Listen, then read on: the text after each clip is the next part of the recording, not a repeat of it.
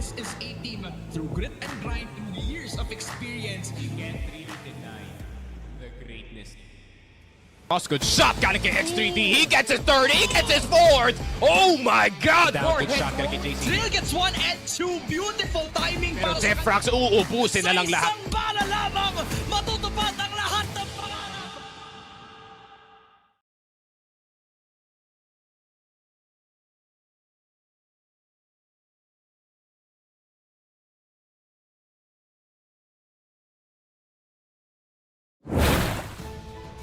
Magandang hapon mga ka-Crossfire Rocks! Nagbabalik tayo sa CFS PH IMPACT Fall 2025. Kami nga pala ang makakasama nyo ngayong araw, Daydum with Mochi. Mochi, week number 2 na tayo, day number 3. At balita ko last week, dikit ang mga laban natin.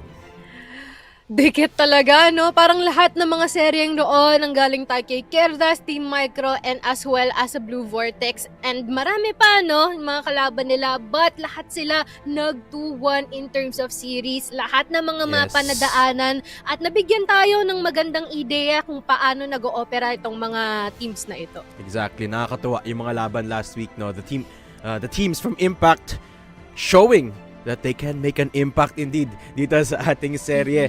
It is still the group stage. Unang linggo pa lang, guys, bakbakan na agad, no? Actually, quite surprising na dikit lahat ng laban, no? I was expecting some teams to get the upper hand, particularly the defending champs Sunday Shrooms, pero nahilapan sila last week, no? Pero more on that later. Let's review the format muna kung ano nga ba ang pinaglalabanan, ano ang format ng labanan natin. Of course, we're starting with the group stage. 8 teams with a single round robin tayo. Best of 3 and then mahahati sa 4. 4 na lang ang matitira sa playoffs. Of course, with 4 teams remaining, best of 5 na tayo, Moch.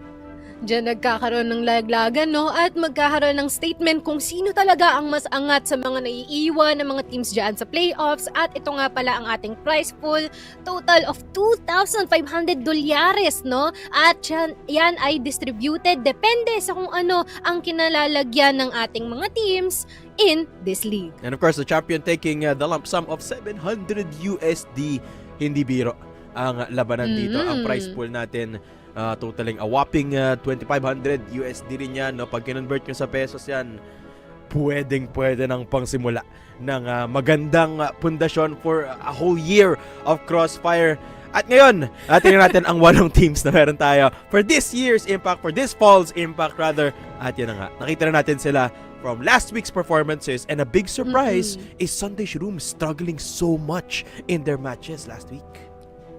Totoo, no? Parang sila ay na-humble, lalo ng Fervid and as well as ni Querdas. At maliban dyan, nakita din natin ang laruan ni Team Micro, Alliance Gaming, Blue Vortex, Rhea 7, GAON, and as well as Kadiliman. And Fervid looking good from last week, no? Especially with the leadership Of course. Nice Katol. Very interesting strategies in sub-base. Of course, in more standard maps, pinahirapan sila ng Sunday Shrooms, no? But still, able to clinch the win. A close win for that matter, against Sunday Shrooms. But still, panalo pa rin naman, no? Of course, kung matatandaan nyo, guys, last Masters Fervid was a Masters relegated team, this time back in Impact, but definitely making a lot of noise. Tingnan naman natin yung map pool for Impactful this year, Mochi, pero wala naman nagbago apart from some changes in compound and the revamped Mexico, and of course marami naglalaro ng Eagle Eye dito. Alam mo, akala ko sasabihin mo na naman na gustong-gusto mong makita yung Mexico sa ating mga laban Pero yes, of course, no, we also have minor changes dito sa Compound 2. Parang mas nagkaroon tayo ng less GR-sided approach since nagkaroon tayo ng espasyo sa magkabilang dulo o magkabilang gilid ng ating mapa, and the rest are still the same, no? Pero let's check out din ang ating standings kasi from last week, it seems like mayroong mga nagpakilala at nag-assert ng dominance dito. Exactly. Querdas, the only team with 2 wins so far. No, after facing against, I believe that was Team Micro and Sunday Shrooms. 2-1, 2-0 respectively yung mga score nila dun sa series na yon, no? But still, the only team with so far 2 wins. So they're leading the scoreboard right now. At lahat ng teams natin so far nakapaglaro na from last week, no? This week we'll look to shape up the group standings kasi syempre iba-iba na yung kalaban nila, no? Tingnan natin kung makakapag-perform pa rin ang Querdas, and especially all of these other teams that won last week. Talking about Kadiliman, Fervid, Alliance, of course, who is the first series player for this day. Alliance Gaming will be facing against Rhea 7 GAON, na medyo nahirapan din naman. Rhea 7, although I do like the way they play, and I think bibigyan nila tayo ng mainit na laban against Alliance Gaming.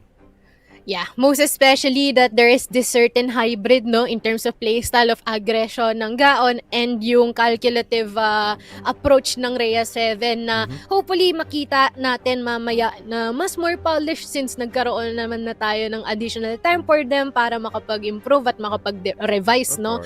And this is also going to be an opportunity for Alliance Gaming to prove na they are deserving of our current early spot dito sa 4th.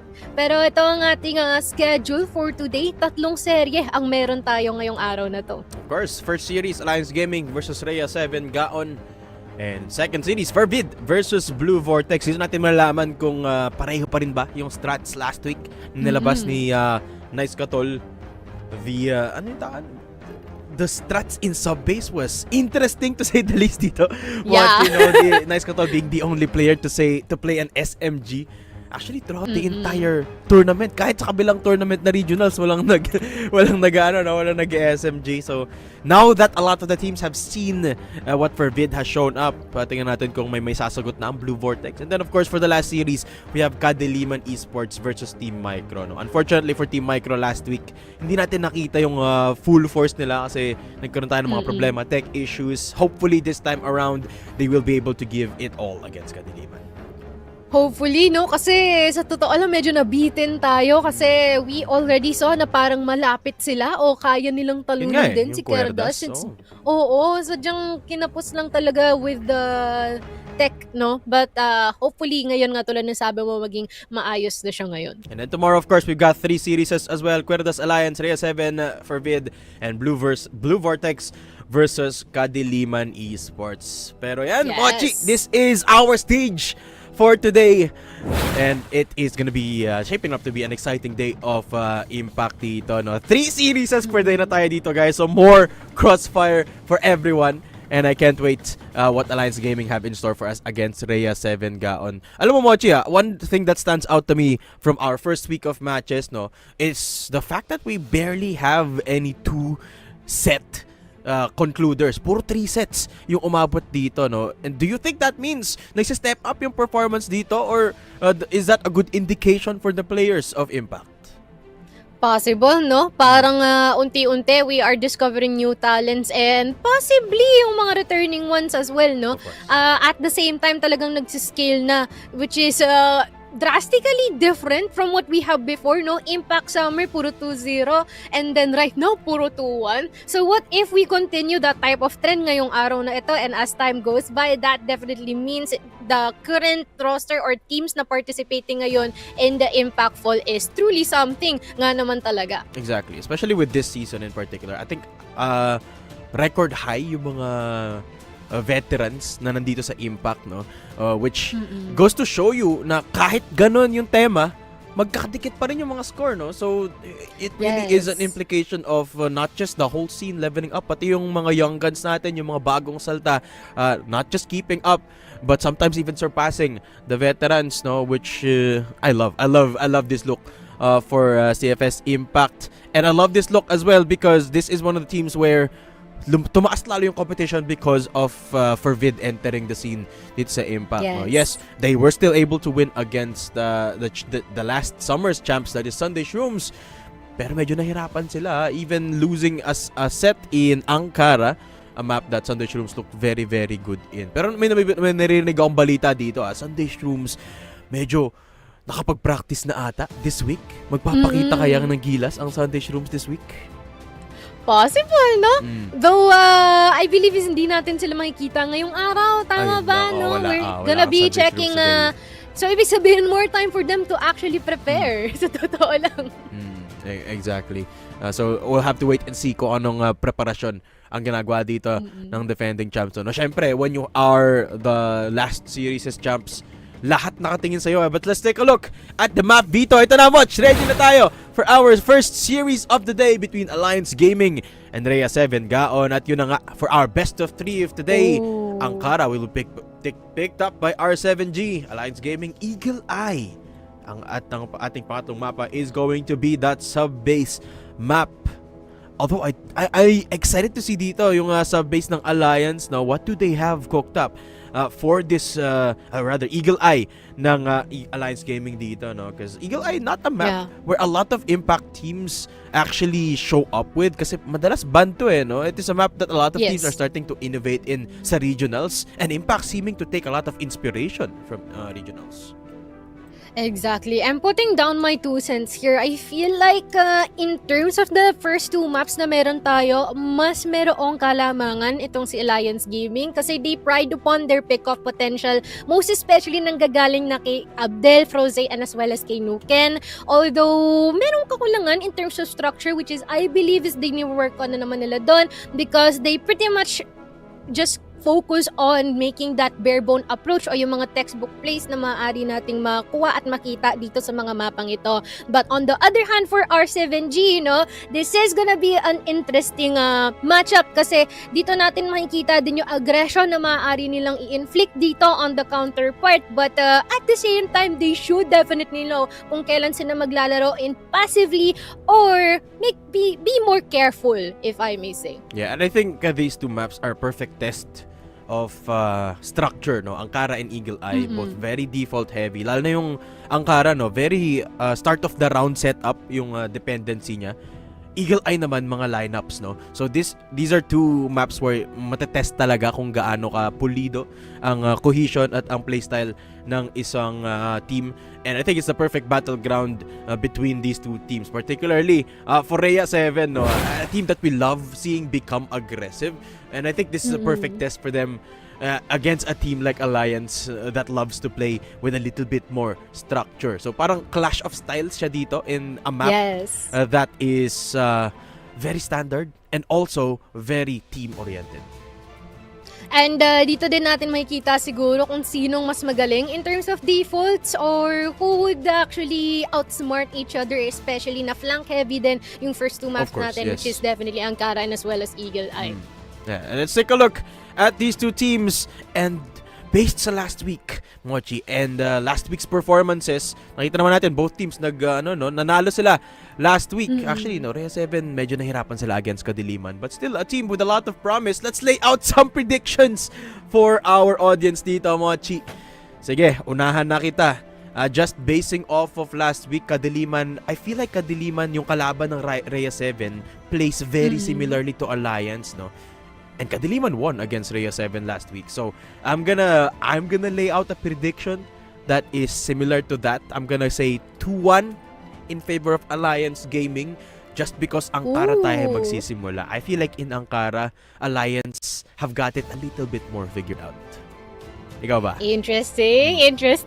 I will go the opposite of that, no? I'll go to R7G 2-1 against Alliance Gaming because of the fact na they've got a bit more experience and a bit more creativity considering na na-merge na ang Rhea 7 and some of the GAON players might possibly branch to new possibilities para sa mga approaches na meron tayo sa mga mapang ito, and most especially these are quite wide, no? Malaki yung perimeter ng ating mga mapa ngayon. Yes. Might possibly give them the upper hand in this series. And of course, Ankara as well. You can never discount the star players dito, no? You talk about a lot of the players dito ng Rhea 7 that has a lot of experience. You talk about Ajax, si Lemon, for one even. And as you go along the roster, you see more and more of that. So, I feel like Ankara is an opportunity to take the spotlight quite literally para sa mga individual players natin dito. So, it definitely could go either way. So, I can't wait to get this show on the road. Guys, by the way, binabasa namin yung comments dyan sa baba. So, kung nakikita nyo yung pinned comment, make sure to read it and pwede kayo magtanong ng mga questions sa amin, no? So, pwede rin niyang ma-feature all throughout the course of the broadcast today and tomorrow and maybe even sa ating preview show on Friday, no? So make sure to drop your comments down below kung may tanong kayo dyan at may tanong kayo about Crossfire or anything in between. Mochi and I will try our best to answer that. At kung may gusto kayong pa-shoutout, syempre, no, we will try our best to accommodate you guys. So lagi lang kayo ng comments dyan. Pakita nyo rin yung suporta nyo sa mga teams dito, no? Are you pro Alliance or pro Rhea 7 GAON? Ilagay nyo lang dyan sa comments. Ayan. And kami na rin ang bahala mag-rate kung magiging 1 or 3 spicy ang magiging comments nyo. No? Yes. Although from preview show, pero baka sabihin na lang din na depende kung ano ang inyong mga saloobin na i-feature dito sa ating broadcast. Of course. And I hope everyone's staying safe and dry. Mochi, umuulan. Nagsisimula ng umulan dito sa amin. No? So it is a wonderful day and I hope everyone is staying safe and dry. Ito matanong ko sa iyo, Mochi. Kapag gantong malamig ang panahon, tapos nagko-crossfire ka, tapos kakatalo mo lang sa base, talo ka. Ano yung merienda na hinahanap natin diyan? Sakto. Kakakain It's ko 3 nga PM. lang eh. Sakto. Kunyari, talo tayo sa sub-base. Hirap. Tapos nakakapagod yung game. Lose streak, boss. Lose streak tayo sa sub-base. Anong merienda ang hanapin natin? Siyempre, mainit na kapit, pansit canton, no? What a combo. Solid. What a What a combo. combo. Kahit pagka nasa internet cafe ikaw sa mga comshop pisonet, kahit saan pa man yan, matik yun talaga yung patutunguhan. Parang comfort food ba? Parang siya na yung magko-comfort sa okay lang yan, na-lose streak ka, mababawi mo din yan. Alam mo yun, parang ganun yung dating pag may ganun kang merienda. Of course. I mean, classics, right? Classics. Yes. Pero ito, let's go back into the series for today. Of course, we've got the first series, which is Alliance versus Rhea 7. We talk about the differences in playstyle between these two teams. No, Alliance, we saw them last week, and we've had some promising performances individually from these players. No, Froze, ang ganda ng rifling niya from that last game, from that last series rather. And of course, Nuken din, no, taking the spotlight every now and then. Matanong ko sa'yo, Mochi, no, individually, against the players of Rhea 7, obviously, there's a lot of experience for a lot of these players. Talagang kilala na yung iba sa mga players na to. No? Alliance still building up towards the experience side of Rhea 7 GAON. Pero malalakas din itong mga players na to. Would you say na individually, let's say nag 1v1 ng mga players dito, would you give the upper hand to Rhea 7 or to Alliance? Ooh, that's a spicy question. Palaisipan lang itong malupit. Sige. Personally, yes. Especially after what I have observed dun sa last na laban nila, no, wherein they really mauled over. Most especially na rin siguro yung mga trade-offs nila nung nasa Black Widow sila. I believe yung nilaroan nilang mapa nun as well as sa compound. Talagang napakita nila dun kung gaano sila kagaling, most especially when harnessing yung ating TRG and as well as when it comes to separate duels, no, on the global race side of things. So, merong mga questions, no? Like, ano kaya yung magiging behavior nila once that they're on the blacklist side? But at the same time, it might vary depending on who they are definitely facing against them. Yeah. Absolutely agree with you, no? When it comes to rifling kasi, hindi mo maipagkakaila mula sa players dito ng Rhea 7, no? But I think the biggest issue rather para sa Rhea 7, especially when they faced up against Kadiliman, no, is the consistency. I mean, yes, there were rounds kung saan uubusin ni Ajax, uubusin ni Charles yung players dito ng kalaban. But then you talk about the macro side of things. You talk about the way they approach the map, and sometimes it pivots more on those players than it does on structure, no? Hindi ko pala napansin, no? The first two maps we're playing as well is the same maps na nilaroan ng Rhea 7 up against Kadiliman, no? Ankara and Eagle Eye. So, doon sila medyo nahirapan in Eagle Eye in particular, no? Which demands a little bit more from the BL side, in my opinion. Syempre, Eagle Eye yan, eh, no? Marami tayong sniper angles dito as is demonstrated time and time again. So, medyo mahirap talaga makapasok if you don't have enough setup. But going over towards the other side naman ng Alliance, they look pretty good from the start of last week, no? They did win, I believe, 2-1 against Blue Vortex. And they played a sub-base that was a little bit harsh on them compared to Blue Vortex. Pero ano pa rin, ang ganda pa rin ng rifling, ang ganda pa rin ng fragging potential ni Nuken at saka ni Abdel. And also mention, no, na nung kalaban nila si Blue Vortex, sobrang tindi din ng mga players nila in terms of pick-off potential. Siguro i-drop na natin yung name nila Ephraim, nila Zib 777, Jersey, and as well as Soulcast. Every single one of them, I think napagkwentuhan na natin to kanina, walang patapon. They were able to actually deliver. Sadyang na-outsmart or sadyang na-out-time. Minsan sa timing nadadala, no? Itong kanilang kalaban, itong Alliance Gaming, yes. yung kanilang laban nun during that time. So, we are gonna see kung madadala nila yun in this current series or would it be the opposite na ma-outpower sila ni R7G? Alright, here we go. Set number 1 of Alliance Gaming versus Rhea 7 GAON at it will be Alliance on the BL side for our beginning sa ating sering ito. And it is just a single sniper in the hands of Nuken who takes down Lemon kaagad. There you have it, the first kill on the board. Nuken takes down Lemon. Ito na nga tayo sa Ankara na. Sniper's Haven indeed, and we're in. Talagang nagpakilala na kaagad itong si Nuken, no? Unang kill kanya agad, pero merong balik ata. Dito si Sikat sa aatras na lang siya dito ng bahagya papunta sa hotel area at maaaring may posibilidad na makapitas pa nga ng isa. Pero, hold lang daw muna. Of course, Rhea 7 immediately proving our point of how aggressive they can be. No? Push is coming through from both Lemon and, well, actually the rest of the team pushing up a bit. No? Kahit si Zik malalim na dito in hotel. Nuken taken down early after that sniper kill onto Lemon. So that's a good trade of kills. Wala nang sniper ang Alliance as the players of Rhea 7 start to make their way a little bit deeper into the extremities of the map. Nasa vent si Ajax pushing up. Nakita si Abdel and the win of the trade will go to Ajax's side. Good flash coming through mula kay Froze who will push up with Bads Maru. Charles staying alive for now until Froze shows up. It's a 2v2 and Cedric papasok na nga mula sa kabila. Alliance Gaming splitting up the map. Confusing Zeke. Saan nga ba pupunta dito ang C4? Naku po, saan nga ba? No? Mukhang papaikot muna sila dito sa B-site after na gumuho ang depensa dito sa A-site natin. No? All up to Zeke, most especially na sobrang baba pa ng HP niya dito. No? And even gonna be caught off guard by Froze.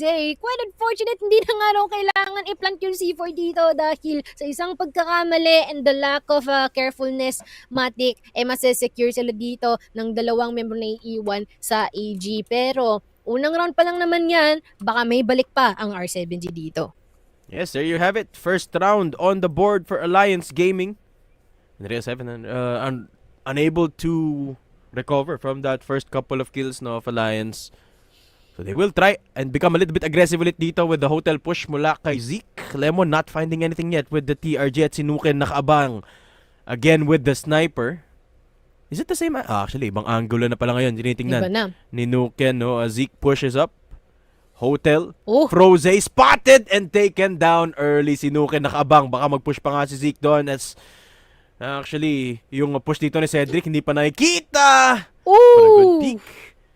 Actually takes him down early. Rhea 7 picking up a couple of kills. Sasagot ng isa dito si Nuken to try and even out the odds. Abdel pushing up from B entrance. EAS, hindi nakatingin si Abdel. Nako. And the sniper shop connects. There is 2 players more down for Alliance. 4v2 in favor of Rhea 7. And make that a 4v1. Bads Maru, the only one left standing para sa Alliance. At yun nga nakita na siya. Charles dismisses of Alliance's Bads Maru. Rhea 7 on the board, 1-1. Grabe, desente ata ang nagiging galawan dito ng Rhea 7 right now, no? At desente din ang kanilang naging depensa.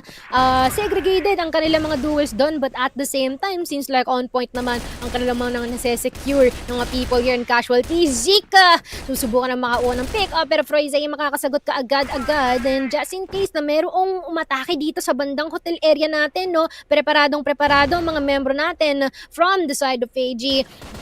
And also, mukhang unti-unti na lang gagapangin itong B-site natin. Yun nga lang EAS will be able to take down a couple of them with a switch up dito sa kanya mga loadouts. At kitang-kita naman, 2 more people remaining here from AG. Pero mukhang mahihirapan na sila. And the C4, wala pa sa kamay dito ni Nuken. No? Kaya iikot muna siya. Susubukan kunin itong C4. And I think this round, Mochi, a testament to what we were talking about earlier, that when it comes to rifling, hindi mo pwedeng ipagkaila sa Rhea 7 na malakas sila dyan. Tignan mo, naubos yung players ng Alliance in EB. Nuken, the only one left standing. Nilabanan lang talaga nila yung execute ng Alliance Gaming dito. They have to have a little bit more map control before trying to fight Rhea 7 kasi pag diniretso mo lang, mababa yung chance mong manalo dito sa squad na to. Yeah. Nuken with the sniper and the C4. Actually, ikot siya pabalik sa B site. Medyo risky play from the lone player of Alliance. Nakastuck pa nga, no? Lahat sila nandito. Pagkakatok niya dito, baka bigla na lang siyang sipain no? Medyo nakakatakot to para kay Nuken. Pero susubukan niya pa rin regardless. Already being spotted out dito by Ajax. At yun na nga, natuluyan na si Nuken dito, no? Could have been better, not gonna lie. Especially when it comes to clearing up any specific angles doon sa B-site natin. Pero at the same time, kaunti na lang yung oras doon. Kaya understandable naman with the mishaps na na-face dito ni Nuken. But Rao, titignan natin kung magkakaroon nga ba ng bawi dito ang AG. And might I also point out, no, na ito rin yung kinagandahan ng R7G na as much as possible, kahit na sabihin natin na agresibo sila, when it comes to the point na realize nila they have to slow down, nagagawa naman nila. Rhea 7 pull ahead by 1 and Lemon gets taken down by Cedric. What a pick. Ang lalim nun mula kay Cedric, not even needing a smoke as Lemon caught pants down dito sa may A site. And off to a good start, Alliance. This is a perfect start for them, no? Kasi nga, when it comes to dueling, medyo malakas ang Rhea 7. So, taking down one player is as good a start as any. Buds Maru, nag-push na nga. Ajax down for the count. A site open. Kailangan mag-retake ng Rhea 7. Sinuken, nahuli pa si Zeke. What a hold from RS. At si Abdel nahanap si EAS. Wala man lang nahanap ang Rhea 7 Alliance with a second round on the board. We can also say na little by little warming up na tong si Alliance Gaming. Paunti-unti na silang gumagamit ng mga utilities here. And even tong si R7G, definitely the reason why nakapasok sila na maganda dito sa A-site natin smoothly. But right now, that quick flick from Lemon will be able to take down itong si Buds Maru. Definitely good pick para sa kanila.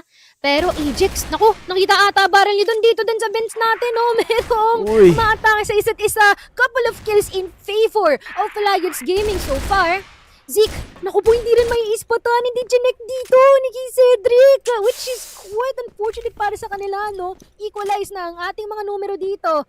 At unti-unting susubukan na gumapang ng Alliance Gaming patungo dito sa E-site natin habang may pick-off pang makukuha na karagdangan itong si Froze onto East. And this is Alliance Gaming playing the map as we predicted. Nuken, inintay lang si Zeke at si Lemon na lang ang walang magagawa para dito sa Rhea 7. Alliance Gaming, this is where they start adapting to the playstyle of Rhea 7. Naka-pick off sila sa vents at in-expect nila yung push down in mid and doors.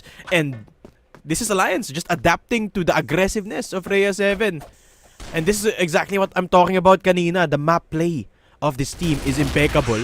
Especially when you play into their hands like this. Froze, nahuli na naman si Zeke doon. And Alliance off to another good start. Pero si Ajax, ang lalim! The quick scope onto Cedric. Hindi nila in-expect na nandun na agad si Ajax. Pero andito rin si Buds Maru to shut down Charles. Ajax still alive though.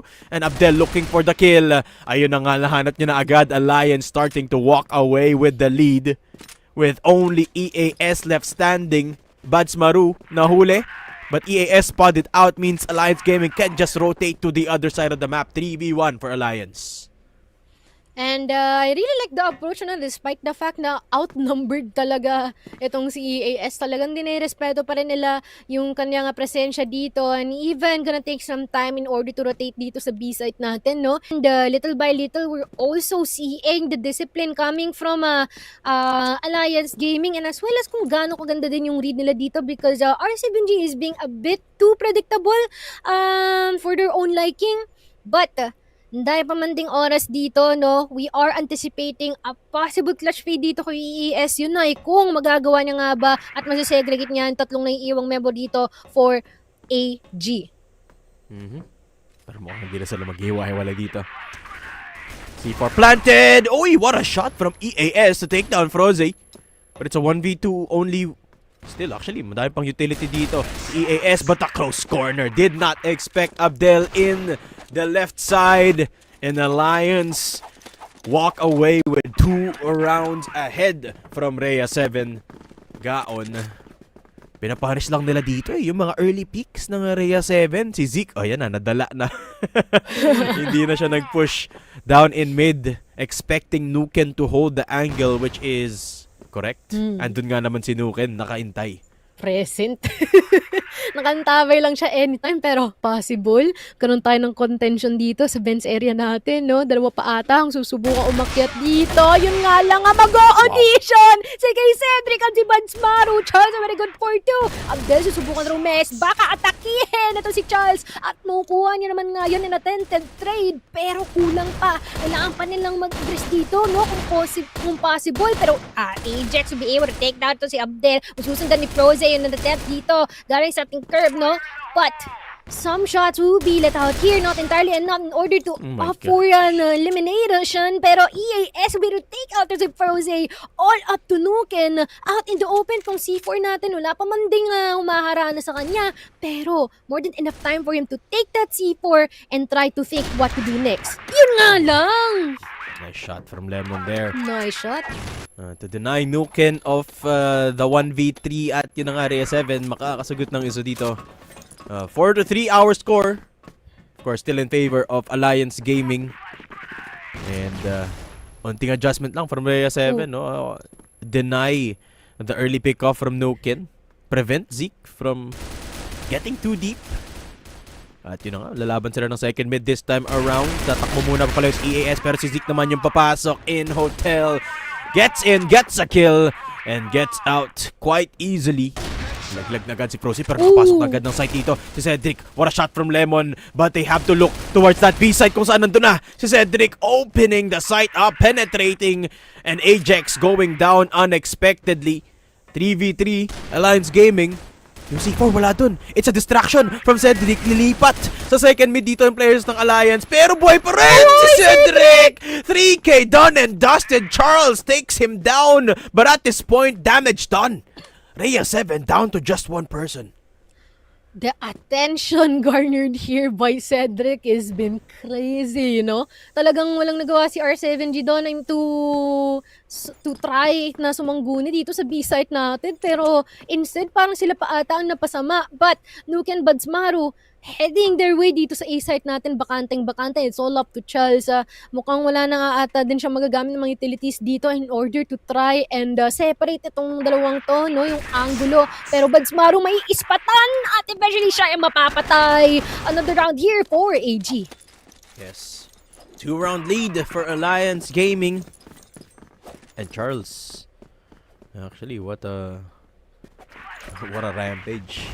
And it will be a little bit of a struggle for Rhea 7 to get back into equal footing. Lalo na dahil sigurado nang may lamang ang Alliance going into the second half. Cedric nakahanap na naman ng isa. But now getting taken down early by Charles. So that's a good start.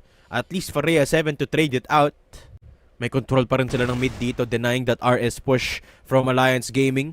And EAS pivoting back towards Hotel. Babalik mo ng Alliance. Ito kaso yung C4! Mochi! Nahuli ni EAS! Nahuli ni EAS! At mukhang bantay sarado ata ni EAS. Kaya lang kasi marami ang kanyang makakaharap dito. At yun na nga, Frozy will be able to take him down. Sinuportahan pa to ni Abdel, no? At sa kanila na, yung C4 natin. Pero, ang daing naging kapalit, no? Most especially, quite low pa in terms of HP itong sinukin ngayon. Pero, ang daing pa man ding oras, no? They can be careful in terms of their approach here.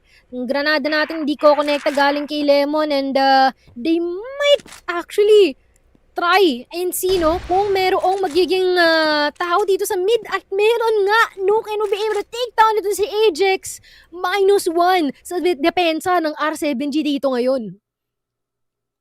-1, but it is still a doable prospect dito, especially because Charles is at the perfect position to catch the players of Alliance Gaming off guard. Ang lalim niya dito eh. Pero teka lang, tumalikod si Charles. Parang hindi niya naaamoy na malapit sa kanya yung C4. Nuken still holding on to the TRG. Hoping to weed out Lemon with a sniper of his own. Walang informasyon, parehong teams dito. Flash coming through for mid. But that just confuses Lemon a little bit more. Nakita na nga siya dito but still stays alive. Running back into RS, and there's the flashes, there's the smokes coming to that B side. Si Charles nasa kanan. Makikita ba ni Abdel? Yun na nga lang nakita niya, and Charles goes down. Alliance have control of the site until Lemon shows up. Quick flick onto Abdel. 7 seconds left. Kailangan mo nilang may tanim. Yung bomba dito. Nuken waiting, holding, and gets the shot onto Lemon through the box as well. Alliance 3-round lead in the second half. Valiant effort for Lemon here, no? Pero unfortunately, parang iwan niya isang angulo nang hindi niya nakikita. I mean, especially na dalawa yung kanyang kailangang ubusin doon during that time. Been able to take one. Quite unfortunate, hindi niya mauubos lahat. Kay Cedric, sobrang agresibo. Nagpo-push dito sa dilaw dito, no? At naging pula. Eventually, duguan ang dalawang member dito for R7G. Pero, susubukan pa man din nilang umatake. And the C4 is not on their side. Bantay sarado ito ni kay Cedric and as well as the Frozen. Ito ngayon, medyo mahihirapan ata na makabawi dito si EAS, no? Now being taken down by Frozen. Pero, susubukan sumangguni, susubukan bumawi, susubukan na umatake ng mga miyembro ng R7G as Zeke falls down the hands of Abdel at si Lemon na lang ang naiiwan. Similar approach and similar scenario tulad kanina, no? Open na open and I feel like kailangan niya mag-ingat sa kanyang likuran dito ngayon, Dedum. Pati ikot mula sa yellow and there will be contact. Lemon down to 30 HP. And the contact is there. Abdel holding on to si A. At yun na nga, magkikita sila Basado. in mid. And Alliance Gaming, what an aggressive take, catching Rhea 7 off guard. Nakuha agad nila yung C4 sa LA. Tapos hindi nila pinakawalan eh. Lahat ng Alliance nag-rotate papuntang LA. Grabe ka, ay ka na lang naging approach during that one, no? Definitely prevalent yung kanilang communication sa isa't isa kasi parang walang naiwan na impormasyon. Lahat nasagap, lahat merong nangyari dun sa mga impormasyon na nabato nila sa isa't isa. Pero ngayon, early pick up dito onto Ajax, no? But unfortunate para sa kanilang side was especially more hesitation coming into them and not even the best shape that they are in right now. Pero Froze will try to take one dito from our doors and he would be able to do so. EAS down, Rhea 7 struggling to keep up with this Alliance Gaming GR side. Dalawa na agad ang nahuli sa kanila dito. And look at Alliance standard defense after the early push. So much prowess on this defense, no? Hindi mabutas ng Rhea 7 yung dingding ng Alliance. And there's still a lot of mid reinforcement with Cedric and Nuken down in mid. Frozen na kayo nag-sniper dito, Cedric. being 1 HP na siya dito. Cedric close to Lemon. Close peek. Slow angle! And Lemon not expecting. Hawak-hawak pa niya yung C4. And again, Alliance have secured the bomb in their hands. Pero si Charles, manggagaling mula sa likod, opening up some possibility for Rhea 7 to come back into this round. Pero si Froze dito pa rin. Nahuli na si Charles and Zeke all alone now in a 1v3. Froze gets taken down but the C4 still in firm control of Cedric. Pipik. Si Zeke, nakita, tatalon but will be taken down nonetheless. Alliance push to 8. A resounding lead, Mochi. 5 rounds ahead ang Alliance. Man, napakahirap na mabawi ito ni R7G, no? Lalong-lalo na talagang greater and stronger side talaga ng Alliance Gaming. Itong being on the global list end of things. But, definitely been prevalent until now. Frozen going berserk! Oh my God! Nangyari nga 3, pero napatahimik ni Lemon. Pero yun nga lang nga, may susunod pa. Kay Cedric will be there. A trade for EAS. Pero si Nuken will try to attack it from the backlines. Pero anticipated din ni EAS ito. All alone here. A 1v2 and the C4 is not even in his hands. Susubukan niya naman umikot dito from the mid area. Possibly meeting one of our members here. Pero Abdel will be able to take him down. Oh, this is quite a feat here for AG. A 9-3 scoreline against R7G. Match point na to, Didong. Exactly. Hindi pa nakascore ng Rhea 7. Simula na nag-second half tayo dito. Alliance's Ayun defense nga. is perfect so far. Abdel. Uy! Na makakil doon. But okay lang. Nakatakas naman with the pistol. Gets one. Zeke is down. And Badsmaru with the backup. Froze dadating na din. And again, the C4 is away in the hands of Alliance. EAS. What can you do in the face of Alliance Gaming? 4-man strong. Mag-isa lang si EAS. At least still alive. At least hindi nila alam kung saan siya manggagaling. Pero si Badsmaru makikita na. The pistol in the hands of Nuken to take him down. And Alliance, just like that, take Ankara.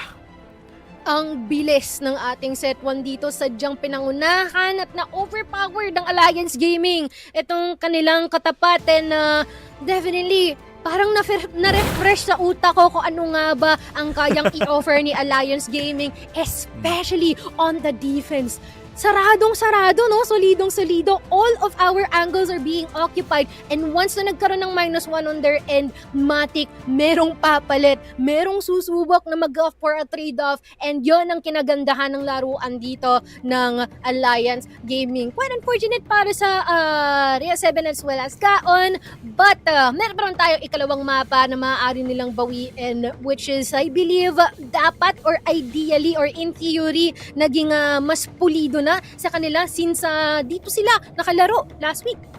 Tingnan natin, no? I mean, it looks like Alliance did their homework. Talagang basang-basa nila eh. Yung Galing playstyle ng ng Rhea Alliance 7 nga. GAON, tol. Every single execute na ginawa, every single BL side, BL round dito ng Rhea 7 GAON, hindi man lang sila nakapagtanim ng bomba. The C4 constantly getting controlled by the players of Alliance. Alam nila eh. Parang alam nila mo saan pupunta yung players ng Rhea 7 GAON. And it just works every single time because they were just expecting the angles from where they will come from. Even on the GR side, which is crazy. Talagang nakakakuha pa rin ng pick-off si Nuken at the start of the round, which is not something you would expect, especially when you are playing from the attacking side, no? So this was super impressive from Alliance Gaming. Basang-basa nila kung ano yung gagawin ng Rhea 7. And a complete flip of what I expected this game, no? Talaga, Rhea 7, the only rounds where they won was, I feel like, the rounds where they won the duels. But after the fact, beyond that fact, Alliance Gaming, just when it comes to the map play, have been immaculate this series. It's next level. It's a showcase talaga of what they can do as a squad if they prepared, and it definitely looks like they did. And I feel like this is already an eye-opener para dito sa Rhea 7 GAON, no? Most especially how the lack of having mid-control has been their struggle for a lot of those rounds. And not only that, siguro the lack of support na rin when it comes to doing those types of duels, and as well as kung ano ang gagawin nila once na may lason na manggagaling dito for Alliance Gaming. And I feel like those are some of the pointers that they can definitely improve on. But for the side of Alliance Gaming, wala ako masyadong masabi when it comes to their defense kasi pulido so far. And although there are some problem when it comes to them on the blacklist side of things, like especially dun sa doors and hotel contention natin na nanggagaling to from R7G, nagagawa naman nila ng paraan na babawi nila in certain rounds, sometimes not, but there is already this foundation being formed by them when it comes to attacking. Yes, Rhea 7 definitely needs to find a different playstyle going into map number 2, no? Feeling ko kulang din sa utility use dito ang Rhea 7 in Ankara in particular. They weren't expecting how aggressive Alliance were going to play that. In my opinion, they should have. I mean, they should have expected that, no? Kasi ganun din sila maglaro eh. They like playing for early peaks. They like playing for that doors control, yung hotel control. Sinuplement lang ng Alliance Gaming, no? Parang pinadoble nila tapos sinamahan nila ng flash, which actually caught them way more off guard than I expected, no? So Rhea 7, I think those are some heavy notes going into Eagle Eye, a map where of course plays very differently from Ankara. In a sense, it it's similar. Say, of course, you've got the same angles from one end of the map, pero completely magkaiba yung mid. Sobrang lawak ng mid. There's a lot more lines for setup and a lot more angles possible with the snipers. So, in essence, that's also a lot of risk for Rhea 7, who will be starting on the BL side sa Eagle Eye. No? So, kung matatandaan natin, dun sa GR side sila nakakuha ng mga rounds nung BL wala silang nakuha dito sa Ankara, no. So syempre it's a big adjustment. It's gonna be hard to start off from the BL side, but I think this Ankara is a big indication of how Alliance Gaming are also going to play that Eagle Eye map. So Rhea 7, in theory, at least may inkling na sila kung paano maglalaro sa Eagle Eye dito ang Alliance, and they should adjust from that. Especially on how prevalent yung mid-control din here in Eagle Eye. So, there might be a higher possibility of them actually prospering just basing on what we have seen dito sa Ankara map natin na just happened.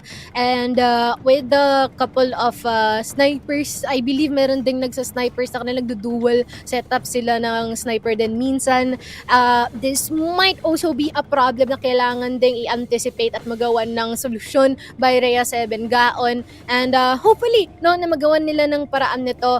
I feel like they can capitalize more with the utilities nga tulad ng sabi mo, kasi yun nga merong kakulangan kanina. It's more on Alliance being able to use that in comparison to the opposition, but yeah, that's just my 2 cents then heading onto our Eagle Eye map. Yes, Eagle Eye, I feel like it's going to be a very important map, of course, for both of these teams. But Rhea 7, they should take Ankara as a learning opportunity dito of how Alliance approach this map. Napakaganda ng struktura ng Alliance approaching, especially that GR side. They know exactly what to do once something happens. Let's say Zeke nakuha niya yung kill. Ang ganda ng adjustment ng Alliance Gaming agad no? Or for example, si Nuken yung makakuha ng early frag para dito sa Alliance. They will converge on that particular area and they know how to play off of each other. Ang parang codependent, if I can even use that word, the players play codependent of each other in a good way, no? And the coordination is just next level for Alliance Gaming, no. You can definitely see the work they put into this map, and whoever the IGL plays here for Alliance, top-notch work mula sa kanya, no? The shot calling has been immaculate, especially dun sa mga mid-rounds natin. Katulad nito, a 1v3 na potentially makakuha pa sana nung player from Rhea 7, but they played smart. The moment one player goes down, tago na lang yung dalawang natitirang player and then play the body system.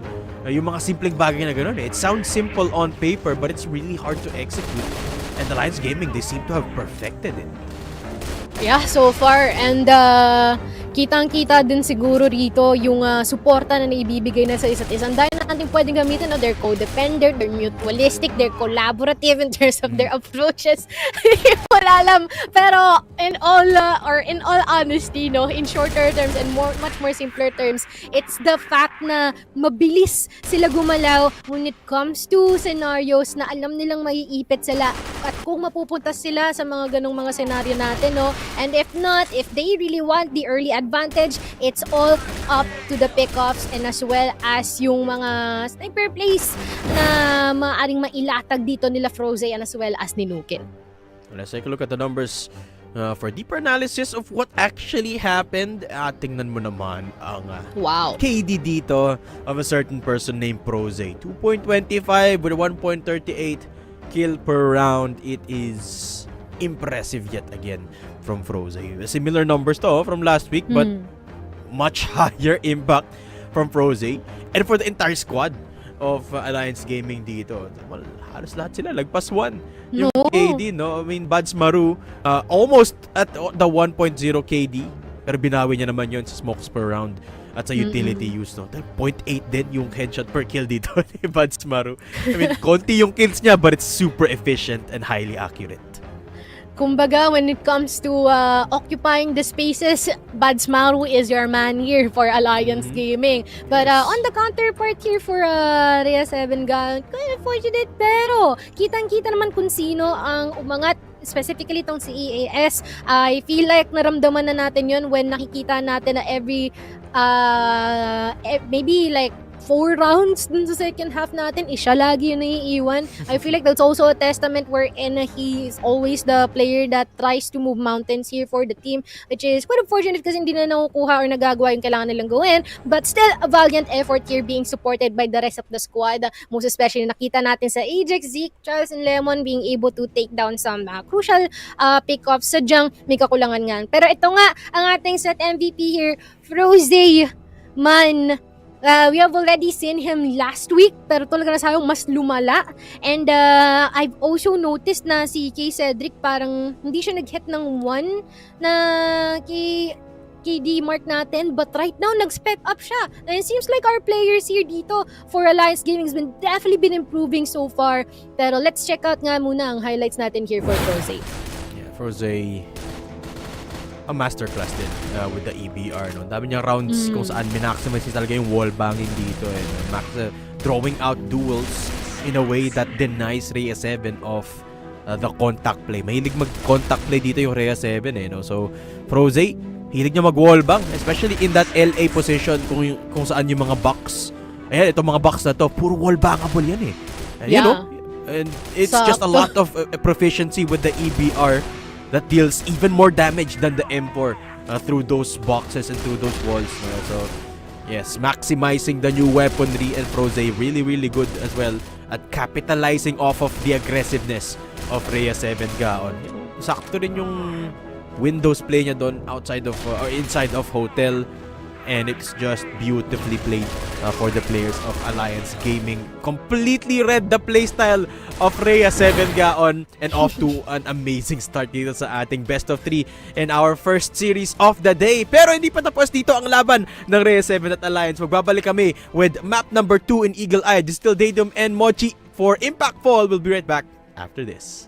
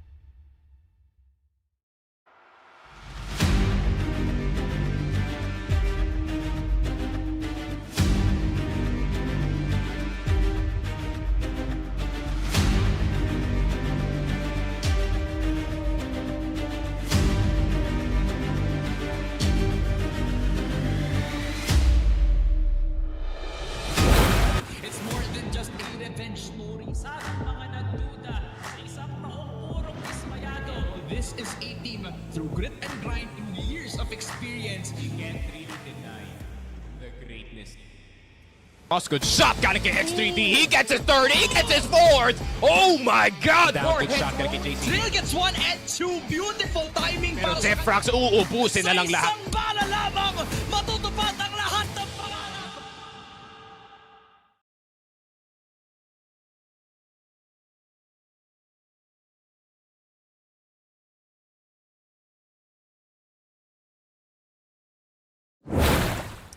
At tayo nagbabalik sa CFS PH IMPACT Fall 2025. Kami pa rin ang kasama nyo for today's video, Datum and Mochi. Mochi, andito tayo sa best of 3 between Rhea 7, GAON, and Alliance Gaming, where Alliance just swept Rhea 7 in a 10-3 Ankara map. What can you say about that defense from Alliance Gaming?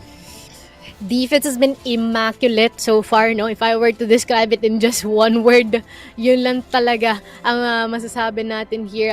Most especially when it comes to like ticking down every single person na makikita nila in the extremities, like hotels, the mid area, and as well as from a site. And even yung mga flanks na nanggagaling din sa kanila has been on point so far, definitely tipping off our people here from Rhea 7 GAON off the balance. Of course. And Rhea 7, GAON completely off guard, no? Especially on that BL side, di na expect na magiging ganon ka-agresibo while being calculated ang players ng Alliance Gaming, no? Completely catching Rhea 7 GAON off guard. Di sila nakascore when they went to the BL side, which is a devastating prospect for Rhea 7 GAON, a team that loves playing for contact, loves playing for peaks, and loves playing for the raw duels. Hindi sila hinayaan ng Alliance Gaming, no, na kumbaga hindi sila hinayaan makakasa. Hindi sila hinayaan makaposisyon ng maayos dito on the BL side. So it's gonna be a bit of an adjustment going into Eagle Eye, but the one good thing they have going for themselves dito, Rhea 7, is the fact that Eagle Eye is a bigger map. It takes more time para makapag-push dito ang global risk side. So may time talaga silang mag-adjust. It's just a matter of patience for Rhea 7. No? They have to be patient and anticipating. And here we go! Set number 2 in Eagle Eye between Rhea 7 GAON, who will start on the BL against Alliance Gaming.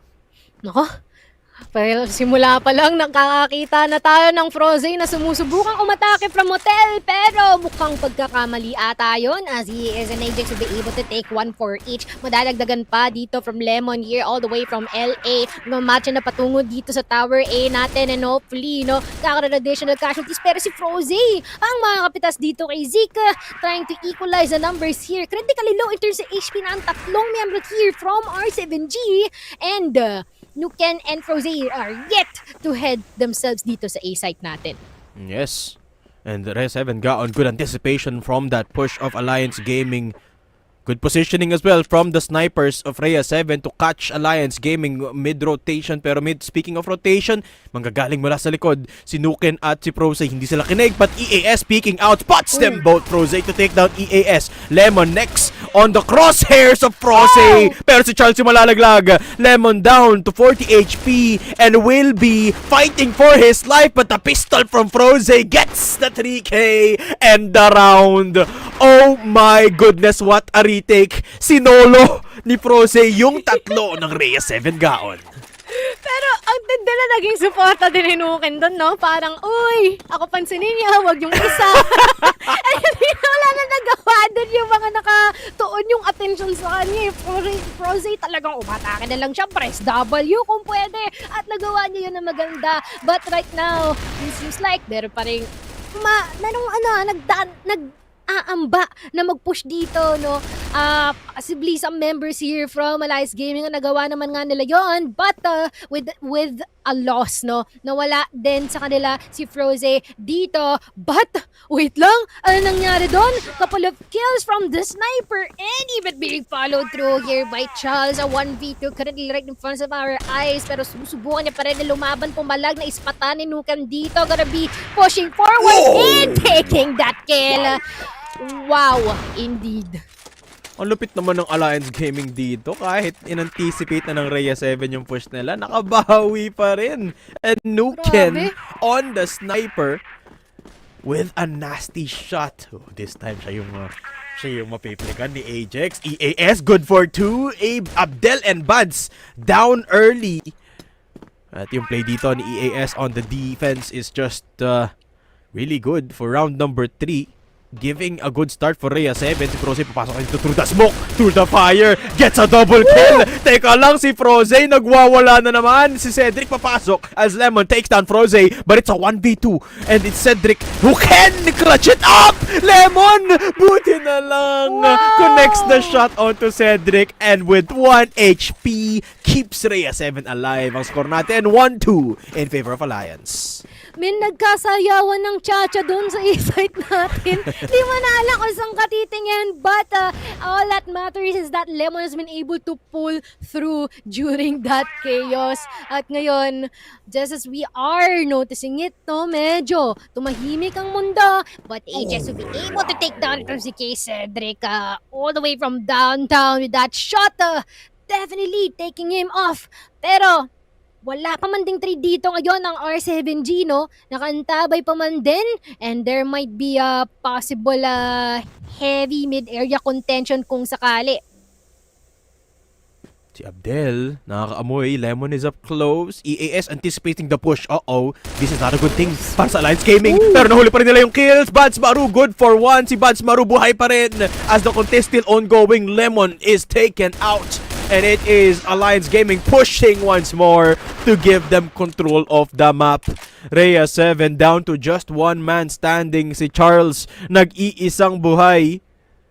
And it is going to be the C4 right in the middle dito. Nuken Froze alive and kicking. Pwede na lang i-isolate dito si Charles. It's actually a good thing para kay Charles dito, no? Can pick up the bomb and rotate wherever he wants. And Froze being 1 HP, isolated, kailangan niyang lumapit kay Nuken. So C4 can be planted by Charles kung lilipat siya sa B-side. Libreng-libre yung B-site natin do, but mukhang nakakarinig tayo that is going to be a dead round. Pero we can definitely see, no, there is that glimpse of hope, that light at the end of the cave here para sa Rhea 7 GAON na little bit they were able to shut down all the plans na sinusubukang i-cook dito ng Alliance Gaming, and they've been able to pull this over for this one.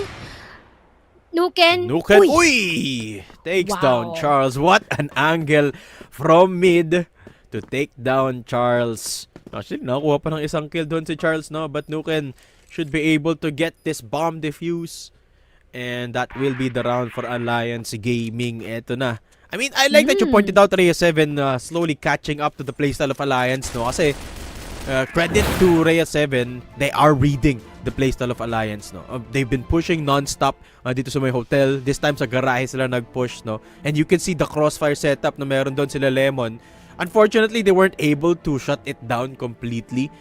Kaya yun lang yung problema. Natalo sila sa duels. Pero credit to them, nababasa na nila yung playstyle ng GR side dito ng Alliance. Which honestly is just push on different parts of the map, no? Iba-iba lang yung pinapush nila this time in LA.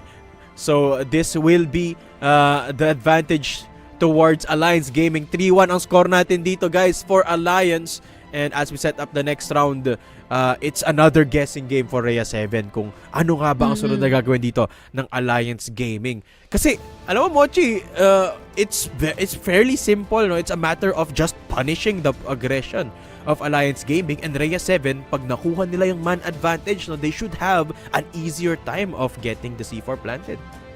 Actually, yeah. And I guess another recommendation is the fact na mas maganda kung merong kasabay kung sino man yung magi-gatekeep sa mga pushes na manggagaling dito from Alliance Gaming, if there will be another allocated person in order to support kung sino yung nagbabantay doon sa kung saang mang area yun, no?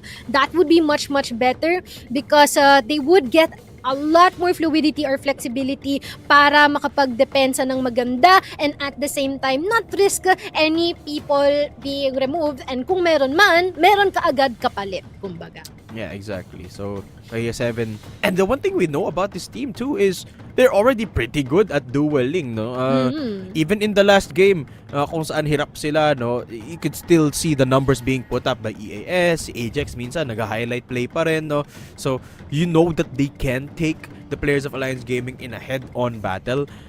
So it's just a matter of playing your cards right, positioning your players where they need to be and predicting where Alliance are going to try and hit. Ang weird, no? Alliance Gaming, sila yung nasa GR side pero sila yung nag-hit. Sila yung pumapasok. Sila yung kailangan i-predict ng Rhea 7 kung saan man gagaling.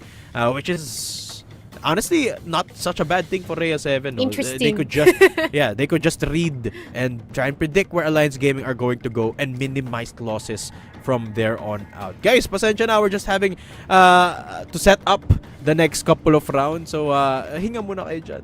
Kuha muna kayo ng merienda and makipag-usap kayo sa amin dyan sa comment section, guys. Put it down. Sino nga bang team na sinusuporta nyo? Is it Rhea 7 GAON or is it Alliance Gaming? At kung may gusto kayo pa-shoutout, syempre, now's the time to do it. No? Lagay nyo lang dyan sa comments down below. And if you have any questions, nakikita nyo naman dyan sa comment section. Pwede nyo itanong, what's on your mind? Tanong nyo, what's on your mind, Dadum? What's on your mind, Mochi? And if you have any questions, lagay nyo lang dyan sa baba kasi Mochi and I will try our best to answer that. Oy, may nagpapa-shoutout dito nga, oh. Sabi ni John Nervilla Pando, shoutout kay Kuya Joey. Shoutout! Uy, si kay Joey! Kuya Joey nga pala, no? And lagay nyo lang dyan sa comments down below, guys, kung sino gusto nyo ipa-shoutout. Siyempre, gusto rin namin kayo makausap, guys. We don't have a lot of chances to do so. So now's the time. Totoo, no? Since mostly online lang, but at the same time gives us access, no? Na isang click lang, matik, meron na tayong ma-deliver na message sa isa't isa. Hopefully, makapag-engage din ang ating comment section with us. And a little bit of recap, no? Yung unang mapa natin ay napunta na sa Alliance Gaming with a decisive win of 10-3 against R7G sa mapa ng Ankara. And right now, nasa Eagle Eye tayo. Yes. Ang susunod na series natin ay Fervid versus Blue Vortex. And after that is Kadiliman and Team Micro. Ayan. Para may aware din yung mga manonood natin kung nung oras sila mag-aantabay o tatambay dito sa stream natin, or tambay na kayo ngayon at may pagkwentuhan kayo sa amin. Yeah, I'm gonna be excited to see that second matchup, no, with Fervid against Blue Vortex. Blue Vortex, one of the teams that will actually push the series against Alliance up to 3 games, no. Dikit din yung laban nila, taking down one map against Alliance. Unfortunately, hindi sila nanalo, no. Yes. But it is gonna be an interesting match to see them go up against, of course, Fervid, a previously Masters team with the guidance of Knights Katol, a team that is kind of like looking for their identity sa ngayon. I mean, granted, Fervid, a team that's got a lot of prowess individually. Parang hinahanap pa nila yung timpla, no, with varying degrees of success. So I'm excited to see how they're gonna fare up against Blue Vortex. But Alliance Gaming, ang ganda ng panimula nila dito sa group stage natin, taking down Blue Vortex and now taking a map against Rhea 7 GAON. This is shaping up to be a team to look out for, a team to be considered to be playoffs worthy dito. I mean, I know maaga pa para sabihin yon, no, pero with the structure that they are showing, especially in that Ankara map against Rhea 7 GAON, parang nakakatakot kalaban ng Alliance Gaming, Mochi, eh. Yeah, at first glance, no, I feel like silang dalawa ni Querdas ngayon ang Yes, merong matalim na presence. But, speaking of matalim din ang asinta ni Nuken dito onto Lemon. And back into safety muna tayo dito for R7G. Pero wait lang, parang hindi ata maganda na nawalan tayo kaagad ng miyembro ng ganun kaaga. Pero Ajax mukhang merong mararamdaman ng presensya dito with a quick scope onto kay Cedric. Taken down as an immediate trade and additional damage being dealt onto them from Hotel. Yes, Alliance Gaming taking one, losing one as well, pero naka-double sniper pa rin sila dito. Froze, lalabas na ng Hotel. Gahanap ng kills, nakita niya si Ajax at kukuhanan niya ang buhay noon. Ajax down. Uy, Nuken not connecting the shot down in mid doors. Papasok pa nga with the pistol. Close angle. Nuken playing it risky. I like this play from Nuken, ha? Pwede, no? I can see the vision, we can see the vision. It should work in theory, but at the same time, they should better be careful. Pistol me there, Zeke. Tamang tingin muna sa kasama. Uy, natatamaan ka na. Teka lang ako nang bahala. Nuken taking down their hands by Zeke here. And will be taking their time of day into putting themselves in a much better position in terms of commitment. Rose, though, letting out some shots here, inflicting some damage. Decent against R7G, but being shut down here by Charles as well in the process. Two more people already, more than half, no? More than half na bawas sa kanila ngayon with some shots here from Abdel and Buds. Maru being able to top it all off. Alliance Gaming wala pa rin kupa so far. Hirap makabawi ang Rhea 7 GAON!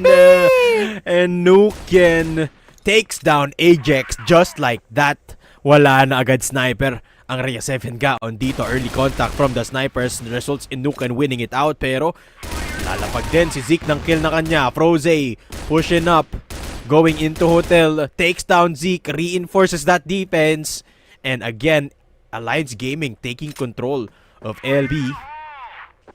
Daming daming nagpupush na players from Alliance. Again, Rhea 7 caught off guard. EAS. Wait, lalapit ng konti.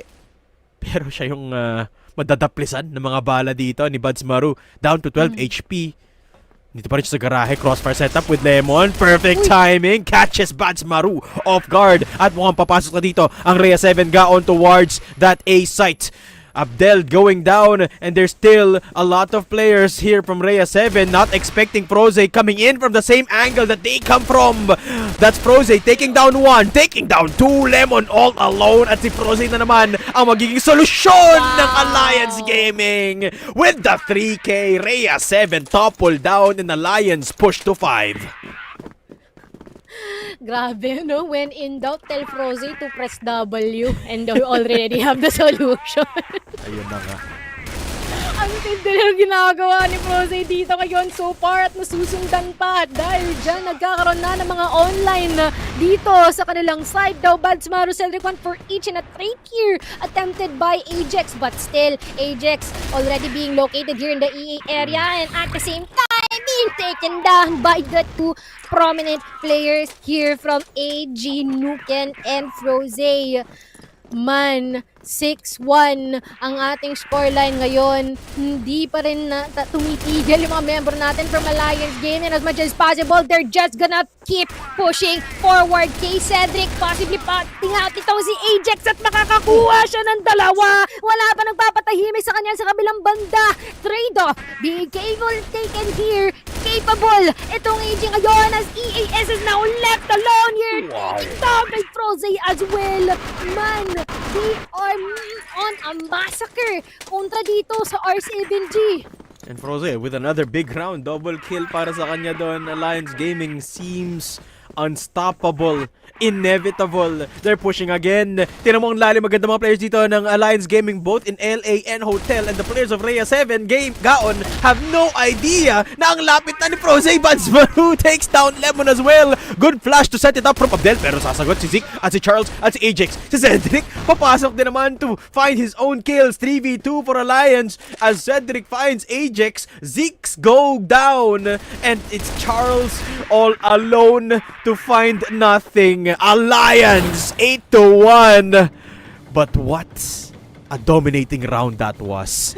Inubos nila. Sinugod ang players ng Rhea 7 at di nila in-expect na meron sa LA, meron sa Hotel, and everyone pushing up. Inipit dito ang players ng Rhea 7. Grabe, no?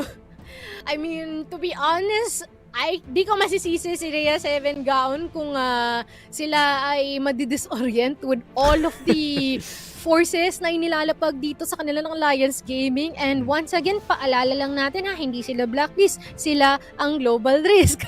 As much as possible, you want to anchor down spaces, but instead, hindi. Sila yung nagpupush.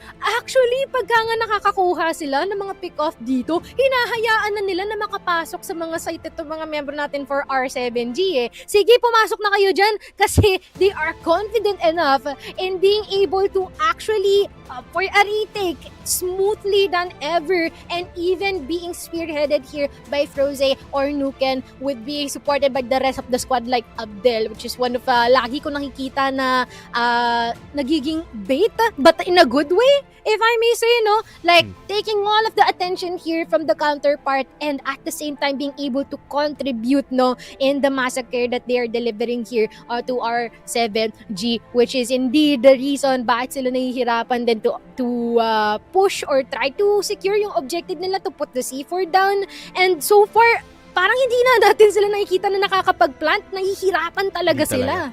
Exactly. Very much like in Ankara, no? It's more of the same story where they cannot penetrate the defense, which feels very much like an offense from Alliance Gaming. Okay, yan na. Quick execute from Alliance as we switch over to the second half. Rose papasok, but Ajax says no. Sa kanya ang EA. Abdel alive and kicking, gets the double kill, living up to the 2K badge. Ajax inside of the site. Yung bomba di pa rin itatanim dito, and the angle from Nuken will be the only one they have. 1v3 as the players of Rhea 7 GAON go for the hunt. Okay, boy pa rin si Nuken, finds Zeke with the pistol and will be rotating around. Iintay niya muna na itanim dito yung bomba ng Rhea 7 GAON, or rather, na not plant the bomb, but rather defend it. At hintayin niya na may mag-push sa kanya dito sa mid. Pero Rhea 7, may kakagat ba?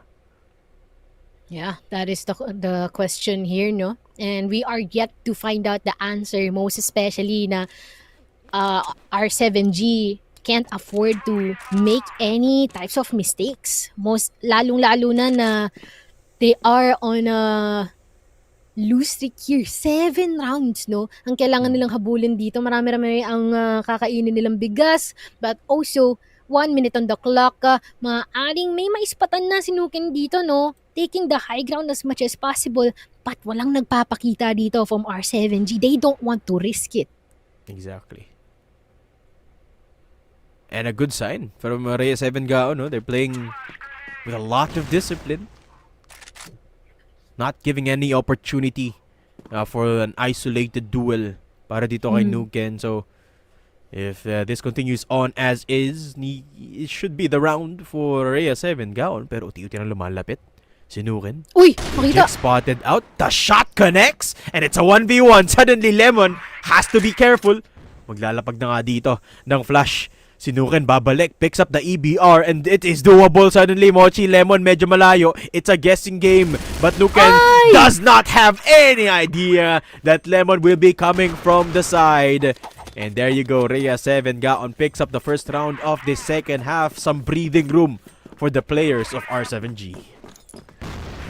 Man, seems like yun pala yung nagkasagutan nun, no? Being able to take itong area natin here and exit by Lemon's been the answer here for our second round ng R7G. Pero hindi pa rin tayo tumitigil dyan. Zeke Lemon 1 for each at kay Cedric being able to take a couple already at susundan pa ni Froze dito on to Zeke. And all the while, no? Nasa RS itong si Ajax at pitas siya onto kay Cedric. Nuken being able to take down itong si EAS. Yung attention niya nasa kabila. May ideya na siya kung nasaan ang naiiwan dito. Ajax magpapatintero, pero nakukuha niya si Ajax dito. And Nuken still anticipating that Ajax just around the corner. Good game sense from Nuken. Pushing Alliance 9 rounds deep into this Eagle Eye map, 1 round away from taking this entire series, Moji. Gotta remember, Rhea 7 playing for their series life dito after losing Ankara, and Alliance Gaming 1 round away from finishing it. Bads Maru, early contact, taken down to 1 HP, pero si Cedric yung kukuha ng kill. Charles down, and it's Alliance Gaming backing off from that engagement. Regroup, pasok muna ng EB. Si Lemon nakita sa taas and Cedric with the quick adjust, the flick of the wrist to take him down. Pero si Zeke with a double kill. Buhay pa ang Rhea 7 GAON. Zeke with a popcorn kill onto Cedric as well. Froze taken down at napigilan niya agad. Dito ang Alliance. EAS with the backup 2 to take down Bads Maru. Pero the swing out from Nuken hindi tatama. Lipat muna sila ng mid. The pistol gun out. Tumama po rin! Nuken, what was that? The flick onto Ajax mid-air. And suddenly EAS fighting for the entire team of Rhea 7 GAON. A 1v2 for EAS, Moji. Kaya lang naispatan din ata to si ES kanina. Parang anticipated na siyang panggagaling. Being able to take down si Abdel. Nakita yung barrel niya! Nuken! Been able to take down to si ES at ngayon, second set natin is si Alliance Gaming na naman ang namayagpag. Man, ang crazy talaga ng depensa ni Alliance Gaming, no? And even been able to outman them during our second half. Nice try, no, for R7G kasi we can see some glimpses of positivity, no, and even some attempted adjustments. It's just that talagang na-outsmart sila, or in theory, okay na sana yung gagawin nila. Sadyang nagkakaroon lang ng kakulangan when it comes to the matter of execution. And just like that, Mochi, we have the fastest series in Impact so far with a dominating performance from Alliance Gaming. Both in Eagle Eye and in Ankara, Alliance shaping up to be a team to be reckoned with dito sa ating Impact group stage. Hey man, what a performance. I expected them to win, but I did not expect this much of this explosive of a win from Alliance Gaming.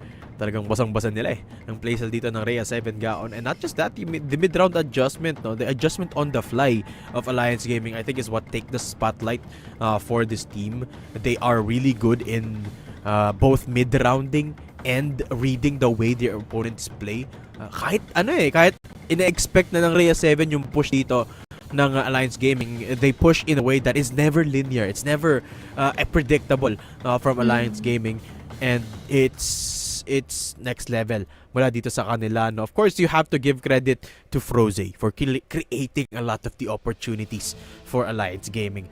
Parang pinapadali niya yung trabaho ng iba niyang kasapi by just winning the numbers game, by winning duels, winning majority of the duels for Alliance. I feel like it's a give and take, no? Kasi feeling ko hindi magkakaroon ng opportunity ni si Froze na makapag-push at makapag-wreck ng havoc dito kay R7G kung hindi siya susuportahan ng kanyang mga kasama. And mukhang nagawa naman ito ng maganda, no? Wonderfully done here for Alliance Gaming, and hopefully that we can see some improvements here for R7G so far, since nagkaroon tayo ng issues nga when it comes to, once again, space and map control, and as well as being able to support each other when it comes to their duels. Nice try once again, pero let's check out itong kanilang highlights dito so far, because we have already been able to predict that Alliance has been able to perform good in terms of defense, pero parang mas nag-level up ngayon to, Dedo. Exactly. Actually, with the support system na meron dito ang utility ng Alliance Gaming, we talk about Bads Maru, Abdel, constantly setting up their fighters for success. By fighters, I mean si Nuken, si Froze, tsaka si Cedric, no? Sila yung tatlong nangunguna lumaban dito for Alliance Gaming. Coupled with the flashes and the smoke setup na meron dito si Abdel at si Bads Maru, it's beautiful to witness, no? And the highlight for me is Nuken. I actually used the most smokes in the entire game while also playing the sniper. Is kind of like a double-edged sword para sa Alliance Gaming dito, no? Pero hindi rin biro yung kills ni Nuken, actually with the highest KD of the game, while also giving up the most smokes of this entire series. Even in Ankara, dami niya rin ginamit na smokes. Super impressive from Nuken. And of course, Froze with a 2.25 KD. I feel like that's our highest record so far, no? In terms of KD, yung kay Nuken.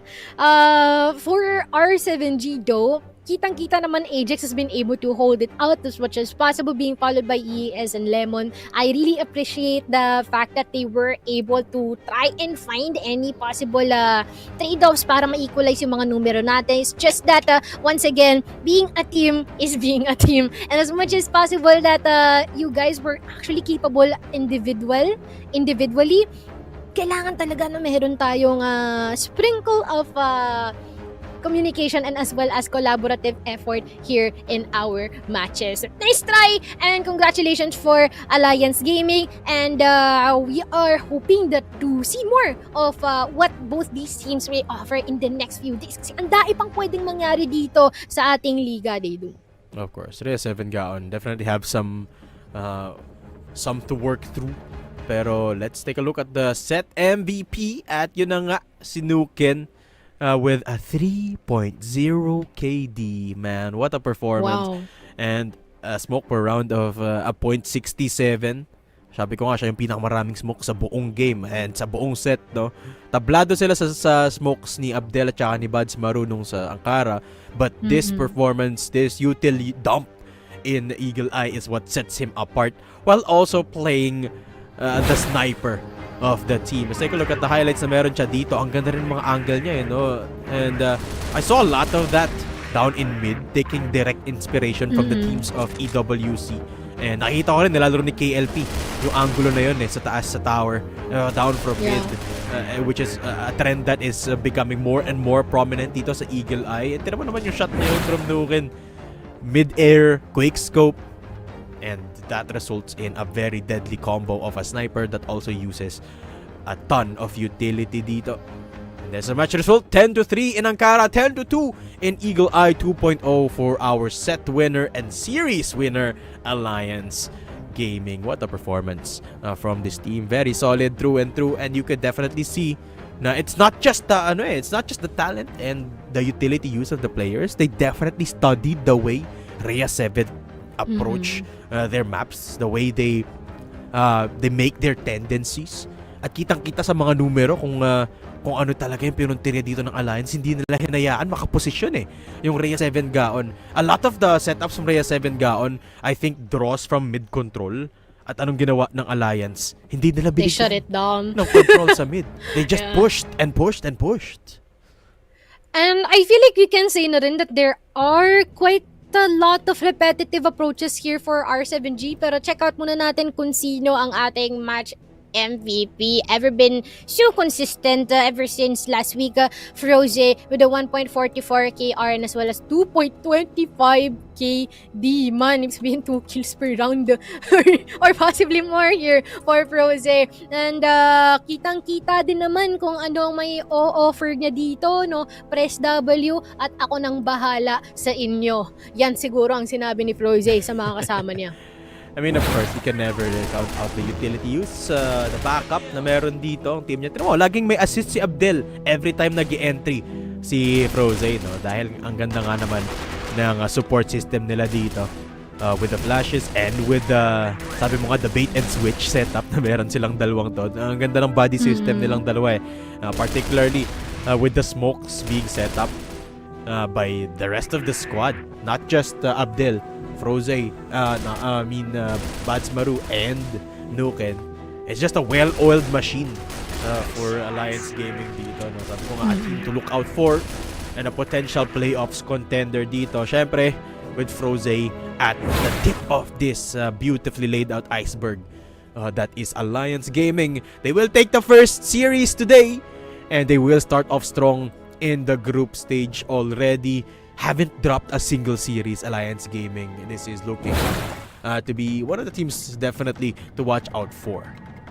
It seems like we can safely say that this might be a possible trajectory paakyat, no? Para sa Alliance Gaming. Pwede. Pretty similar to what we have observed from Querdas last week. And to be fair, no, R7G has been recently been formed. Parang meron silang mga additional players here na bago pa lang being reinstated in their team, and possibly na makakakita pa tayo na there will be some better calls and as well as synergy in the next games na magkakaroon sila. So, well played, nice try, and see you on the next one. Yes, because of that, we'll have a quick break muna habang set up natin ang set at match number 2 natin. So, wag kayong mawawala, magbabalik ang CFS PH Impact Fall. This is Daydaman Mochi. We'll be right back.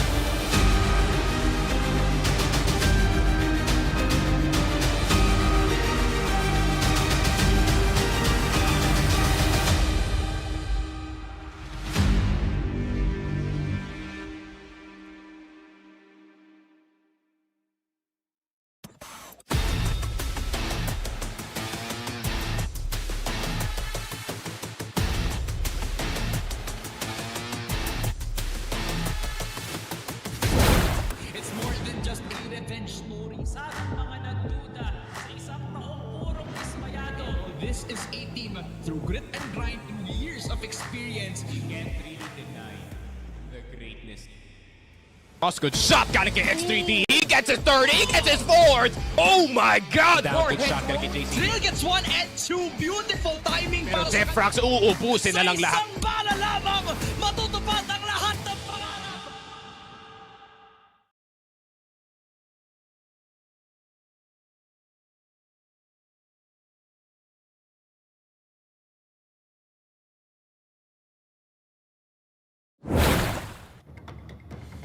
Tuloy-tuloy ang action dito sa CFS Impactful. Ako nga pala si Mochi at kasama ko si Bipolar. Kami ang inyong casters para sa ating ikalawang serye for today na ang laban dito ay Fervid versus Blue Vortex. Uy! Nabaliktad ko. Sorry, Derek, nabaliktad ko kasi kakaiba yung laban natin dito na kung saan kanina 2-0, ngayon magbabaliktad yung presensya natin because these two teams right now have been very much in their places kung saan they wanna reach the top of the top. At tulad nga na sinabi mo, Mochi, it's Fervid versus Blue Vortex kung saan one team was really dominating. Blue Vortex medyo, alam mo yun, pinapakaramdaman pa natin. Yes, I feel like medyo lacking pa, no? Yung findings natin dito from Blue Vortex. Nasimulan din natin yung laban natin ng Fervid versus Shrooms last week, no? Wherein ang coach natin na si Nice Katol naging player and they've been able to win due to yung massive flanks and lurks na nanggagaling sa kanila and also been the only team so far na gumamit ng ating SMG, specifically yung KSV natin, no? And for Blue Vortex, nanalo naman sila against AG last week in a smooth fashion. They perform as a unit, good in weight and pounds approaches natin, and also do certain double snipe plays. So, yan ang brief idea natin sa kanila. Yeah, and also, they're one of the teams right now na talagang prominent pagdating sa sub-base. So, you have to look forward to that and as well as Eagle Eye 2.0. So, pwede nating sabihin na if you wanna look at it in a bigger stand view, parang stallions yung map pickings ng Blue Vortex dito. Pero again, Mochi, Blue Vortex is just one of the good teams na pwede natin ba.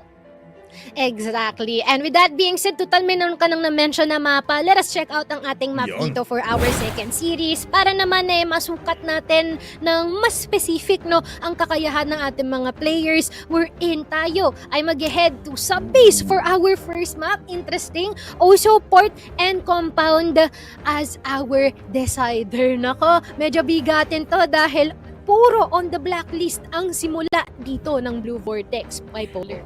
Okay, so parang may isip din talaga natin pagdating sa first half, may momentum agad ang Fervid natin if I'm correct, just because of them being the GR side. Pero pagdating naman ng second half, mas maganda ang pakiramdam dito ng Blue Vortex. But nakalimutan ko nga din pala, Fervid prioritizes sub-base din pala. So maganda tong first map natin, Mochi, just because these two teams parang pantay sila in my eyes pagdating sa sub-base. Totoo. And ang interesting din dito is when it comes to like pick-off potential, medyo mahihirapan dito si Blue Vortex on sub-base, no? Kasi more on the rifling capacity ang pwede mong may offer dito sa ganitong mapa. And also mentioning na rin siguro, special mention sila Zip 777, Ephraim, Soulcast, and Shercy. Sila usually yung talagang magaling din trumabaho in terms of the trade-offs. Pero once again, I am curious to see ano kaya yung magiging lasa o panlasa natin dito once na makapagluto na ng kung anong putahe itong dalawang kampo natin dahil parang interesting yung playstyle nila ngayon. And with that being said, ano kaya no ang ating predictions for this series? Ako nang mauuna, I am going for 2-1 Fervid. Ayan. How about you? Okay, wag ka mag-alala, Mochi. Magkasama tayo ngayon sa isang bangka. Ako po ay 2-1 Fervid din. Just because na mas maganda yung performance ng Fervid on that first week. But mukhang Vortex, they can go for a 2-1 on their favor instead kapag nakita natin yung port. Because di pa na naglalaro yung Fervid. Pati Blue Vortex sa port sa buong Impact Fall. Yeah, dahil talong araw pa lang. I mean, we've already gathered some decent na information, but I feel like in terms of part, that is indeed a different story. Maaaring lumamang si Blue Vortex doon, no? Dahil sa mga sniper plays nila na maaaring ipang kontra dito sa force ng Fervid. But those are our 2 cents in terms of our predictions. Feel free to prove us wrong for the whole duration of our series. Pero Bipolar, ano nga ba ang masasabi mong strength dito ng Fervid based on what you see nung nakalaban nila si Sunday Shrooms last week?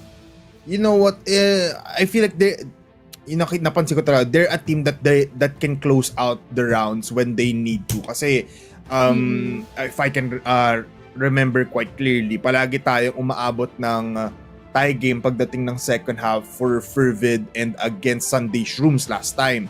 Pero champions yung kalaban nila pero hindi nila pinaabot ng overtime.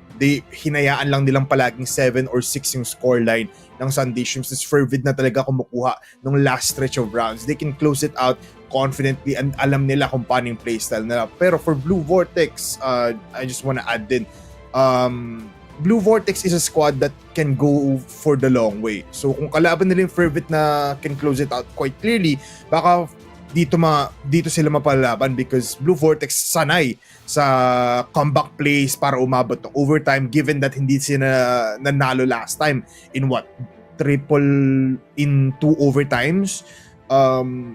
There's still that fact kung saan Blue Vortex can go the long way. Couldn't agree with you more, no? Most especially na yung pinaglalaban nila dito is despite being relegated, itong si Fervid, they still want to prove na mas angat sila sa ibang mga teams natin here in Impactful. And on the contrary, Blue Vortex is yet to make their name, no? Parang nagpapakilala pa lang sila, kumbaga. And it seems like they've gone quite a good job so far, no? Especially when it comes to letting us know kung ano yung individual capacity nila. Pretty similar to what Alliance Gaming has been able to do nung unang serye natin. But let us see kung pagdating dito kay Fervid, magkakaroon tayo ng much stronger feat against them since parang magkakaroon na tayo ng kalamangan natin siguro in terms of sa mind games na maaari nilang ibato sa isa't isa rito. Yeah, very much so. And especially in terms of strategy, these two teams, sila yung parang medyo nakikita natin na nagbubunga. Given that Fervid really was relegated, meron na agad silang set plays. You can see them using Lance a lot here in sub-base. We're talking about sub-base. Here in sub-base, palagi nakikita natin that they are using Lance to its full potential. Kaya nga nakita natin siya last time na puro MVP yung nakuha dito yung Lance, because that is somewhat yung opener or yung pag-open ng strats for Fervid. Enable Lance, just let's go on after that. Pero for Blue Vortex, one of the players na kailangan talaga natin abangan is, just for me, si Taps, and as well as not really, si Ephraim, and as well as si Inverse, because last time na nakita natin si Ephraim, medyo alam mo yun, role player siya, but he can definitely do the job, especially against possibly Fervid. O yan nga no? Actually dito kay Blue Vortex, I want to agree with you that one. Pero kada isa sa kanila, when I recall them yung series nila last week, parang lahat sila mayroong ambag. Kumbaga, they all do their responsibilities well. Especially when it comes to the fact na sobrang konti na lang ng oras. I remember na tong si Zib 777 nagkaroon ng multiple clutch plays alongside with Soulcast. So, those are some of the things na kailangan i-look after ng Fervid dito, because this can definitely be such of a massive unit against them if hindi nila iingatan yung sarili nila. But also from what we recall during Masters here is despite of the fact na medyo nahihirapan silang pumalag sa ating other teams back in the day, is laging nagse-step up itong sila Lance. Like what you have mentioned, alongside si Skies, which is unfortunately medyo nawala siya at the later parts nung mga huling laban na nila dito. And maybe itong si Haj. Haj has been like one of the key players then during that time, wherein we always see him taking out not just one in every round, siguro, no? When it comes to like him being online matic he is gonna be all over the kill feed and lagi nating makikita din ang pangalan niya. Yeah, very much so. Haj has really been that player kung saan I can compare him to Loy if I'm looking at it in a way, or even si KLR. I can see it, in my point of view, I can see that play in him wherein, alam mo yun, maaasahan mo kapag kahit nasa likuran lang, maaasahan mo amidst the battle. And I like what you said about as Skies as well. Pero nga pala, nakalimutan ko, Nice Katol is in this roster now for Fervid. Yes. So pag relegate nila, they are gonna be enabling themselves with a person that has that experience, that has that way to make plays out of nowhere. Nakita nga natin yung last time, Mochi, kung saan Fervid, despite the long series, 2-1 ata yung natapos nun in favor of them, si Aris was doing a lot of things na hindi natin na-expect, and as well as the players na kalaban nila. And that was basically the way para makahanap ng solusyon yung Fervid amidst the pressure na binibigay sa kanila ng Sunday Shrooms. So si Aris talaga yung, alam mo yun, yung pang silver lining ng Fervid dito, because he can get in the middle of things and break it apart, tapos ibibigay niya ng advantage para sa buong team niya. Kumbaga parang pwede natin siyang tawaging deal breaker here for the side of Fervid, no? Because he might actually use, kasi before yun, tulad nabanggit na natin kanina, ginamit niya yung KSV, which is yung SMG nung kalaban nila yung SS sa base, which is definitely took SS off guard, no? Gulat din siguro sila that we are gonna see, or we are gonna be playing SMGs in the sea of all M14 EBRs, AKs, and as well as OMS. Pero with that being said, mukhang we are not gonna be waiting any longer, dahil tayo ay dadayo na dito sa ating unang mapa ng sub-base, and let us see kung meron nga bang possibility na makakita muli tayo ng gantong loadout galing kay Nice Katol. Already a new loadout for Nice Katol, and we were about to say this as well. We talked about it beforehand, kung saan pag kailangan mo ng extra firepower, hanapin mo si Aris. And kanina naglabas pa siya actually ng I think it was sa TRG para lang makita kung meron agad advantage makita sa mid. Kaso nga lang nagpet na siya agad because walang bumadya agad dito for Blue Vortex here in Woods. But look at this positioning coming in from Fervid. They're very scattered, pero pag may namatay na isa, may susunod na agad na trade-off not far away from each other. Pero mukhang mid tayo dito ngayon, Mochi. Second mid already being taken by Blue Vortex. Aris, kaya pumeek out with the flash, with the grenade actually connecting to Adframe. Kailangan nila mag-back off dito. Might want to rethink their choices. Pero mukhang pupunta pa rin sila dito sa CR. It's gonna be Jam with that HK to possibly stop this push. A lot of damage coming in from Aris, at dahil dyan, lilipat na sila sa luwag. Massive damage has also been dealt dito kay Ephraim and as well as Cersei. At naku po, sumunod pa si Zip 777. Hadyang tumatao dito sa bandang missile natin. At mukhang sinusolidify niya ata yung mga shots na kinoconnectan niya dito on Zip 777, Ephraim, and even Cersei. Sunod-sunod niya pinapatumba ito with Jam being able to take down into the Soulcast, and Hadj being able to put the final nail on the coffin here, taking down itong si Inverse. Simulang maganda ito para sa Fervid. Alam, grabe no, 4 kills onto Hadj and top machine lang siya with his HK. That was intense. We might possibly see another skirmish dito sa Woods, pero again, Hadj was, andun lang siya sa dulo. Malapit na siya sa sikip, hindi makapasok yung mga players natin from Blue Vortex just because of the taps na parang iniingatan nila from Hadj. Pero talagang nag-curve yung bullet, tumatama lahat, and it was ilang headshots ba yun? Tatlo. So what? 90% headshot rate na agad dito si Hadj. So he is a machine already.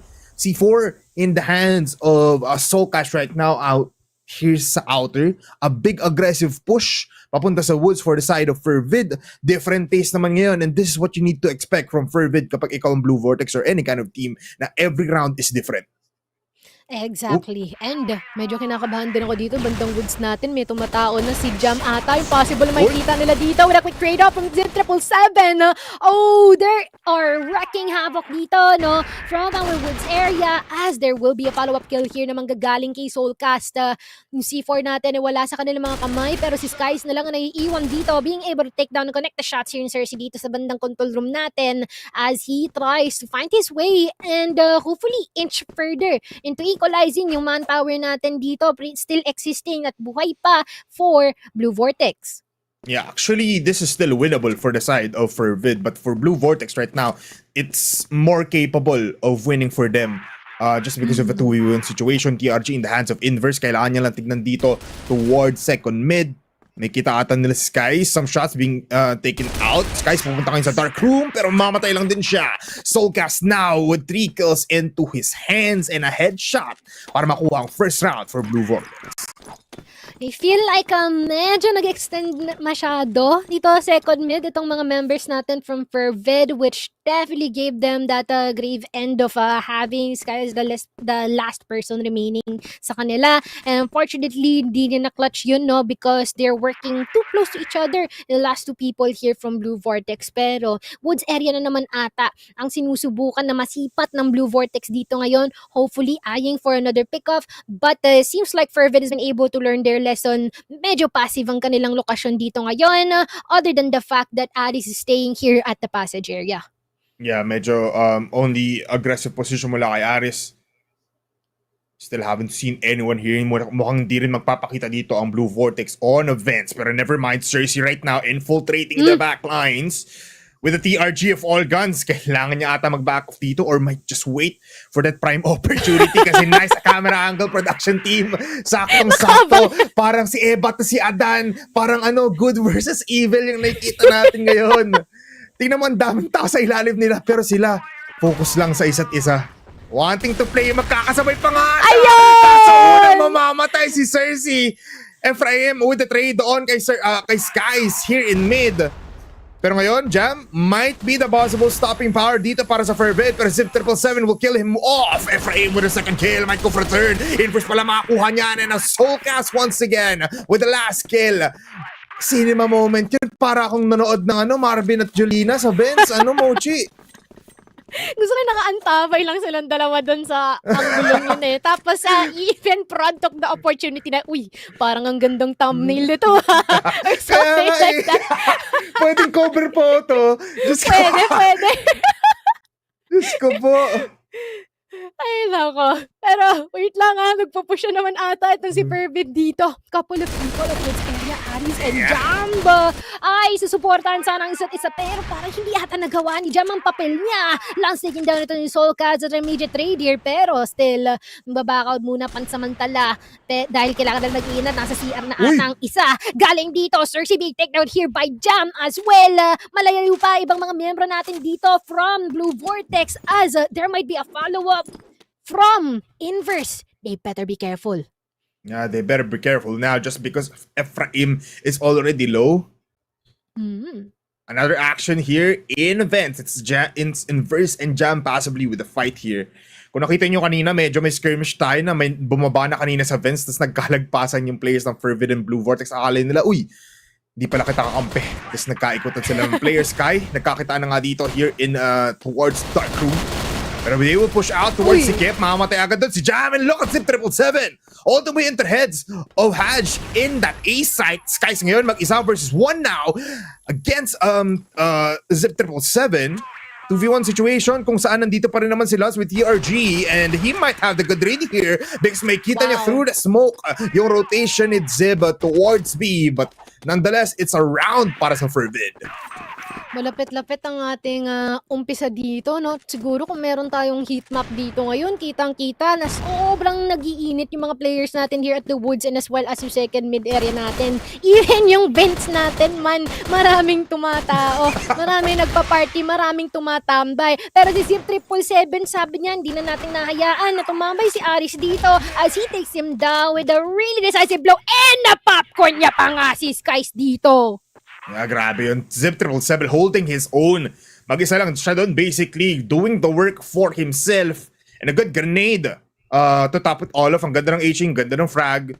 All the way towards locker. So mula siya Emar, medyo malayo din talaga yung nilipad nung kanyang bomba. But right now, with 2 players down, just because Zip 777 was able to make that entryway, they will go towards B. Kaso nga lang si Jan nandun with a headshot onto Ephraim. Mamamatay doon with the help of Soulcasters. He also gets his kill. And now it's all up to Lance. 1v4 situation kung saan he has all of the utility in the world. Needs 10 shots for 4 players. Unang ko-connecta, it's gonna be Soulcast. 30 seconds onto Rock. Kailangan gumalaw dito ni Lance and peeks out wide. Headshot coming in from Soulcast once again. This guy now has, 6 kills, 4 headshots. Grabe, no? On point si Soulcast ngayon, and it seems like nag-carry over niya yung laruan niya from last week until now, which is a good sign para sa kanila, no? But let's not cut short si Fervid here dahil umpisa pa lang naman ang laban natin dito, and so far isang round lang naman ang kakulangan nila dito, no? And not to mention na we are yet to witness a possible pop-up na manggagaling dito sa team na ito. But seems like in terms of defense, they're doing quite a decent job. It's just that it would be much better kung meron silang asiste sa isa't isa as much as possible. Yeah. They just need that, extra team play para at least they have that breathing room. Meron silang set plays and hindi magiging 1v5 situations palagi may kita natin. Flashes coming in here in Bazib 7-7. Hindi tatama yung unang call of shots pero siya pa rin makakuha ng kill. Hadge from the long range with the headshot with the HK. Cersei with the trade. Skies nandun pa rin naman sa lockers trying to spray down onto Ephraim and he gets the shot through the box. Hadge ngayon activates himself here in Dark Room. Now it's a 1v2 situation kung saan si Jam ang papatay kay Zip 777. So much time para sa defuse and GR now 3-3. Ang bilis ng galaw doon ng Fervid in terms of retake, no? Wonderfully done. Wherein they were able to capitalize on the chaos that's been going on para ma-cover nila yung mga positions and the sound cues na pinanggagalingan kung sino pang naiiwan galing dito sa Blue Vortex. And right now though, Granada sa luwag, walang tatamaan. Meron ng ideya si Lance dito kung saan maaaring nanggaling iyon. Maaaring dito sa entrada ng sikip, no? Definitely on a quite a fast stack, if I may say, dito on our A side in case na dito man magko-commit si Blue Vortex. Pero no signs of commitment as of now. Yeah, they're playing for time. They might be playing with the entry of Zip 777 muli. Kanina, he was looking towards passage. Possibly someone was eyeing there mula sa Fervid. Pero mabilis ang push ngayon. Isa na lang player dito from the A side. Mula sa Fervid. Why pa rin naman si Hadge. Pero may trade-off na para sa Zip 777. From the skies, Lance hits the shot immediately kay Zip. Cersei makakuha rin ng mga rotators natin dito papunta sa A o papunta sa CR. So it's a 3v3 mochi kung saan biglang tinikil ng Blue Vortex yung pag-push nila. They're going towards second mid with Cersei leading the fray. Skies ata una niya may kita. Good shot! Papunta doon kay Lance. It's one more player here. Skies peeks out. Mali ata tinitignan niya kasi may kita niya is 2 TRGs. And Ephraim to close the round. That is another point para sa Blue Vortex. The moment na nag-go down si Zip 777 sa bandang second mid natin, parang na-deliver niya na lahat ng impormasyon na maaari niyang maibigay sa mga kasama niya. Definitely put Fervid off guard with the few remaining members to what they have left. But now, Lance naman ang tatao dito sa bandang missiles natin. Babatuan ng granada ng flash. Pero wala pa man ding matatamaan. Chip damage being dealt on Lance and as well as Soulcast. But atras sila dito after all of the utilities na ibinato dito, no? Anday nilang in-expend doon bipolar. I feel like this is gonna be a downside, especially when it comes to any retakes na maaaring kailanganin nila mamaya. Yeah, I agree with you on that, Mochi. I mean, maganda naging alerto dito yung Fervid. Nakita natin almost 4 players na agad yung nag-stack ng A in 20 seconds into the round. Pero tulad nga na sinabi mo, with a lot of utils expended, kung titingnan natin ngayon, a total of 5 na lang yung util dito ng Fervid. It's not gonna be that easy of a hold down. Pero Jam, napapatay na nga dito Cersei on second mid. Moving towards passage ngayon, dito sila Ephraim and Soulcast might catch Jam here off guard. Pero makita niya agad dito yung mga baril nila. And double headshot ngayon para kay Jam. and keep on jamming as Hadge able to get another onto inverse. Mag-isa lang dito si Zip 777, kailangan niya magtago sa likod ng quad box dito sa lockers. Because this is a 1v5 scenario you cannot win. Lalo na kapag si Jam ay online and Mochi. 10 kills now on Jam. Double digits agad.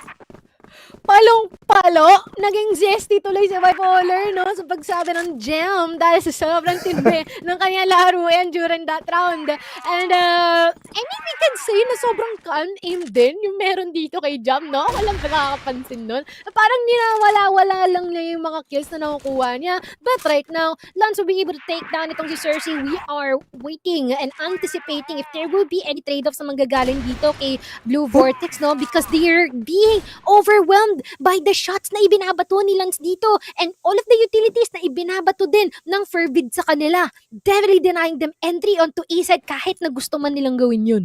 Yeah, I mean, patikim lang ng patikim doon si Lance. So it was basically something that you cannot see.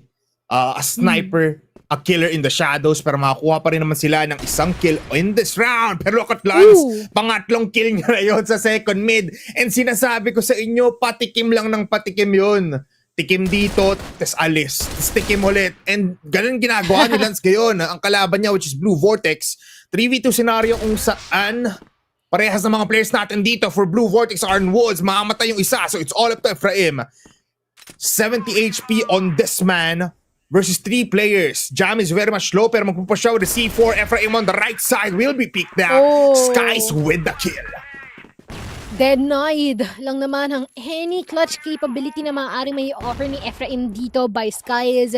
And so far, and seems it's safe to say, no, na on fire si Jam ngayon alongside the Hadge and the rest of the squad here being able to fully support each other as much as possible. And with that being said though, I am pretty curious ano kaya yung magiging changes, most especially that Blue Vortex na banggitan natin kanina, they usually excel in terms of pick-offs, pero Lance is proving it otherwise. Sinundan pa dito ni Nice Katol, no, at maaaring makapag-push forward siya dito sa A-site natin, hopefully to gun down itong nag-iisang naririto, si Zip 777, pero just as I was saying, then seems like merong additional casualties on their end na kanila nakuha at na-sustain as it all boils down to a 3v2. Eto na yung Chris ni Aris. Hadge. Now, I think with a double kill headshot, papunta kay Soulcast. Palis na nandito si Inverse. Nakagat ko pa yung dila ko. Ganon ka-intense yung laban natin dito. Aris will be picking it out. Pero mamamatay lang siya. From one shot dito sa pistol ni Inverse. So Mochi mukhang delikado ngayon dito ang Fervid because Blue Vortex is very much angry. Spots out. Gets away from the sight of line dito ni Hadge. He's been online so much. Pero offline na siya. 1v1 situation kung saan it's a sniper v sniper, 10 seconds in the clock. Kailangan ni push na Inverse. Alam ni Lance na kailangan niya gawin to, pero he's taking the bomb. Lance with the easy headshot with the USP, and that is another round para sa Fervid. Grabe yung kill distribution din dito for Fervid, no? Tatlo sila, hand in hand. Collaborative effort existing here for Jam, Lansen as well as Hadge being supported by Skies and as well as Aris. But for Blue Vortex, dalawang round ang kailangang hilang habulin dito, no? Mukhang meron namang glimpses of hope. It's just na nagkaroon ng kakulangan when it comes to narrowing down the locations na pinanggagalingan ng ibang mga member natin dito from Fervid, most especially when it comes to being caught off guard, no? Na tulad na nakita natin dito sa jail area natin and as well as sa woods and second mid. And we are about to see if there will be additional or there will be possible pickups din dito na manggagaling kay Lance, pero Lance took damage being dealt by some of the members here from Blue Vortex. Yeah, alam na nila na palagi lang nandito si Lance towards second mid or nandun sa LOS ng lugar na yun. So they just spam it out. Di na nila muna ilalagay doon si Cersei or as well as si Inverse para hindi agad mamatay yung sniper nila. Pero itong dual sniper setup ng Vortex might be the end of Fervid. Mabaso nga lang, Zip 777 had the right thought in mind. Kaso nga lang, he was letting out something na hindi dapat nilalabas against 5 people in your faces. Hadge ngayon, or here, at the second floor, able to infiltrate the site. Cersei falls down. May kita niya dito sa dark room si Inverse, pero Flash is in. Inverse with a quick scope onto Skies at nababantay muli ang ating laban. Blue Vortex ata ang mananalo sa skirmish na ito. That Inverse kill will be popping off mula kay Lance. It's all up to Ephraim. 1v2. 2 players very much low. Ephraim needs to go towards Dark Room. Pero hindi na siya makakatawid kasi 2 players mula sa Fervid titingin sa kanya. Because of all of the noises that's been going on at that area, nalaman ka agad ng dalawang naiiwan kung ano ang nangyayari at sino ang kanilang pupuntiryahin. Pero inverse, parang biglang merong nag-switch on sa kanya, no? So far, been able to accumulate triple kill kanina, and right now, napangunahan ang ating pick-off here at the woods area. Tamang intay lamang, no? Medyo matapatigil ng bahagya itong Fervid ngayon na may -1 na at nawala si Sky sa kanila. And with also some utilities being used by them, we are yet to see kung magkakaroon nga ba sila ng decisive attack or push onto A site if permitted, no? Pero si Sept ang kanilang kailangan na antabayanan dito. Yeah. I mean, mahirap na push to for Fervid just because again Sept is there. He's been 50% in the heads of the enemy with the HK, 10 kills already. Medyo nag-iisip pa dito si Aris kung gagamitin niya pa ba yung Chris niya dito, looking towards using the M14. Pero he might just be using this para makapasok sa site, spray them down, be a distraction, maging isang decoy para sa push nila. Pero with him holding the C4, I think he doesn't know this. Pag namatay siya dito, it might be crucial. Pero Aris with the spray down, and again, this is the beauty of SMG. Spray and pray until you get a kill. Yan ang sabi ni Aris. Ngayon, they will connect on to B. Mag-isa lang dito si Cersei. Very much close combat. Pero Haj still able to get the headshot kahit 1 meter away na lang sila dito. Jam with the push, with the pistol. Di na kailangan mag-reload. Aris hindi na rin kailangan magplata ng bomba kasi sabi niya, babaril na lang ako. Uubusin ko kayo. Nasaan ka na, Soulcast? Ibigay mo sa akin yung pagmumukha mo, Lance. Not able to see him pero nandun naman si Haj to cut his rotations off. 8-4. Kaunti na lang, match point na etong Fervid, no? Man, okay na sana yun kanina. Here for Blue Vortex, been able to hold down their specific locations and positions. Pero talagang naging deal breaker lang si Aris dito with his SMG. Tulad na sabi mo, all you can do is to press W and hit spray. And that is all it takes for them to actually take this round for themselves. Pero ngayon, dito sa ating locker area, merong malalak, merong mamamatay, at merong ma-eliminate. Further being secured here on the B side as well. As there is already 2 more people remaining here for Blue Vortex who are yet to find a trade para sa mga namatay nilang mga kasama. It's actually crazy, Mochi. Kanina nakikita natin si Aris dito na 2 kills lang. Pero in span of 2 or 3 rounds, nakuha agad siya ng 8 kills. This is the beauty of an SMG Skies with a beautiful headshot and another one mula kay Aris. Wow. Someone stop this guy from doing this crazy plays because right now it's already map point for Fervid. Grabe, no? There's 5 rounds na kailangan habulin dito na Blue Vortex is ever, pero tulad nga ng sabi mo, it seems like Fervid is on a roll here so far. And we are yet to witness if there is gonna be some possible comebacks happening because so far, parang yung mga in terms of yung mga pitas natin, Fervid has been able to do that on point so far. Soulcast, di natin alam kung siya ay malolok ka ng ni Hads dito. Kita ata baril niya dito. Not being able to look at the right position. Possible. Gonna be taken down by Soulcast on this one. Aris taking some chip damage. And mukhang medyo mapaparegroup ang ibang mga miyamba muna nila dito. Yeah, a better round now for Blue Vortex. Ang ganda rin ng positioning doon ni Soulcast. Looking towards his 10th kill, by the way. Nakuha niya na nga yun doon. It was just parang ang lackluster ng pagpasok doon ni Hadj was looking, ang dami kasing ititignan doon, Mochi eh. Yung sa may ilaw, sa right side yung maliit na box, pwede rin nasa left side ng lockers mismo. So it's just a process of a good patience mula kay Soulcast. Aris, ngayon di mo nagagamit ng isang clutch weapon. Pero Zip 777 able to get a headshot onto 1. Might get a second. Yes, he can! Third! Para kay Zip 777! A killing spree pala sa kanya. It's all up to Aris. Bakit kasi hindi ka na lang nag-SMG? Dahil dyan, 2 players will spray him down and still, hindi pa tapos tayo dito sa stop base.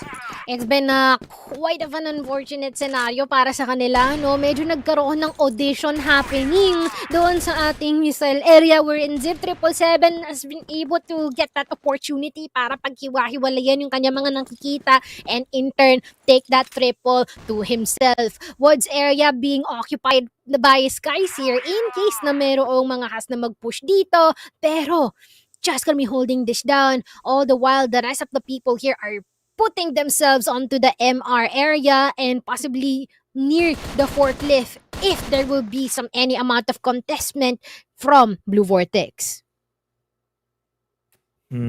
First time natin nakita ito, Mochi, no, na parang biglang tumigil sa presensya dito ang Fervid. Sky is planting himself in second mid. Lance will be able to spot out Ephraim, one of the core players dito ng Blue Vortex. At ngayon mukhang ang shot call ni Aris, ang shot call ng buong Fervid. Let's go towards Luwag. Let's go towards second mid. Punuin natin ang A-site ng buong Fervid players. Hindi sila makokontestahan kasi nandito lang naman si Sib 777 and he falls down. No defense whatsoever mula sa Fervid or mula sa Blue Vortex, to correct myself. Aris nandito pa rin sa mid and now he's placed down 3 players to get the map win.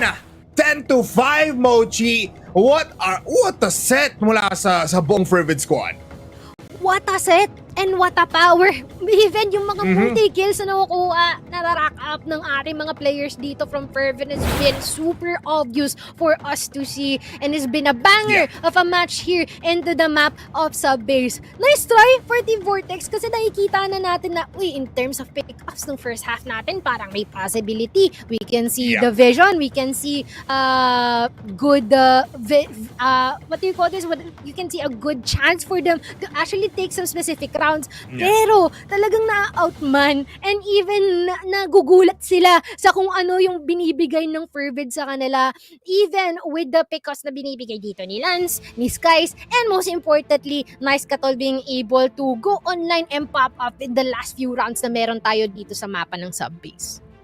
Alam mo, tama ka dyan, no, Mochi, na talagang there was hope. Kumbaga kung saan may kita natin na it was almost in the favor of Blue Vortex. I think there was like 2 scenarios kung saan dehado na ang Fervid pero natatalo pa din yung Blue Vortex. I mean, good place mula kay Soulcast, kay Inverse and as well kay Zip 777. Akalain mo yun palaging solo si Zip 777 pero he can dish out the damage, he can get those skills and multi-kills as well. Pero for Fervid, it's just dominating na kung saan meron kang wildcard palagi, may joker ka sa isang deck ng cards na kailangan mong abangan na biglang lalabas, and that is Aris. You have the formidable players just like the King Lance. You have like, the jack of all trades na nandyan naman si Haj and ni Sam, Haj and ni Jam. So, alam mo yun, there's a lot of things that you need to look out for Fervid, and feeling ko na-overwhelm tayo dito kahit na we were expecting a 50-50 outcome pagdating sa Subbase. Exactly. And I feel like it all boils down to how we would be able to adapt after all of the things being thrown at you. Kasi if you can observe, parang every single round they can do a couple of things twice, pero after that meron na naman bagong ihahain, meron bagong ilalabas dito ang Fervid. And to answer the question earlier on kung meron nga ba uli silang gagamitin na SMG, yes, meron. At that would actually been the reason bakit mas lalo pa nilang nalakihan yung espasyo nila sa bakitan ng Blue Vortex in our first map. Yeah, I mean, that Chris, I just want to say again na 6 rounds in, parang 2 kills pa lang si Aris dito. And he was just using the M14 EBR nung nasa GR side sila. Wala tayong makita. Pero pagdating nung ating second half, nung talaga nakapag-Chris na siya, more open spaces, he is actually an entry fragger. Siya na mismo yung papasok, he doesn't need to rely on to anyone. Doon natin nakikita na he was actually performing with the SMG. Talagang he was dividing the sides. Parang talagang nakita natin may wall in A and B kasi palagi niyang pinupunteriya yung gitna. But yeah, looking back at it, Blue Vortex, ang ganda ng start. Actually, Zip 777 was getting the shots in, was getting the clutch up. Tsaka siguro yung mga ilagay na natin to the mix yung notable usage of utilities dito, no, ng Fervid. Kasi parang nung umpisa, kahit na gusto ng Blue Vortex na umatake sa A-site, nahihirapan sila na pumunta doon kasi talagang Yeah. pinapaulanan nila ng flash, pinapaulanan nila ng smoke, which is I believe that they can acknowledge that that might actually be a bad thing when it goes to late game.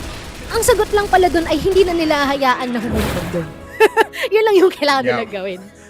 Huwag na lang daw natin papaso. Huwag na lang pumasok dito yung mga players na Ryan. Right now, let's look at the set summary. Mochi, 15 rounds. Tapos 10 rounds doon napunta sa ating Fervid squad. I just want to look at Blue Vortex right now. Good rounds mula kay Sept 777 as well as Sokas. Tulad nga na sinabi natin, they're performing above their means. KD natin is good. I just want to look at the headshots right now. 0.5 and 0.67. And as well as 0.45 on 3 players mula sa Vortex. And that just means na these guys are aim gods. Pero for Fervid, look at that. Isa lang naman yung player dito na hindi umabot ng 1 KD. Akala ko si Lance pa nga, pero he was the one with the highest. Yeah. And in terms of headshots, sila din sobrang taas. 79 on Hatch. Si Lance yung parang naging ano na dito no? The almighty headhunter, most especially when it comes to early pickups in every single round when we headed during our second half. And nagawa niya yun na maganda, all being executed well by the rest of the squad here. Talaga nasabi mo, si Skies lang yung medyo kinapos dito, but regardless, mukhang naging maganda rin naman ang kanyang pagsuporta sa kanyang mga kasama. And even with the quick trade-offs here, amidst the chaos, and even though nagkakagulo na ang lahat, they've been able to support each other to in order get a specific round for themselves. Pero sino kaya ang ating set MVP dito? Dahil meron na ata tayong feeling, meron na tayong pakiramdam. It's no other Siya than na naman. Lance. Ayan na naman tayo kay Lance, man. Parang nung Masters ganto din. Parang basta nandyan sila sa server natin, siya ang lumalabas palaging MVP. I mean, given that, the skill per round, yung KD niya, headshot, every time nakita natin na he owned second mid into his own. Talagang pwede nating i-graffiti yung kamay niya or yung pangalan niya in that second mid position. Lagay mo Lance dun sa second mid. Lagay mo dun Lance sa Kanya ilalim yun. ng beds. Yeah, kasi sa kanya to, Lance was here kasi he was definitely felt by Blue Vortex from the GR to the BL side. Palaging nandun si Lance. Yeah, parang if you need a hero in need, Lance is there to help you. Yeah. Kumbaga. And I feel like that's just the first map, no? We still have our pala. port map for our second one. We are gonna be checking kung magkakaroon nga ba ng bawi o kasagutan ang Blue Vortex sa Fervid. O si Fervid na nga ba talaga ang mamamayagpag dito sa ating ikalawang serye. Not to mention that, of course, whether we like it or not, meron pa ring impact talaga ang momentum, especially racking up those types of numbers at 10-5 has been quite a dominating feat. Pretty similar to what we have for our first series, pero malay mo, mali pala tayo. We're gonna be checking that out. Yeah, I mean, Mochi, it's been a great first match natin. I think 2-0, if I'm correct. Kasi ngayon, parang a possibility of a 2-1 now. So there's a little bit of a mix na mahabang games, mas mabilis ang games. Pero for both of these teams, Port, talking about it again, hindi pa natin sila nakikita dito. So anything can happen really. Anything can happen indeed. And with that being said, no, we're just gonna be taking a short quick break para sa ating ikalawang mapa, Mochi and Bipolar nga pala for CFS Impact 4. We'll be back after a few minutes.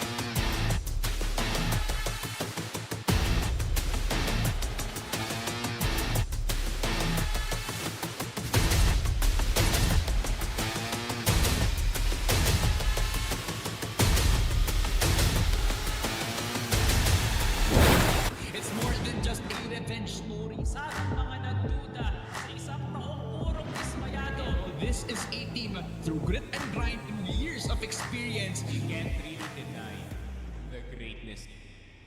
Good shot, gonna get X3T. He gets his third, he gets his fourth. Oh my God! Down, good shot gonna get JC. Drill gets 1 and 2. Beautiful timing Pero para sa Zefrax, uubusin na lang Sa lahat. isang bala lamang, matutupad ang lahat ng pangarap.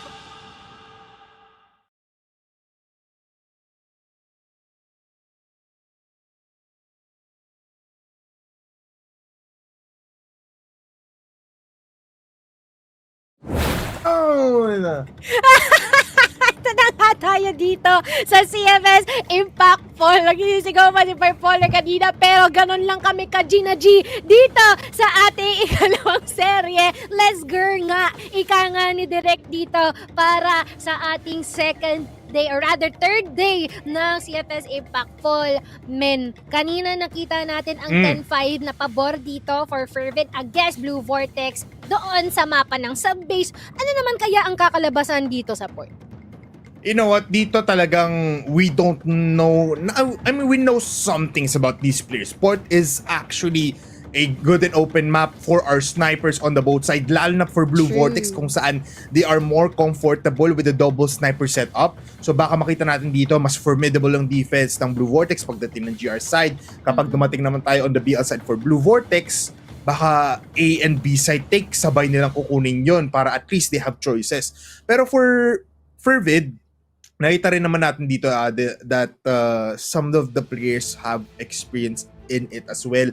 Nung nasa Masters pa tayo, nung hindi pa included si Ares sa lineup, it was not a good sign kapag nasa port ang buong Fervid squad just because hindi nila kaya i-instill yung progression kahit makuha nila yung initial advantage. Pero bago na tayo dito, Mochi, summer fall na tayo, impact fall na tayo. So it's kind of a 50-50 kung kanino man mapupunta to. It's a much deserving win kung 3-2-1 tayo mamaya. Alam mo yun, it's gonna be exciting. Yeah, it's gonna be exciting indeed, and we are gonna see how Fervid is already looking here in port after all of the training arts na naranasan nila sa back in Masters, or what is the Blue Vortex gonna offer to us here in the map of port, because once again, like you have mentioned, snipers even pretty similar to Ankara and as well as Eagle Eye, but we also gonna open the possibilities of having SMGs once again for Fervid. And ano kaya ang magiging kasagutan ng Blue Vortex dito in order to deny that? Alam mo, feeling ko, if you are on the GR side, tapos meron ka ng BL-sided na Aris na meron na namang Chris sa kamay niya, all you have to do is take care of mid. Kasi feeling ko, once you nandun na si Aris sa enabling factor niya na ay hawak ko na yung SMG ko, I will just keep on pushing mid para kahit saan ako pumunta, wala masyadong repercussions kasi isa lang naman titignan ko. Yung harap, just like this, Ephraim with the kill, Hadj with the trade, Soulcast with the headshot onto Hadj. So mabilis ang take tayo dito ng mga kills, pero titignan natin yung mapa. B is already infiltrated by the entirety of BV. Aris ngayon, gusto mag-push mag-isa, sabi niya ako yung solo hero ng buong Fervid. I will get the kill. Skies nandito pa rin naman sa house B, pero Aris na with a double kill. He was successfully taking 2 players at each time. Zip 777 ngayon in a 1v1 situation, constant si Skies. Hawak niya yung bomba, hawak niya yung C4, at hawak niya lahat ng sightlines na ito. He needs to pick out wide para manalo. He has the HK. Tatama nga ba yung mga shots? And yes, it is. Pero look at that. It's Skies to get the first kill. And Fervid now already a fashionable 1-0. I definitely thought the Blue Vortex is having an advantage during that, pero I was proven wrong right after the ballsy play na ginawa doon ni Aris, no, na sinuportahan at sinunda naman ng ibang mga member. Pero ngayon, Cersei will be able to take down ito si Aris this early in our second round, now being nullified. Pero ang lapit, inverse onto Hadj and being able to take him down. At meron na namang kasagutan, merong additional mga kills na ipapataw dito. Si Cersei as well as si Inverse, silang dalawa on the TGR has been able to do phenomenal kills, phenomenal pickoffs, and even with the pistols themselves. Ang bilis ng balik dito ng Blue Vortex ngayon. Mochi, paano sila nakakapasok ng site palagi ang buong Blue Vortex? Ang bilis! Ganun. I mean, ang bilis maglakad dito ng mga players natin for Blue Vortex. They can easily penetrate mid, tas sa B or A sila kahit saan sila pumunta.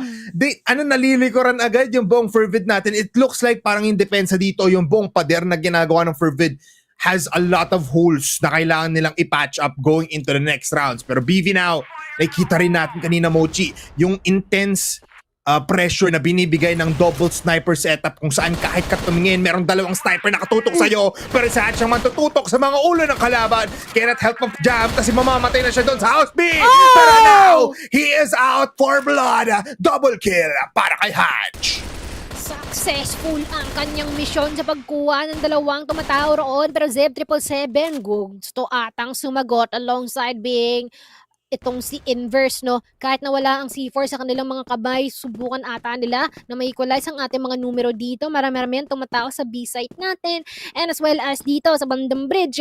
But nakaantabay lamang dito si Sept 777. Yes, na meron siyang mamataan. Super passive ang galawan dito ng Blue Vortex ngayon as much as possible. Hoping to secure this objective na kailangan nila. Libreng-libre pa naman yung A ngayon. Yeah. Sobrang libre.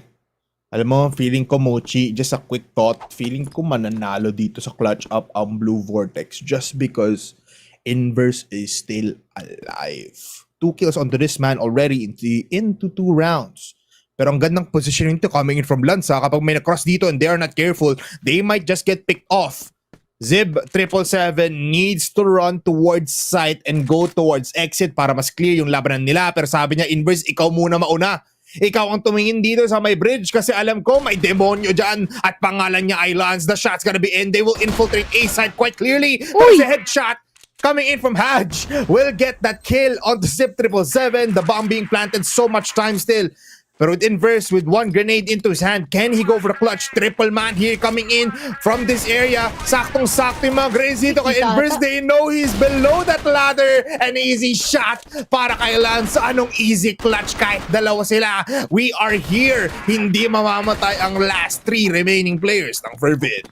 Ang tatlong pares na mga mata dito sa Fervid nakatingin sa A-site, all waiting sa kung ano ang gagawin dito, no? But nice try kung Inverse kasi biro mo, managed to put the C4 down. Hadj, ito na naman tayo. Shutdown na kaagad ng isa sa mga pinaka-importanting players dito ng Blue Vortex so far.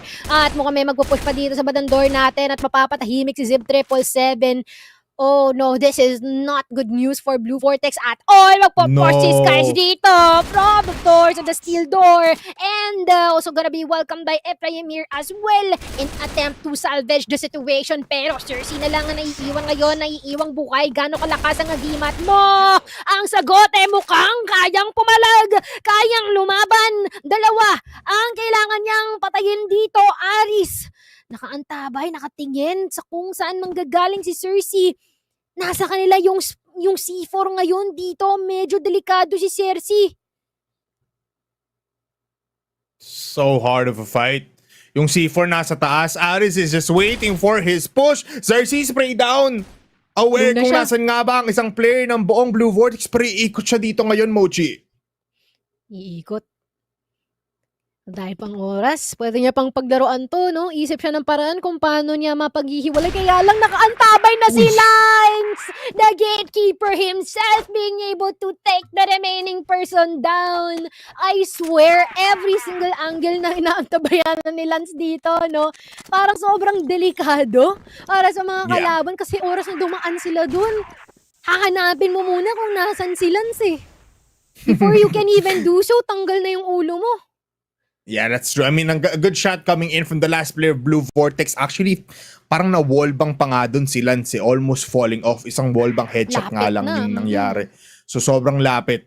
Kaso nga lang, Lance was able to be the better man there. And now Inverse is mad. Skies with the kill. Kailangan niya mag-back off. Pero sabi niya, pipik ulit ako. Makapal mukha ako eh.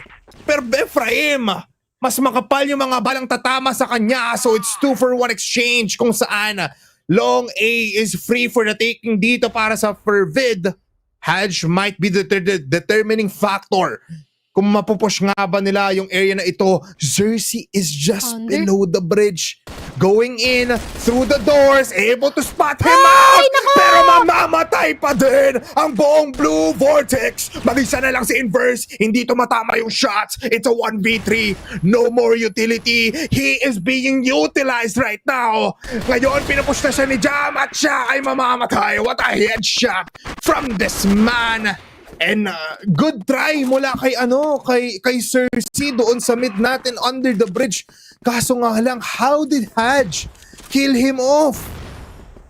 Man, grave mistake ni Cersei. Parang na-misplace niya ata yung crosshair niya dun, no? Parang napaling pa kanan, impis na pa ganun eh, no? Which is quite unfortunate on their end kasi that could have been actually around for themselves. Pero Fervid has been able to just continuously rack up all of the rounds na meron tayo dito ngayon despite being damaged by the utilities. Mukhang sinusundan pa, pinapalagan pa, shinutdown dito si Soulcast kahit nawalaan kanilang kasama na isa. At ngayon, 4v4 ang ating laruan ngayon. Cersei through the smoke, gunning down itong si Aris, no?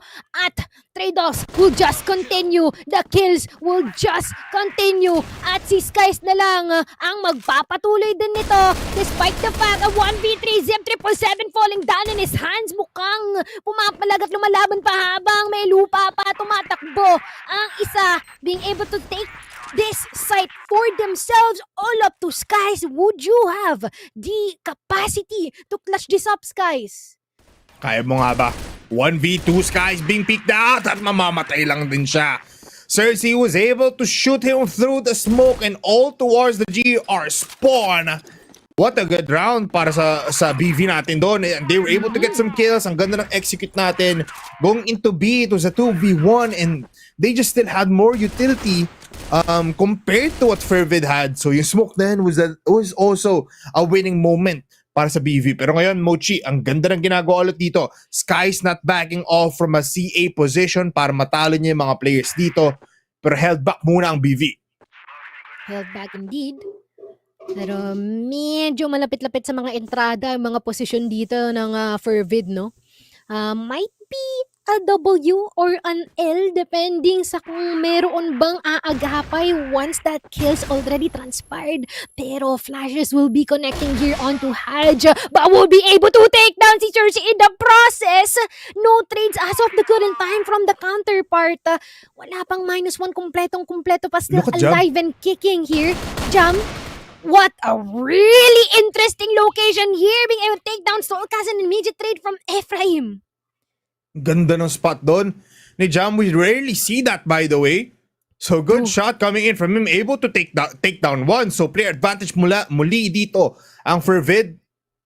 Sobrang daming pwedeng puntahan ngayon ng BV, pero they are now being choked by Fervid. 2 players in mid, 1 in CA, 1 in bridge. Zip 777 might do what his players cannot do beforehand. Isang easy headshot para kay Hash, but Skies now falls down, able to get one. Still a player advantage for the side of Fervid. Kaso nga lang nagkoconnecta na dito ang buong Blue Vortex. They want Zip 777 to perform once again. Ephraim with the kill. Now it's a 2v1 once again. Grenade shot. Flash grenade will be there para ma-delay yung pag-push dito na Ephraim. At nasa likuran lang din si Lance. Grabe naman yon. What a crossfire from Fervid. Literal, no? Hindi lang yung mismong laro, meron ding crossfire sa laro at kitang-kita naman how they were able to execute that flawlessly. But 3 rounds away, no? Para mapatasan itong Fervid ng Blue Vortex. Seems like they are finding themselves in quite of a stretch, especially when it comes to committing into a specific site. Tamang hold lang ang Fervid dito ngayon. Seems like so far what's prevalent is the holds and as well as the discipline na binibigay ng Fervid dito, especially when it comes to gaining some information from the other side. Yun lang, Mooch. Di tumama yung parkour ni Inverse. One more? Tatama nga ba? One? Hindi tumama yung pangalawa. Nag-pick out na lang. Okay lang! Nilabas yung galit kay Hans. hindi na kailangan ng parkour. Kailangan niya lang kailangan niya lang magalit. Actually, one more. Nikita natin si Inverse. Hindi tutuloy. Hindi na pala itutuloy. Okay, hindi na. Alam ko pupunta siya sa bridge pero What a skirmish din dun sa loob natin. Nakalagpas na siya actually, Moch. Naabot niya na. Might go for the second shot dito kay Jam, pero hindi tama. Goes for the third. And finally, it's the shot. Alam niya nandun si Lance, but it's all up to Skies to stop this push once again. Mamamatay si Zip 777, kaso nga lang 2 players down for Fervid. This is gonna be alarming for them kasi alam ngayon ng Blue Vortex kung saan pupunta. And the site to take is gonna be B. Sobrang daming pa ring smoke, sobrang daming flashes going into the faces of Skies. 3 players, wide camera angle muna tayo dito, Mochi. Good smoke para ma-delay. Or at least para makapasok sila ng mas maayos. Kaso nga lang, may counter smoke din dito ang BV.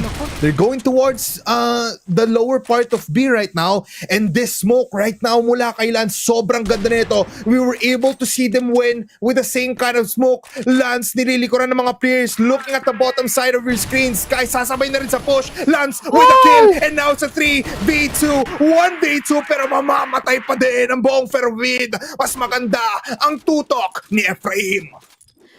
Yun nga lang, nagkaroon ng kakulangan in terms of the manpower din, no?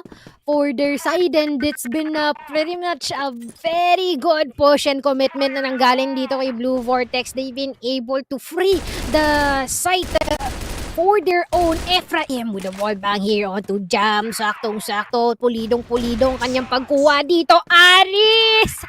Will be taken down by Inverse as well.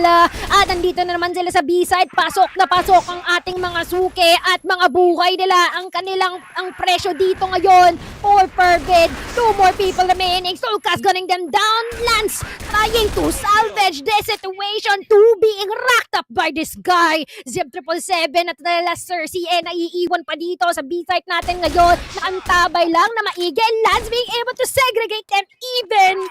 Cersei, what are you gonna do? Naku po, siguraduhin mong mataas ang depensa mo at well-prepared ka. Kaya lang, naka-wide pick ang kuya mo at siya pa ang mapaparusahan dito. Lance going berserk in this round, taking this round for themselves. At the last round of the first half, akala natin 5-4 ang scoreline. No! Sabi ni Lance, it will be 6-3. I will take my 11th kill. And what a devastating sight mula sa Blue Vortex, Mochi. They had all of the sight, pero si Lance lang pala ang solusyon para sa equation na yun. What a round! Akala natin sniper lang ang pwedeng hawakan dito ni Lance, pero with the M14 EBR, he is a man of chaos. Parang mapapanuno my friend na lang si Lance dito sa kalaban, no? Akala mo yan lang ang kaya kong gawin. Meron pa! Haj will try to take down a new more people here, pero yun nga lang nga, Ephraim, sabi niya hindi. Pipigilan kita. A wonderful trade for their side, and we are yet to see if there would be some commitment na manggagaling dito kay Fervid kasi medyo taken aback sila dito, waiting for any possible pushes na manggagaling dito kay Blue Vortex if ever, no? And now, dahil pa man ding oras, Ephraim checking out the mid area in case na merong bang naroroon. Yeah, meron pa ba? I think no na muna because Blue Vortex, being so passive right now, are gonna be planting 3 players strong here in A. Isa lang muna sa B, and it's Cersei. Looking at it, na in this point of time, si Ephraim naman ang nagpa-pop off kanina in the first map. Parang hindi natin siya nararamdaman. I think he had the lowest score for BV. Right now, he is outperforming his teammates. Wow. For Fervid, it's Skies and as well as Lance to provide the firepower that they need. It's already 1 minute down or 1 minute left dito sa ating round number 10, pero mid pa rin ang presence dito ng Fervid, not looking towards any kind of area. Si Aris, di pa rin naman gumagawa ng milagro dito sa CA. They're gonna be going for the jump spot. Park horse, tatama dun sa dalawa. Pero mamamatay agad si Skies. They see out jump. Inverse knows he's here. Hindi tatama yung second shot. Ngayon, napapalibutan na siya. Pero quick scope onto Lance. 1v3 scenario. Aris might be the last one to be alive, pero he will be the last one to fall down para sa Fervid. Blue Vortex, what a hold. 3 players were in A at sapat yun sa 4 na susugod. This brings us to a lot of questions, no? Ito na nga bang pagbawi ng BV o ito pa lang ang oras kung saan makakapag-adjust ang Fervid sa kanilang galawan ngayon? Total, simula pa lang naman ng ating second half, pero napakatindi talaga ng talima ni Inverse, no? Most especially na tumatao siya doon sa itaas ng A-site natin.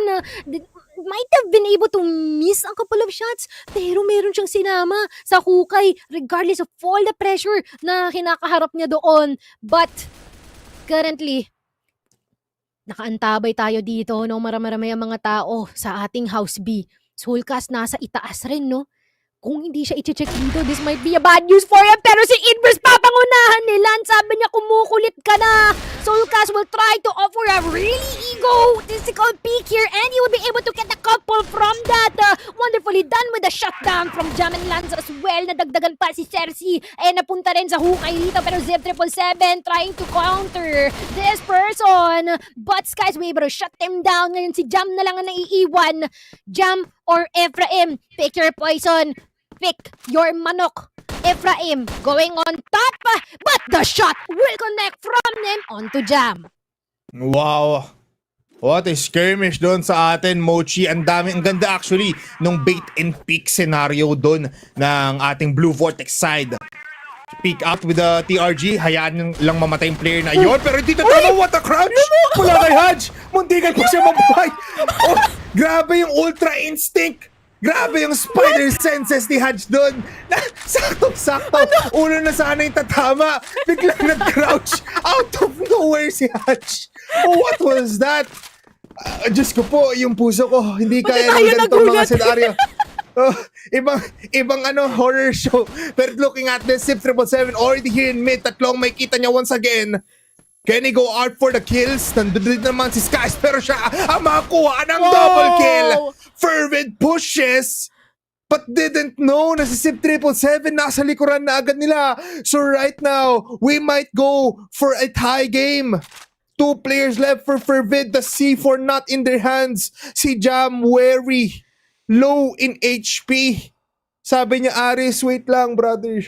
Hindi na ako makagalaw. Binaril nila yung mga tuhod ko. Dito muna ako sa spawn. Kaya si Aris ngayon, gusto tumingin kung mapapatay niya nga ba si Cersei. Finally, may miracle, Mochi. Gumalaw na ulit si Jam. Nandito na siya, malapit sa steel doors. Might be a long push here and good read from them kung dito nga sila pupunta. Aris, trying to go for the parkour once again.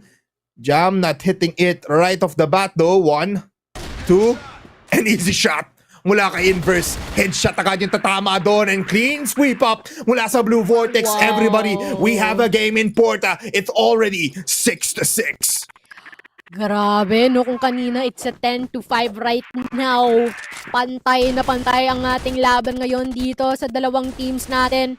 Definitely been super good in trying to do some macro and micro adjustments, no?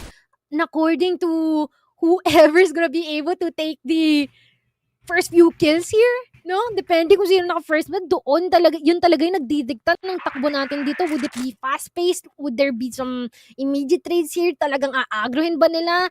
Lalaban ba nila? O babawiin na lang nila into somewhere else? But mid-area, ang balak puntahan ng Fervid dito ngayon. Cersei ang tumatao dito sa itaas ng bridge natin. I wonder if there will be some people anticipating his presence. Yes, there will be. At si Jam lang naman. Aris might possibly meet etong si Soulcast, no, na nasa taas. But it seems like meron pang iba na magkikita dito. Skies being able to take down si Inverse. Additional kill here from Addison to Soulcast. Libreng-libre na ang B-site natin ngayon na ismokan, na paulan na lahat ng mga utilities na maaari nila magamit dito in order to delay them from pushing forward. Not to mention, there's just 2 more people na naiiwan dito sa Blue Vortex ngayon. Pero aantabayanan kung meron nga bang makakatch sa kanila off guard. Zip 777 checking both the angles here. Malayo-layo. Being able to take down itong si Jam. Just all up to Zip 777. Would you be able? The Quadra though, I guess not, as Alj shuts him down immediately. Yeah, still, it's a big round for them to enable a factor kung saan they can go for more rounds here. Sinabi nga natin na Blue Vortex is a team na kayang mag-stretch ng mga sets natin. Kaya pahabain, kaya patagalin. Hindi maganda yung probability of winning in that kind of scenario, pero it's still a fight that they are willing to take. Fervid ngayon, medyo parang nagugulat na lang sa forces dito ng Blue Vortex. Pero still a fair game despite a 1-point advantage for Fervid. Looking at the skyline right now, not a lot of players are moving. Big 360. But no one's still budging, Mochi. They are playing the long game. Totoo. Long game indeed. Definitely brainstorming what would be the best approach in order to shut down the defense dito ng Blue Vortex if possible. Pero marami-rami ang nandito sa ating Mideria, definitely pushing forward, creeping forward in case that they would get any possible pickoffs here. Pero si Sept 777 ang nakaantabay dito, and even Soulcast, no, that might possibly put additional support to this guy, but right now they find themselves at a hold as some of the members try to look out for any people na maaaring nanggaling onto B-set, but they're backing out. Less than a minute na ang ating oras dito for Fervid to put out or perform their execute. Mukhang A-site ang gusto nilang puntahan dito ngayon, Bipolar. Yeah, Inverse and Ephraim ang magsasama-sama dito. Hand in hand, side by side nilang lalabanan ang buong full force ng Fervid. They see the flash, so they dodge it. And they push in. Ako po! Nandun na nga. There's one player inside of that long area side. Sept 777 with a kill. And Ephraim still alive in that area. Jam. Akit ngayon sa ladder. Being a sneaky boy. Able to get one. Ay! Can he make two? He spots out every player coming in from Blue Vortex. It's all up to Lance. He has a pistol. He has a TRG switches, pero kailangan pang i-cock yung gun. No bullets in the chamber. And that was his demise. Another tie game. Grabe, may naipit sila dun, no? Sa e-site natin, and all of our members here, sabi, wait lang, parang andito ata silang lahat. Abay, dire-diretso na talaga ang Blue Vortex, hindi na nila pinatagal pa. Definitely catching Fervid off guard here. At wala sila nagawa but to try and contest them, but I feel like hindi preparado ang kanilang utak doon. Pero inverse? Ano nangyari doon? Parang sobrang bilisatan ng pangyayari doon sa isang kisap mata na wala. Itong si Aris dito sa ating battlefield. And there is no answer from Fervid as of the moment, man. They're getting hesitant now, huh? Especially here on the blacklist end of things. We don't want that. Yeah. We really don't. Pero, so, Inverse, kailangan natin i-reverse yung moment na yon. Pero looking at this, mukhang Lance makakuha ng kill. Soulcast gets the souls of Lance as well. So trade-off lang tayo doon in mid. Sugutan si Hadj. Has a TRG though. Possibly wanting to see if he can infiltrate or get that kill onto Cersei. Para at least pantay yung ating laban. But it's been a long 2 rounds, everybody. As Fervid is now using the clock to its fullest potential. Almost less than 1 minute. Medyo nag-iinit na ang mga pa dito ng mga Blue Vortex squad natin. Inverse with the sniper of all things. Siya pa ang nagpo-push once again towards second mid. Cersei gonna be looking towards helping out Ephraim. Mukhang maganda pakiramdam nila dito. Kasi Jam now with the flash, with the smokes, with the grenades. Ephraim buhay pa rin naman. They go towards exit. Cersei with a kill. At ngayon, 2v4 situation. 2v3 now as Jam gets that shot. Inverse with a kill. Hadj ngayon. And again, it's a 1v2 situation kung saan isang sniper din ang kalaban mo. You have low hit point marks, pero mamamatay pa din siya. Wow. Inverse now, just 2 points away from forcing a set number 3. Insane adjustment here for Blue Vortex, no? Parang kanina lang sila ang naghahabol, ngayon sila na ang hinahabol ng Fervid ngayon. Pero Soulcast just going berserk with the sprays gonna be let out here from onto Jazz. Pero mapapaatras dito ng bahagya ang Fervid ngayon. Parang wait lang ha.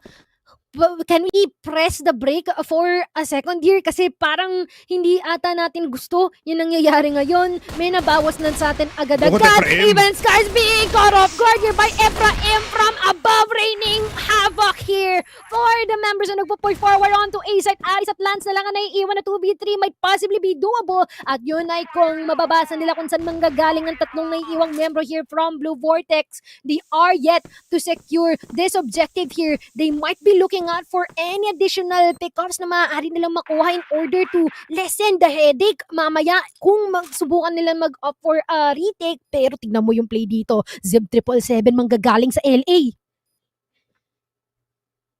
A big flank mula kay Sept 777. Spotted agad siya. Aris with the kill. 2v2 scenario. Mochi mamamatay agad siya. Lance in the bottom of the stairs, able to get one. He is Harry Potter. Pero sa storyang ito, mamamatay siya. May oras pa para mag-defuse. And what a turnaround, Mochi. Map point for Blue Vortex. Oh my. The match point being secured by Blue Vortex here, just showing how strong they are on the defense here. Inverse! One pixel is all it takes here in order to take one down. Aris! Naku po, wala siyang nagawa dun, men. Aris medyo hindi na ito yung Aris na nakikita natin from the other map. 7 kills in 16 rounds. Underperforming right now ang key player dito ng Fervid. Pero for Blue Vortex, Mochi, kitang-kita mo naman, everyone is doing their role, everyone is doing the work, and this is what you want to see. Second matchup pa lang natin to on the day 1 of week number 2, and this is intense.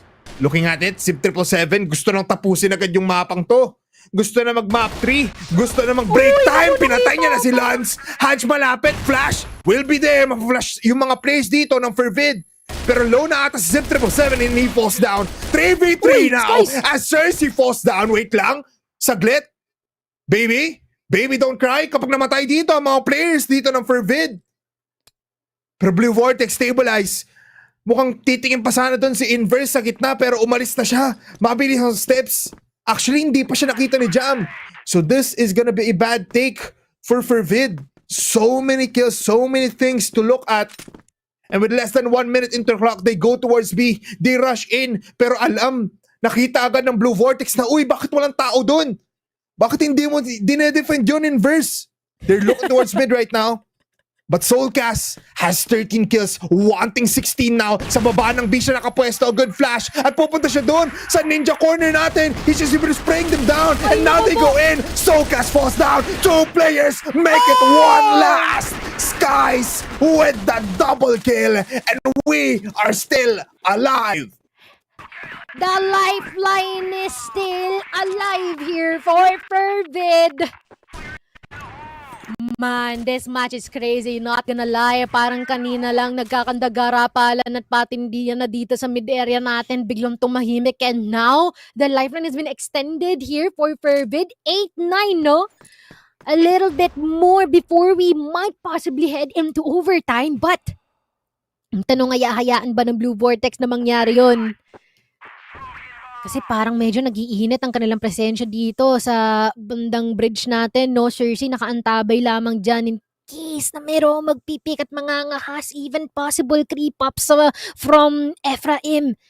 And as well as Inverse here, just gonna be on the standby. This is gonna Mochi, be they're quite pushing. of an episode. Yeah, they're pushing here dito sa B-site natin. Malapit-lapit dito si Soulcast. Naku, isang spray niya lang din dito. Maaring magbago ang lahat. Soulcast being able to Zeb! a pick up here. Zeb being on the support here. Jam, susubukan na ma-offer na trade here pero parang biglang nawala ang kanilang presensya dito sa House B natin dahil dalawa na ang kanilang nawala din sa kanila. This is not the best face and scenario for Fervid at all. Yeah, biglang nawala. Parang bula kasi yung dalawang players doon ng Fervid. Just died for nothing. At ang ganda ng pwesto dito na Efraim. Kaso nga lang mamamatay siya agad. Hindi pa naman todong sugatan ng ating mga players for Fervid, but looking at Blue Vortex HP, everybody, lahat sila full, lahat sila healthy. They're going towards mid. Mukhang Skies will be leading the push. Hedge, U-turn daw muna dito. I-overwhelm natin yung B player. And it's gonna be Soulcast in the corner of the second floor of House B. They're gonna be picking it out. Pero si Jam, oh no! What a throw! Mula kay Skies and Jam, hindi clear yung buong House B. Hedge all alone, 1v2. Smoke is there. Hedge with the shots, spray down, not gonna be enough. Hedge in God box. He falls down. We're going to map number 3. Blue Vortex, the scaling is immaculate on their end. Phenomenal adjustment. Set 2 being won by Blue Vortex here, proving themselves na kanila ang mapa ng port in this series. Men, wow, ang tindi ng kanilang adjustment talaga dun, no? Most especially na rin yung pag-pop off ni Inverse with the rest of the squad being able to support them has been super on point. Quite unfortunate na hindi ito natapos ng Fervid kasi biro mo they started it off with a very decisive advantage, especially when it comes to the first half. Pero once na sila na ang napunta dito sa depensa, no, tong si Blue Vortex, iba ang naging istorya. Yeah, I mean, Blue Vortex as a whole team pagdating natin on GR side was really performing out of their minds. Nakikita mo yung support system nila. If one player picks in this spot, basta may line of sight sa other place, magpipick din kami. Just like what happened doon sa detrimental push nila on the coming in from Fervid. Nabamboozle sila, hindi nila alam kung saan titingin. And that last pick, alam nila pumasok sila sa second floor, hindi sila pumunta dun sa main entrance ng House B, pero hindi clear out ng dalawang players at naiwan yung isa for Fervid. But man, oh man, Blue Vortex really outperformed everybody. Yung map 1 natin, hindi na natin pwede pag-usapan yan. Hindi na natin pwede ilagay sa equation kasi itong port map natin for Blue Vortex says a lot. Says a lot indeed. And not only that, no, parang kanina, we had to look out for Soulcast, we have to look out for 777, pero hindi lahat sila ngayon nag-online dito bipolar, no? Most especially in terms of mid-round calling and kung gaano kahaba yung pasensya nila in holding specific angles here, especially nung nasa global reside na sila. Medyo nangangapa pa sila nung umpisa, no? Pero right now, everything has been different. Parang napunta sila sa flow state, especially with the last 5 rounds na meron tayo doon sa mapa na yon, and everything has been history for them. Yeah, I mean, we didn't see a lot of great plays coming in from Fervid. Maraming clutch potentials na muntikan na rin natin nakita, pero feeling ko yung naging determining factor for Blue Vortex was their A-hold. Nakita mo yun, Mochi, palaging buhay si Ephraim sa taas. Kahit mamatay yung sniper, actually, isang beses lang nila nilagay yung sniper nila on that tower or on that site alone. Tapos si Ephraim na lang, and even one more player was holding that site for the entirety of that duration of the fight. And wala parang naging parang hindi natin dama yung Fervid na nakikita natin because parang natakot sila kay Inverse. At nagustuhan ko din yung false hope na binigay nila in one of our rounds, no? Parang they made them believe na available yung B-site natin. But, instead, Soulcast is there, pinaulan sila ng sangkatutak ng Canada, Flash, Smoke, lahat na. And to the point that they got overwhelmed and everyone is taking chip damage from that one. Pero ito nga ang ating mga highlights din, no? As much as Lance has been on point alongside with Haj at nakapag-step up pa nga itong si Skies, parang kinulang pa din because there's just so much firepower coming here from Cersei, Inverse, and the rest of the squad wherein they found themselves quite lacking, especially when it comes to the attacking side of things. But we can't deny na they started it off super strong. It's just that mas matindi lang ang naging sagot sa kanila dito ng Blue Vortex. Yeah, parang alam nila yung at parang habang nagpro-progress yung Blue Vortex nag-a-adapt in every situation and they look at every kind of corner or alam mo yun, ready sila sa ibibigay ng buong Fervid. Pero Fervid, they were just doing default plays kung saan kinakain nila lahat ng bala dito ng Blue Vortex and it was just a bad sight to see kung ikaw ay Fervid fan. But for Blue Vortex, you're gonna be feeling a lot more happy going into map number 3. But right now, let's look at the set summary. Again, a total of 18 rounds po ang nakikita natin dito in favor of Blue Vortex. Pero Mochi, looking at Fervid right now, still performing like the best. Headshots onto Jam and Haj, palagi pa rin naman .50. Pero on the Blue Vortex side, ano ba may kita natin? Kitang-kita naman, almost equally distributed ang ating KD dito, no? Sobrang lapit sa isa't isa, 0.19, 0.23, at pareho pa si Inverse at si Soulcast onto this one. And we can also see some very nice headshot here with 0.56 here from Soulcast, over 50 mga headshot rate niya dito, and also the kills per round. Almost equally is distributed. Cersei is usually on the support at nagagawa niya naman yun na ganda, which just means that Blue Vortex has been able yun nga adapt and as well as step up as a team, which has been able to catch Fervid off guard talaga, no? Parang nagulat din sila the last few moments kasi doon na natin nakita how the hesitation starts to creep in onto them. Pero eto nga ang ating set MVP dito. It's no other than Soulcast, who's been able to get that 0.89 KR and 1.23 KD. And we've been able to glaze too much na nga kanina pa. Parang lagi na lang natin naririnig yung pangalan niya. I mean, he took the souls out of Fervid at talagang it was a devastating sight for the enemy squad. Pero for Blue Vortex, Soulcast with this intense headshot percentage na 0.56, half of his skills, half of the players that he see, palaging tinatanggal niya yung ulo niya. Let's look at the highlights right now kung paano nga ba naging sobrang dominating, kung paano nga ba dinomina ni Soulcast yung buong mapa natin, from clutch potentials to retakes just like this, to even pushes out from sheer will. Mag-isa lang siya dito, by the way. So this man is on something. He's on something. Grabe. Mala Ferrari din yung mga picks dito, no? Which has been crazy for him. And I feel like granted na rin na merong mga human errors na na-execute o nagagawa dito ang Fervid, which is not the best thing, but let us see if there's gonna be some improvements later on. And that's gonna be it for our second map. Mochi and Bipolar nga pala at your service here as your casters for CFS Impact. Magbabalik kami para sa ating ikatlong mapa.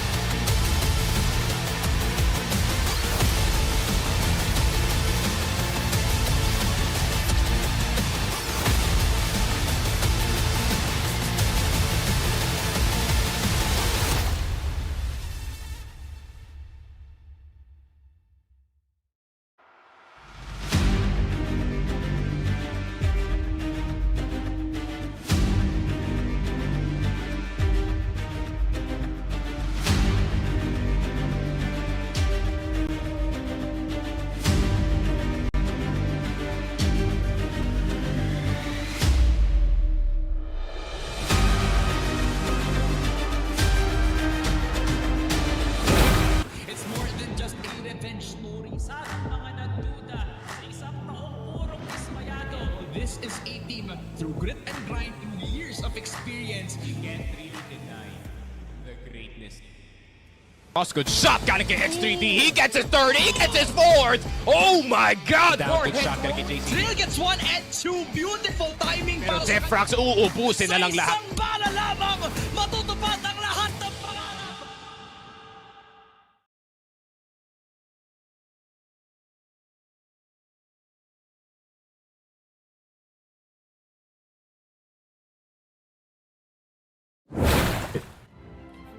Ladies and gentlemen and everything in between, we are now back into our second series ng Fervid versus Blue Vortex dito sa ating liga ng CFS Impact. Full kami pa rin ng inyong mga kasama, Mochi and Bipolar nga pala at your service, and we are gonna be heading on to Compound 2. I mean, it's all even right now, so looking at it, mukhang mapapasabak muli ang ating two squads in the newer maps. It's gonna be Compound 2 ang paglalaroan nila.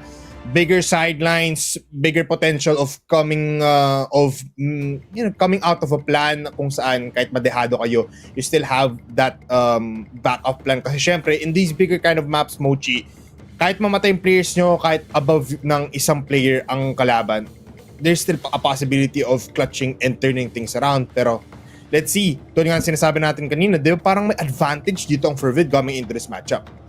Yes, indeed. Most especially if they will be hovering more in a safer route pagdating sa kanilang global risk side of things. They might capitalize more on the close quarter combats and facilitate mid-control as well sa ating mga curves. If and only if they would be able to rack up the type of discipline, but they should be careful as well for any possible explosive pushes na manggagaling dito kay Blue Vortex, because parang yun yung naging madalas na pangyayari noong mapa natin earlier for our second map. And let alone mention na sobrang tindi ng performance ng kanilang mga miyembro. Everyone being able to take a piece of the pie, pero nandito na tayo ngayon sa ating mapa. Rekta na tayo agad dito sa ating laban na with some utilities being expected and put dito sa ating mid area. And by the way, guys, Blue Vortex di pa naman naglalaro ng Compound 2 and the entirety of summer for both of us, because Aris now really taking that sniper position. Mukhang they are confident in this GR side, mas maganda daw ang hold ng dalawang sniper. Tingnan natin, no? If this would actually be the answer here for Fervid, especially on the defense. Might possibly look into a couple of players na manggagaling dito sa ating pillars, habang medyo malayo pa ang maaring panggalingan ng mga member natin from Blue Vortex here sa bandang LA natin. Pero kailangan din siguro nila mag-ingat for kay Inverse, kasi andyan na naman siya. Ang lapit niya na naman sa curve B. Maaaring meron siyang ma-meet here, but also gonna be creeping up and pushing forward possibly onto A.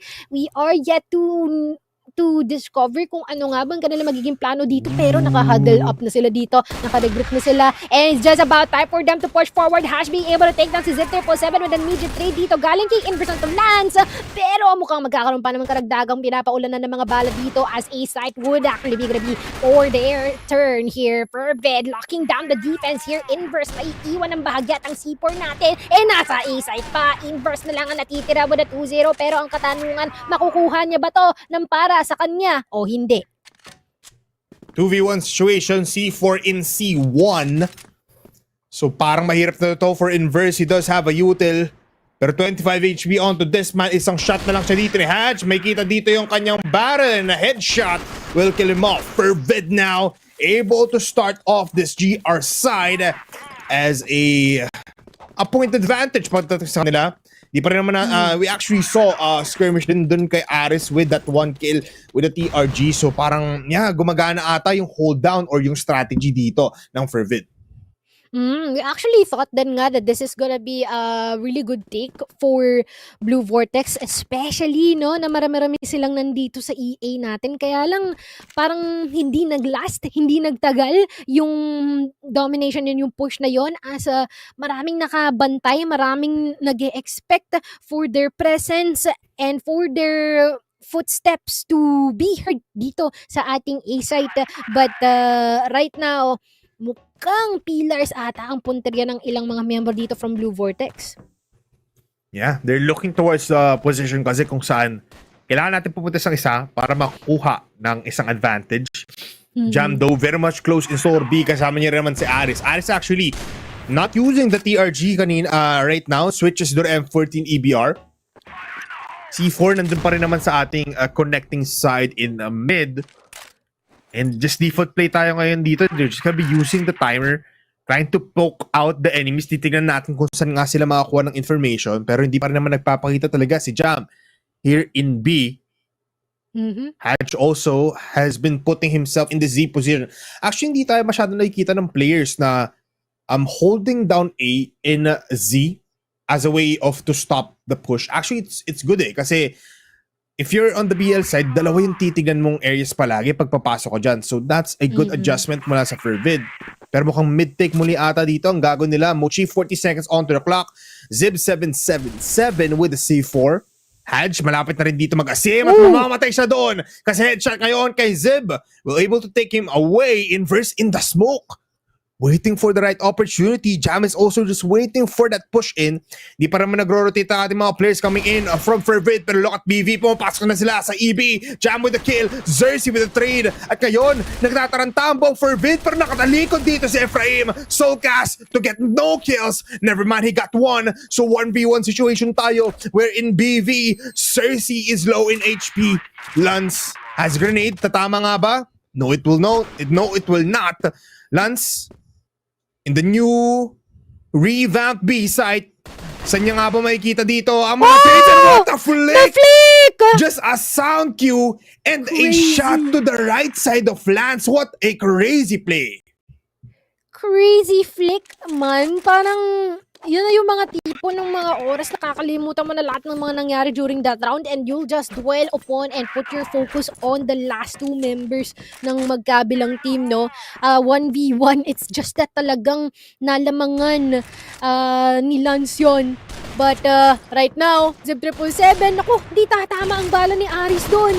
At force siya na magmaamba out, no? Try to put himself in a safer position, kaya lang medyo naiipit siya. Buti na lang madaming utilities na ibinato dito ang kanyang mga kasama, which gave him the pass to get out of his initial position. Actually, there was two good plays there. Nagbato ng granada ata dun sa Zip 777 towards that rotation, papunta dun sa window. Kasi inakala niya ata na magpa-fast jump towards the window doon si Aris. Pero Aris was also in a good play kung saan nag-antay. Tumayo na lang siyang parang statue dun sa pillar. And right now, Z777 wanting some blood, able to kill off Jam. It's not the kill that he wants. He wants Aris's head. Pero looking at the movement of BV, 4 players with a C4 are now still in mid. Gagawa nilang atang distraction dito sa Zib. And they're pushing. Pero kakonekta ata sila here on A. Or on B. No, they're going to EB right now. Pero titikim pa rin naman. Zib, able to spot it out. So, ang call ngayon ng buong BV. Let's go towards B site. No repercussions. Gawin nating distractions. Inverse and Soulcast able to get one. Dalawang players, both in A. Able to stop the push. Yes, they can. Inverse makes it a 1v5 scenario. And what a shot. Peek out with a TRG. An instant headshot doon kay Skies. What a round there by Blue Vortex, no? We have been able to see how they were able to just occupy the most that they can in terms of space and naipit ng sobra itong Fervid. And meanwhile, with just 2 more people, talagang nilagasan na lang ang lahat. Jamben has been able to take a couple of people here galing sa ating pillar area. Maaring merong tumao dito, no, si Cersei, pero wait lang, mapapatigil siya ng bahagya. Pillar finally been occupied here. Sabi ni Fervid, parang hindi pwedeng nagbibigay tayo ng espasyo. As much as possible, we want to deny them for any creativity, for any possibilities, how they can actually approach a site here. But they better be careful kasi si Soul kasi nandito na rin sa entrada ng A-site natin, no? They better keep an eye on that area because maaaring anytime soon they can offer and execute, and if that would be the case, something might go down here in A. Oh, plants able to the shot immediately as they push. At dahil dyan, Cersei will fall down as well. It's all to Soulcast na kanina pa nasa exit. And with his ban mode, biglang nag-activate yung Fervid from a mere push doon sa exit. Actually, nagpakita pa lang dun yung buong BV. Tapos sabi nila, bawal pumasok dito. Isang baril lang kayo agad sa akin. ang bilis na mga pangyayari doon, no? But what matters here is Fervid is happy during that round. But quite unfortunate for Blue Vortex kasi medyo nahirapan silang i-control yung pagpasok dito ng kanilang mga miyembro. But, ngayon, ano kaya ang mangyayari, no? Dalawa na. Iba ang kanilang approach dito ngayon. Dalawa ang tumatao dito sa ating storage A. And might actually meet Ephraim here in the process or just gonna be waiting for them to push kung meron mga mag-extend. Pero also, the same here for storage B, trying to check if there will be some people here na magpupush Aries in the same area that we found him earlier on. Some utilities being put onto here pero no damage being dealt as of yet. Yeah, no casualties, no damage. Just map control ang pinaprioritize ng ating mga players. Medyo passive right now ang atake ng Fervid at ang atake naman ng BV. Let's take this tower position. Give a sniper in the hands of Sib 777. Tisignan natin kung makakuha siya ng pick-off. None yet. 1 minute into the clock. Onti na lang agad ang utility dito ng Fervid and as well as ng BV. A lot of heavy smokes, heavy flashes committed on pillars. Fake smoke towards that B curve.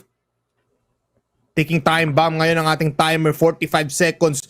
5 players coming in from BV. Starting to feel something. Starting to feel that a rally will come here in mid. Flashes connecting onto the corner pero hindi pa rin bumabadya. 35 seconds. They're taking it into the last second of round number 5. Here comes the flash. Going towards A. Pero mamamatay agad si Cersei. Hatch with the kill. And what a 180 mula kay Sim77. Lance! No scope! Collateral onto 2. It's all up to Skies. Mag-isa lang siya dito. 1v2 situation. And another turnaround mula kay Sim777. One more shot. One more flash. Soulcast. Wide peaks. And that is a round for BB. What a turn of events once again. Ang gandang 180 mula kay Sib.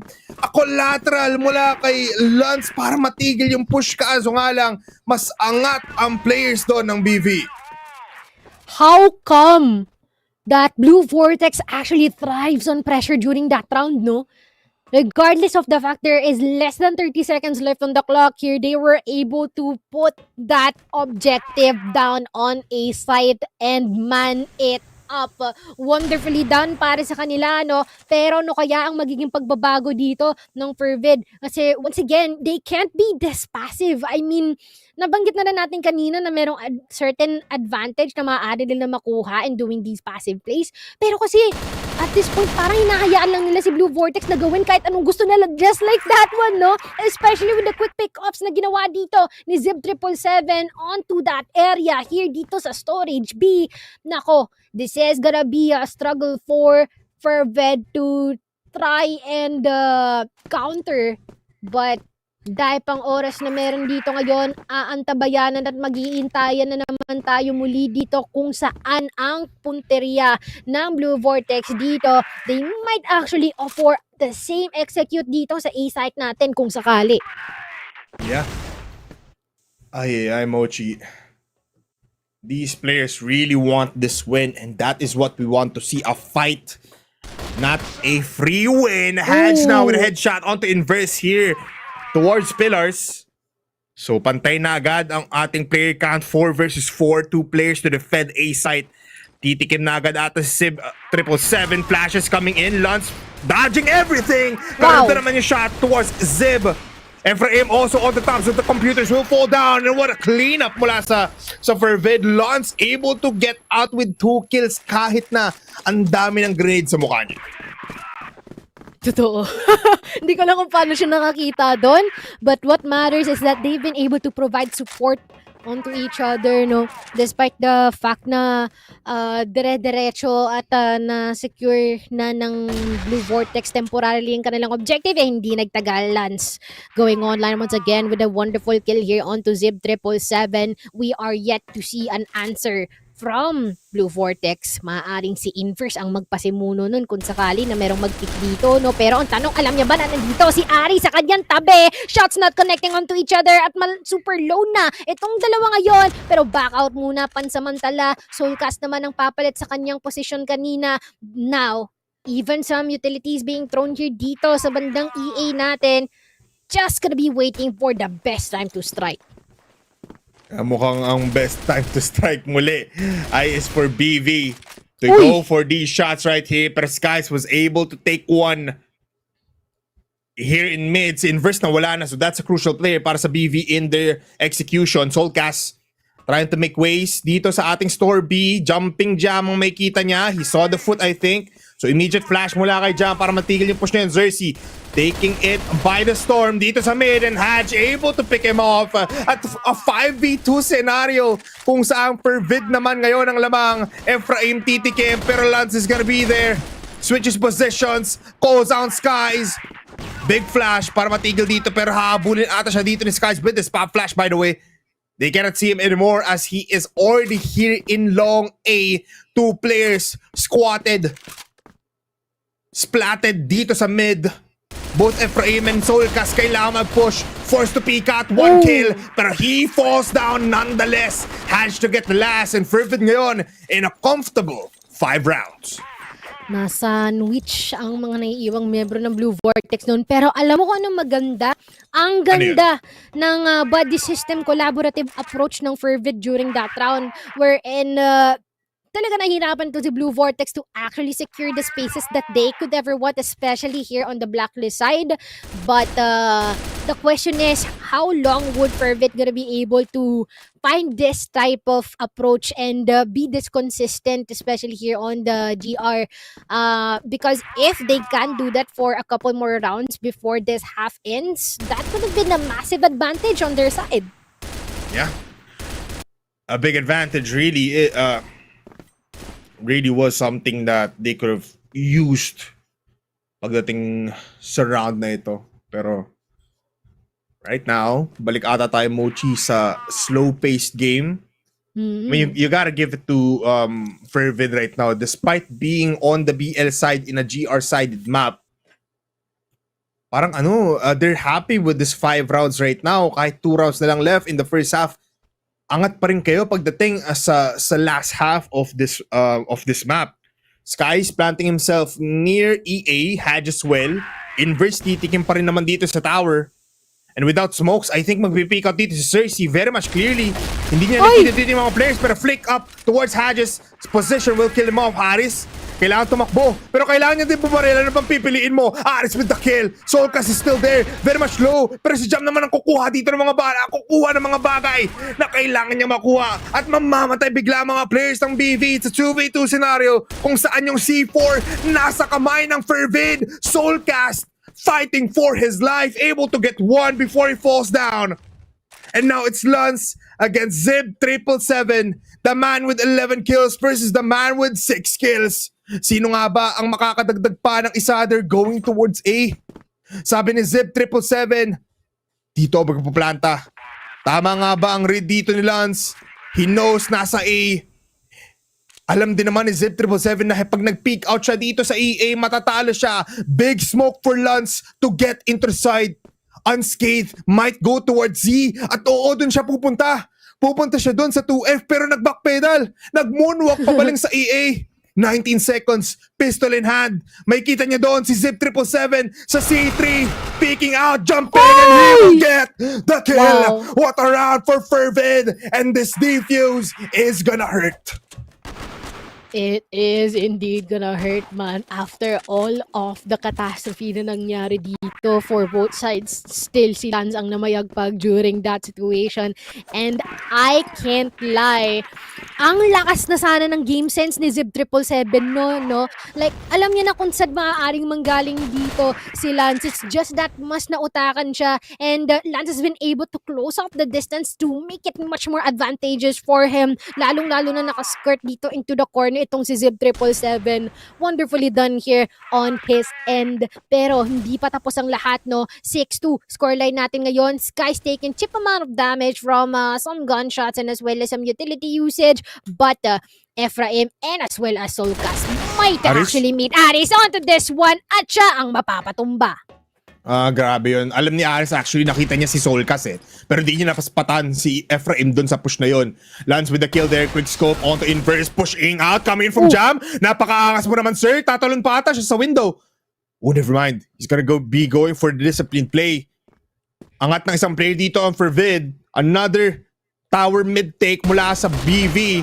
Sky spotted out. Big headshot mula kay Solcas. Pero yung two players dito ng Fervid, both in pillars. Mukhang they're going for a big flank play. So kailangan mag-hold down dito ni Hadj ng A-side kasi mukhang dito rin ang pupuntahan ng BV. Isang mabilis na journey ang gagawin dito ng buong Fervid. Ephraim with the shots connecting onto him. Hadj here and Z will fall down. What was that? It's all up to Lance. Sobrang weirdo ni Hadj and Z. He knew players were already in EA pero for some reason he was looking back.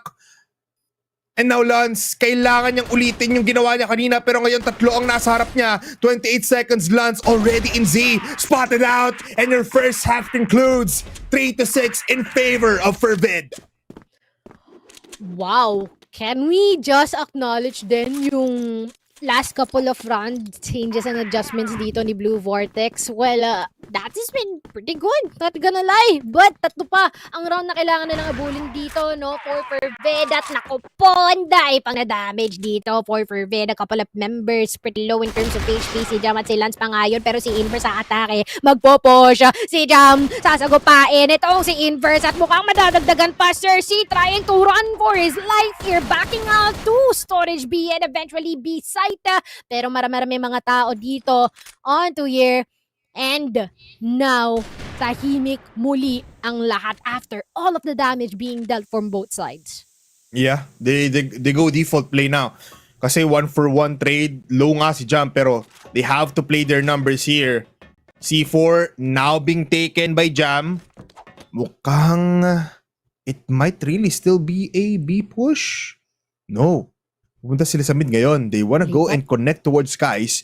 Pero it's a big advantage for Blue Vortex right now kasi posted up front na agad dito si Ephraim. Bago pa makapasok ng exit dito ang mga players natin for Fervid. Pero they'll go towards mid where walang tao masyado sa Blue Vortex. Wala masyado, no? Tahimik ang lahat. Meron bang nakatingin dito sa ating EA? Meron. Soulcast. That is Soulcast. Might actually meet couple of members here. Aris gonna be receiving a lot of damage pero mas marami ang kay Soulcast dito. Mapo-force siyang umatras at magtatawag ng kakampi as he tries to ask for Ephraim mo for his help. Pero just as I was saying that, sa iba ng lokasyon nakabaling ang atensyon dito ng Fervid, no? Yun nga lang they're gonna be flash zip 777, gonna be taking out itong si Hadj, no? As they try to still push on to B. Everything is falling apart here in terms of the push na ginagawa dito ng Fervid. Jam critically low in terms of HP. Oh, what an unfortunate scenario galing sa kanila. 6-4 BV. Lumalaban pa. What a defense. What a defense for Blue Vortex there. Ang daming pwedeng pasukan dito ng Fervid in mid pero alam nila yung winning condition nila na they will still go in these sites. So mag-antay na lang tayo. Let's give them mid and let's shoot them out. A great hold as well. Mula dito kay Sept 777, hinayaan nilang pumasok si Hadj. I think on the B side, tapos able to still get a shot. Inverse, stuck dito si Storby. Kailangan magantay ng mga players dito. Cersei not even helping his teammate out. So his Inverse ngayon will be spotted, will be wallbanged, and will be shot to his grave. Cersei ngayon saka lang pipik, so this might be a bad start for BV. Pero for Fervid, even though very much low na sila in HP, they can still push this out. Overwhelmed, Cersei is the plan. And now, kailangan na mag-back off dito ng entire Blue Vortex kasi nararamdaman nila ang sakit ng 4 players coming in from Fervid. They stabilize, plant themselves before EB. At ngayon, biglang titingin ulit si Cersei. What a shot! What a shot indeed. At total, sinabi mo na rin, nagtawag ng kasama itong si Cersei, no? Sabi na, marami kayo. Marami din kami. Tatry naming tapatan yan kung talagang magpupush kayo dito sa B-site natin. Zip. Pero yung C4 natin, nakaiwan lang dito sa ating CB area. And preferably, just gonna be manning up, regrouping here, no? Isang cover photo na naman ang pwede natin gawin dito. It's your time to screenshot. Tapos itag nyo po ang Crossfire Philippines. Sabihin nyo, hashtag screenshot of the day. So right now, May ganun it's pala. good. May ganun. Hindi lang tayo na-inform. Actually, babago lang yun. Pwede po kayo manalo ng isang shoutout mula kay Sneaky Frog on the regionals. Pero Z777 ngayon will be the line of defense dito. Hindi siya ipipick out. Naku po, never mind. It's guys with a wallbang, with the flashbang kill. Oy, At grabe! mula sa dulo, as well as Lance. What is these trade-offs mula sa Blue Vortex? They're falling down like crumbs. Isa silang nag-audition. Ephraim ngayon papasok din. Kahit na ang daming bomba sa harap niya. And Skies with the kill. Bochi, we're 3 rounds away from Fervid claiming this series. 3 rounds away, and it seems like this is pretty much a new look for us, no? Kung kanina sobrang solido ng depensa ng Blue Vortex in the our previous map, pero this time everything is crumbling down, it's falling apart, it's being dissolved. Parang acido ang approach dito ng Fervid ngayon, no? But some contention galing kay Aris, mapapatumba, mapapatahimik, FM being able to take a couple before putting himself into the grade, pero si Haj subukan atang pumalag dito sa bandang pillar natin, pero parang walang magagawa ang harang niya. Sure, she being able to take him down and all up to Skies. Just granted and given yung advantage na meron dito ang Fervid, masusundan at mababawi pa ata ng Blue Vortex ito. I mean, kaya pa to ng Blue Vortex. Especially with Skies peeking out just like that. Sobrang hopeful this man, pero Zev just needs to fly by and run with this pistol out. Man, we're going to a tie game. I can already feel it. Blue Vortex just 2 points away from tying it with Fervid. A lot of grenades that could be connecting right now. Natuto ng ating mga players, pero heavy commitment mula sa ating BV squad here in Pillars. Mag-isa dito si Aris. Hindi niya pa nakita yung paa, nakita yung heel. At makikita na rin ako po, he's twerking on him. He's twerking on him! Aris, binabastos ka! Pero sabi niya, ayoko ng ganyan! Ayoko makita ng ganyan and I want more! Gusto ko pa ng kill, Soulcast, kakagat nga ba? Soulcast with the kill instead! A trade kung saan ngayon may heavy presence mula sa Fervid here in Exit. And it's only one man to hold it out. It's Sept 777. Can he get a quad?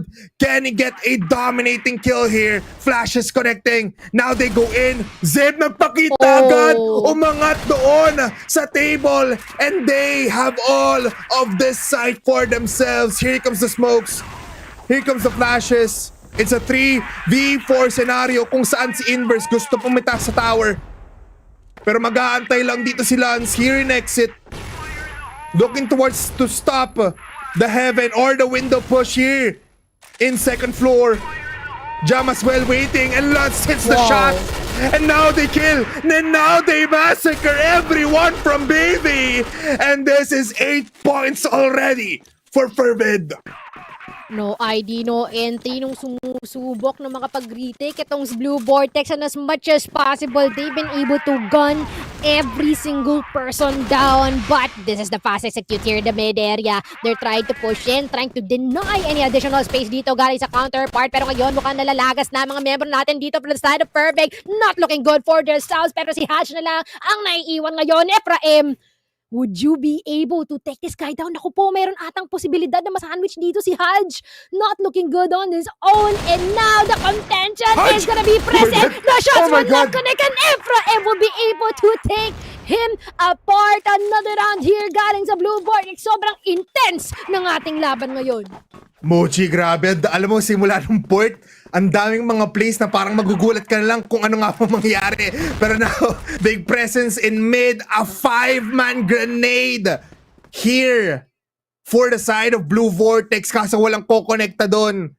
I've seen this in other games. I've seen this as a strat. Pero for Blue Vortex, parang hindi ata the right timing there. As Fervid was very much disciplined on going towards that long A position. Pero grabe yun, patalon-talon na lang si Haj kanina. A Holy Mary play is what we call that. At ngayon, ang play ngayon ng ating Fervid squad is go towards pillars, try to take one more advantage just like the first time. Yes, indeed. Looking up for any possible information din dito sa ating mid area itong dalawa, no, which is Inverse and as well as Zeb 777. But little do they know, ang dami ng tao dito na maaari mag-approach ng ating storage B.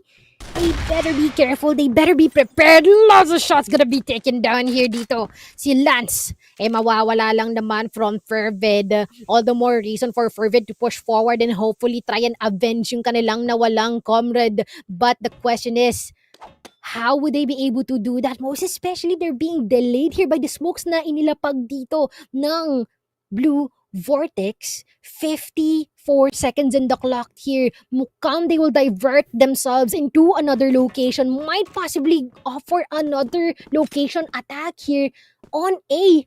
Habang merong naiwan dito, it is gonna be Haz here sa storage B. Interesting approach. Trying to hopefully catch them off guard, no?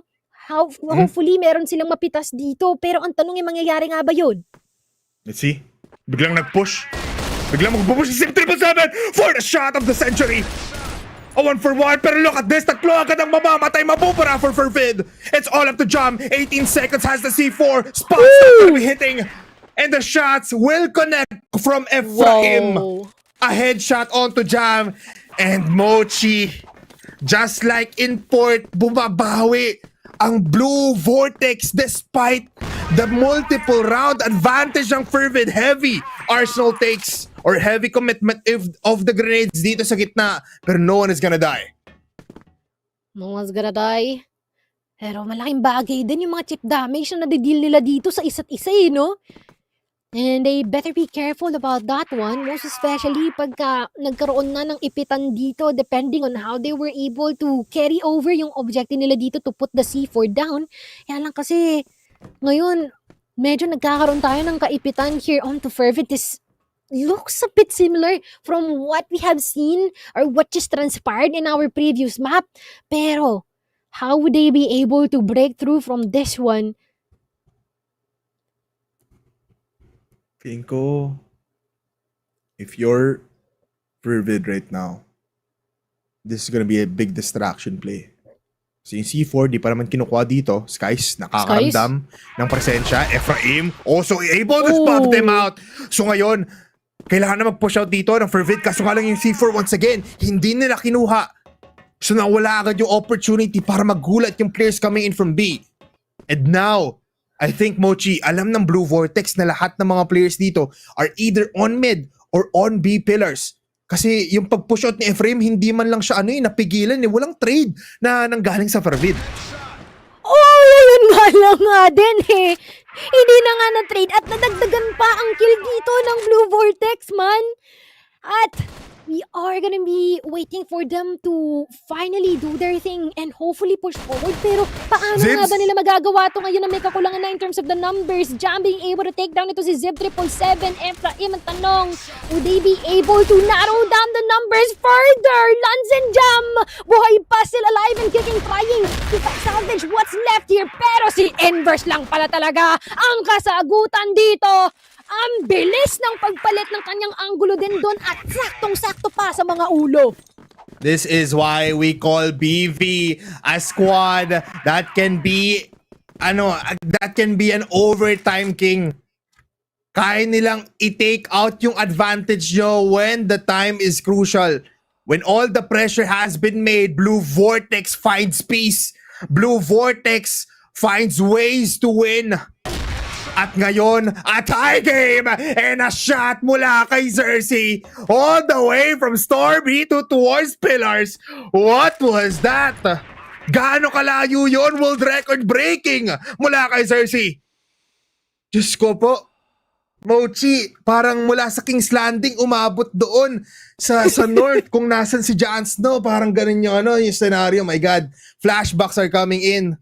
Wow. Pero ngayon, 4 players coming from Fervid. First time nila Mochi natitikim mula sa exit for after 4 straight rounds. Okay lang tignan muna natin dahil isang batalyon nga ang manggagaling dito sa Fervid kung sakali that they would make a decisive approach and push here. Inverse? Oh, this is a really cheeky position here. They better be prepared for this one. but seems like no one's looking at his angle. Possibly very burst and taking a couple down. Being supported by Zip 777 as well yung C4. Wala sa kamay ni Lance. Ano ang gagawin mo?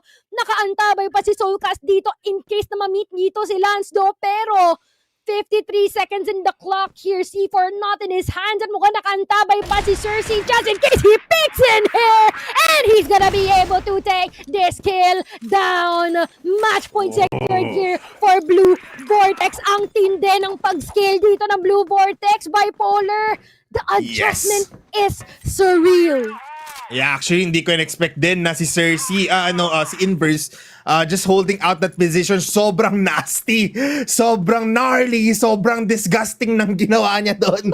Sabi niya, I'll meet you face to face, Fervid. Anong gagawin niyo kapag ako ang mismong mag-surprise sa inyo? What a play! And Mochi talagang Blue Vortex has been controlling the second half. Map point for Blue Vortex, this round right here is crucial for both teams. Hindi lang dahil map point, dahil may chance pa rin naman ng Fervid para mapaabot tayo into our very first overtime sa kanilang series. Ang tanong ngayon, Mochi, kaya nga ba nila, especially na ganito kaganda ang defense ng BV? This GR map, this map alone can turn can be, flipped upside down.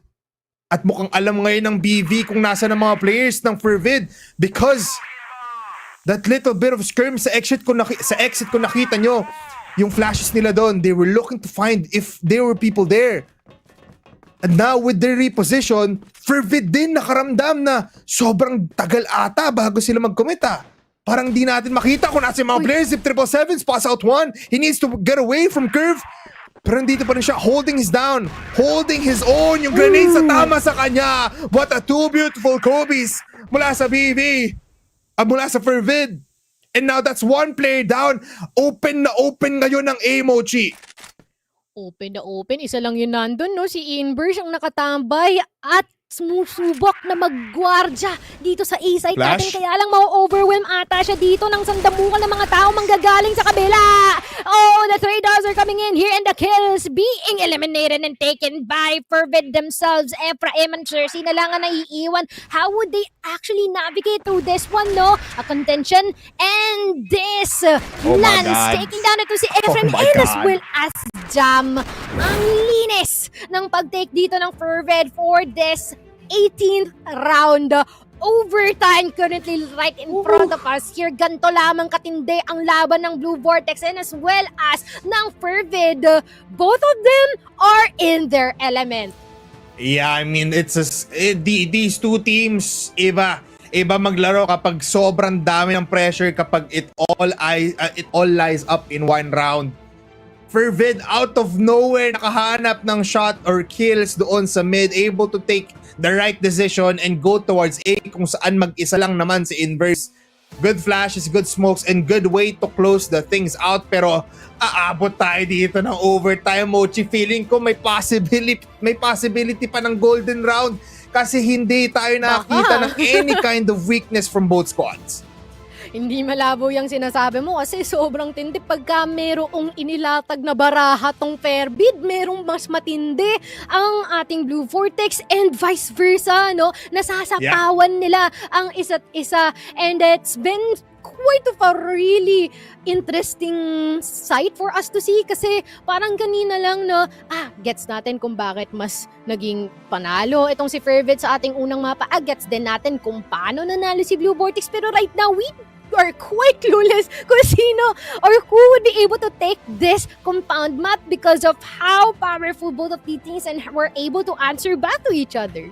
Yeah, I mean, yung alam mo yung salitan lang talaga ng rounds natin. Akala natin na aabot tayo sa ganitong scenario kung saan Fervid na yung mananalo after yung first two wins nila on the second half.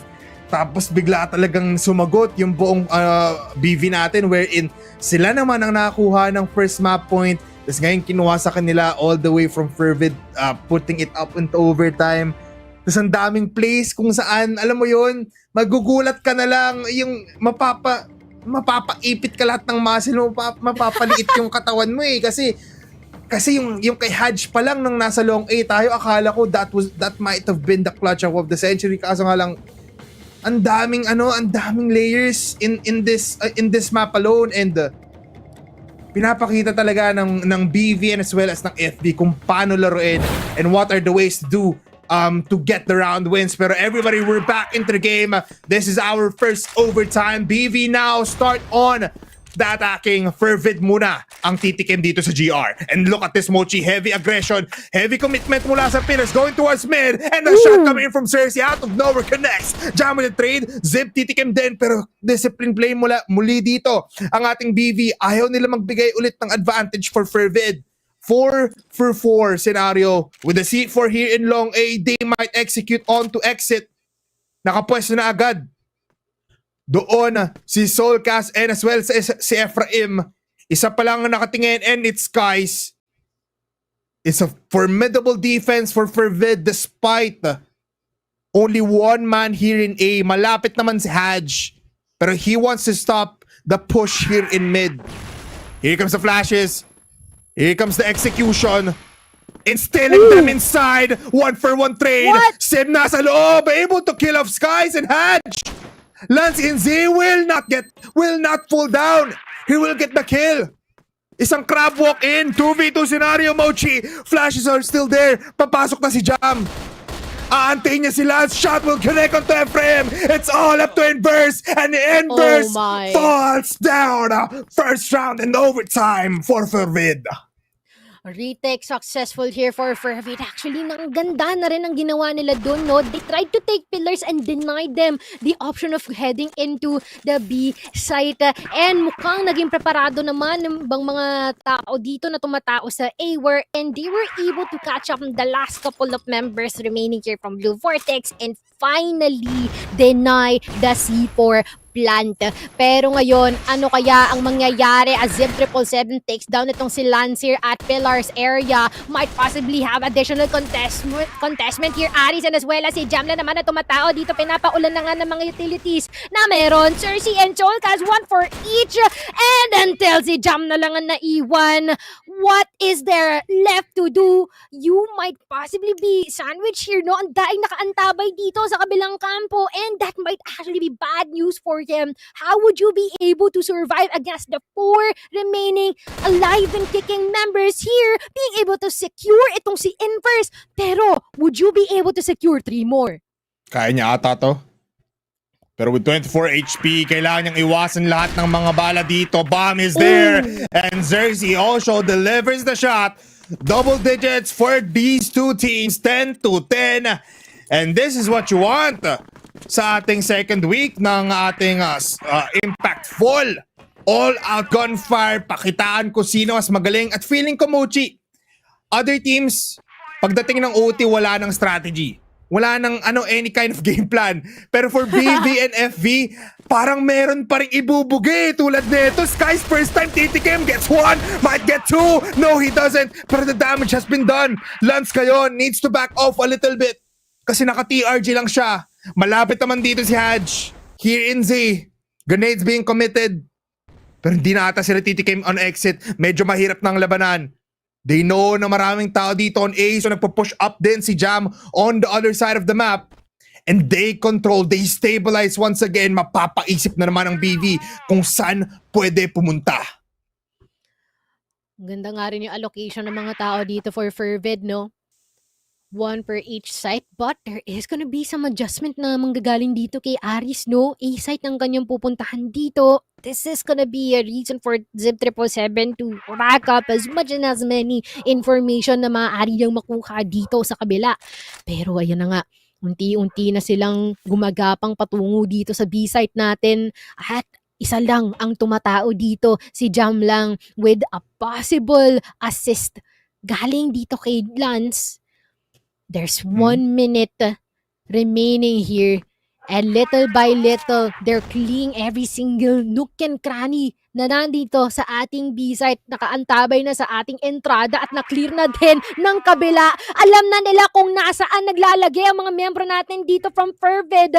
Ang tanong si Aris ba ay Ikot makakagawa pa. ng big play dito? Nako po! He's gonna be able to take one. Never mind, si Cersei pa pala makaka-deal ng damage sa kanya.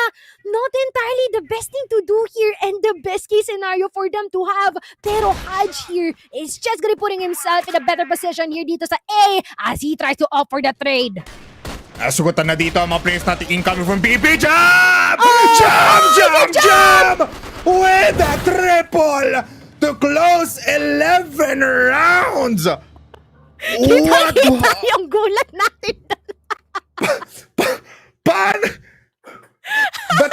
Ba't bigla na-hotspot tayo dito, Mochi?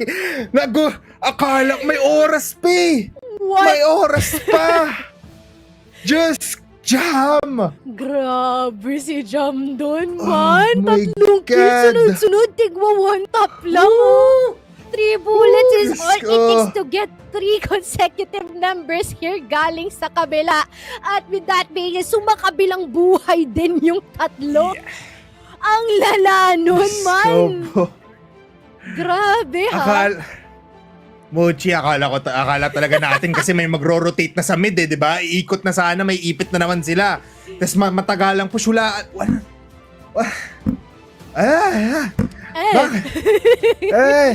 Grabe yun. I mean, like, alam mo, narinig lang ni Jam eh.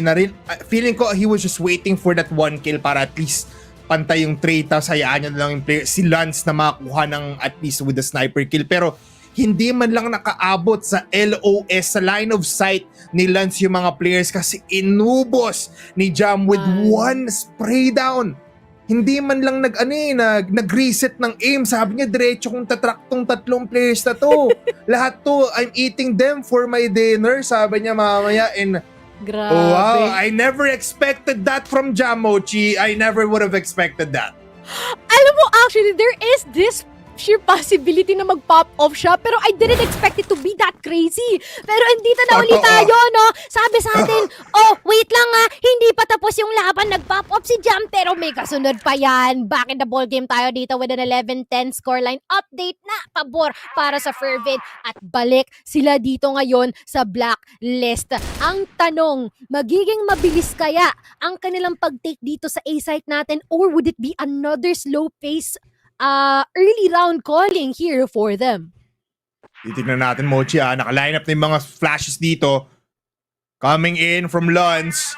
Inverse, very much close, in the same kind of position as his teammates once were. Ulitin na naman ba? Able to get 1, damage is there. Solkas with a kill. It's now 2 players down for Fervid and 1 for BV.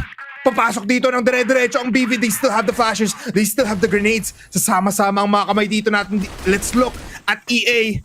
Pushing in. Nakapasok through the smoke. Jam with the kill. Ephraim. Tumatalon sa C1 si Lance. Pero look at this. Haj is all alone. Lance will also fall down. Zip Grabe. 777 with the double. And they are now able to my. get 1 more in. Salitan lang talaga, Mochi. 11-11, make a wish. Pangatlong araw pa lang ito ng Impact Fall, pero bakit ganito nakatindi yung performance ng ating mga teams? Sapawan ng sapawan, patindihan ng patindihan ng kanilang mga gawain dito at laging merong kasagutan ang bawat isa. Pero ngayon, Fervid, mid-control ang kanilang ninanasa at maaaring aantabayanan at titignan kung meron silang makikita patungo dito sa ating CV and possibly dito sa pillars natin. Going towards pillars, pero isa to sa pinakamahirap na pasukan na side. Sobrang compact. Nakita nga natin kanina, despite a 1v3, Jam was able to spray down the BL side pushers onto EB. Maiikot nga ba ang ating storya kung saan BV naman ang titikim ng push mula sa site na to. Lance, first contact. Not spotting anyone. Flashes will be there. Smoke as well. So magandang concealment play to, pero hindi pa rin naman gumagalaw ang mga players natin for BV. This is a good time for Fervid to flash out, to get into the site. At ngayon nag-iingay na sila. Isang malaking ruse. Lahat tayo na-distract. Lahat tayo na bamboozle. Kasi sa iba pala sila pupunta. They're going towards mid right now. Or will this be a two-pronged approach? A mid and a B-take for Fervid in the mix. Sasamahan ni Ares dito. Ang isang player ng BV. Slow but surely. Umalis sa isang player ng BV. Pumunta sa mid. B is for the taking. Flash is connecting. ZB is there. Or Zib 777 is there. Lance now activates. Skies with a flash double nade onto Ephraim. What a stack! At mauubos bigla si Cersei. Pero Zib 777 with the double. Can he get the triple with this pistol? Yes, he can! 2v3 kung saan BB ang angat. Lance, last player, sniper in hand. And Zib with the 4K. The pop-off has been crazy. Match point na tayo dito for Blue Vortex being able to breach the boundaries and shoot for the Amazon in terms of possibilities and scaling here. Kontra sa Fervid. Pero, ang tanong, will Fervid try to even this out? Would they be able to stretch this out for a 12-12? Lalong-lalo na they can't afford losing this one because this will be a statement here for Blue Vortex. That shot from Cersei will be connecting here from Haj. Wala pang kasagutan ngayon and kahit na gusto nilang bumawi, humabol, atras na lang dito ang Blue Vortex, putting themselves back into safety, and now it's all up to Fervid. How would they answer back at kung meron pa nga ba silang masisipat dito sa kabila? Mochi, kinakabahan ako for both teams. We both want them to win, pero only one victor is gonna get out of this series.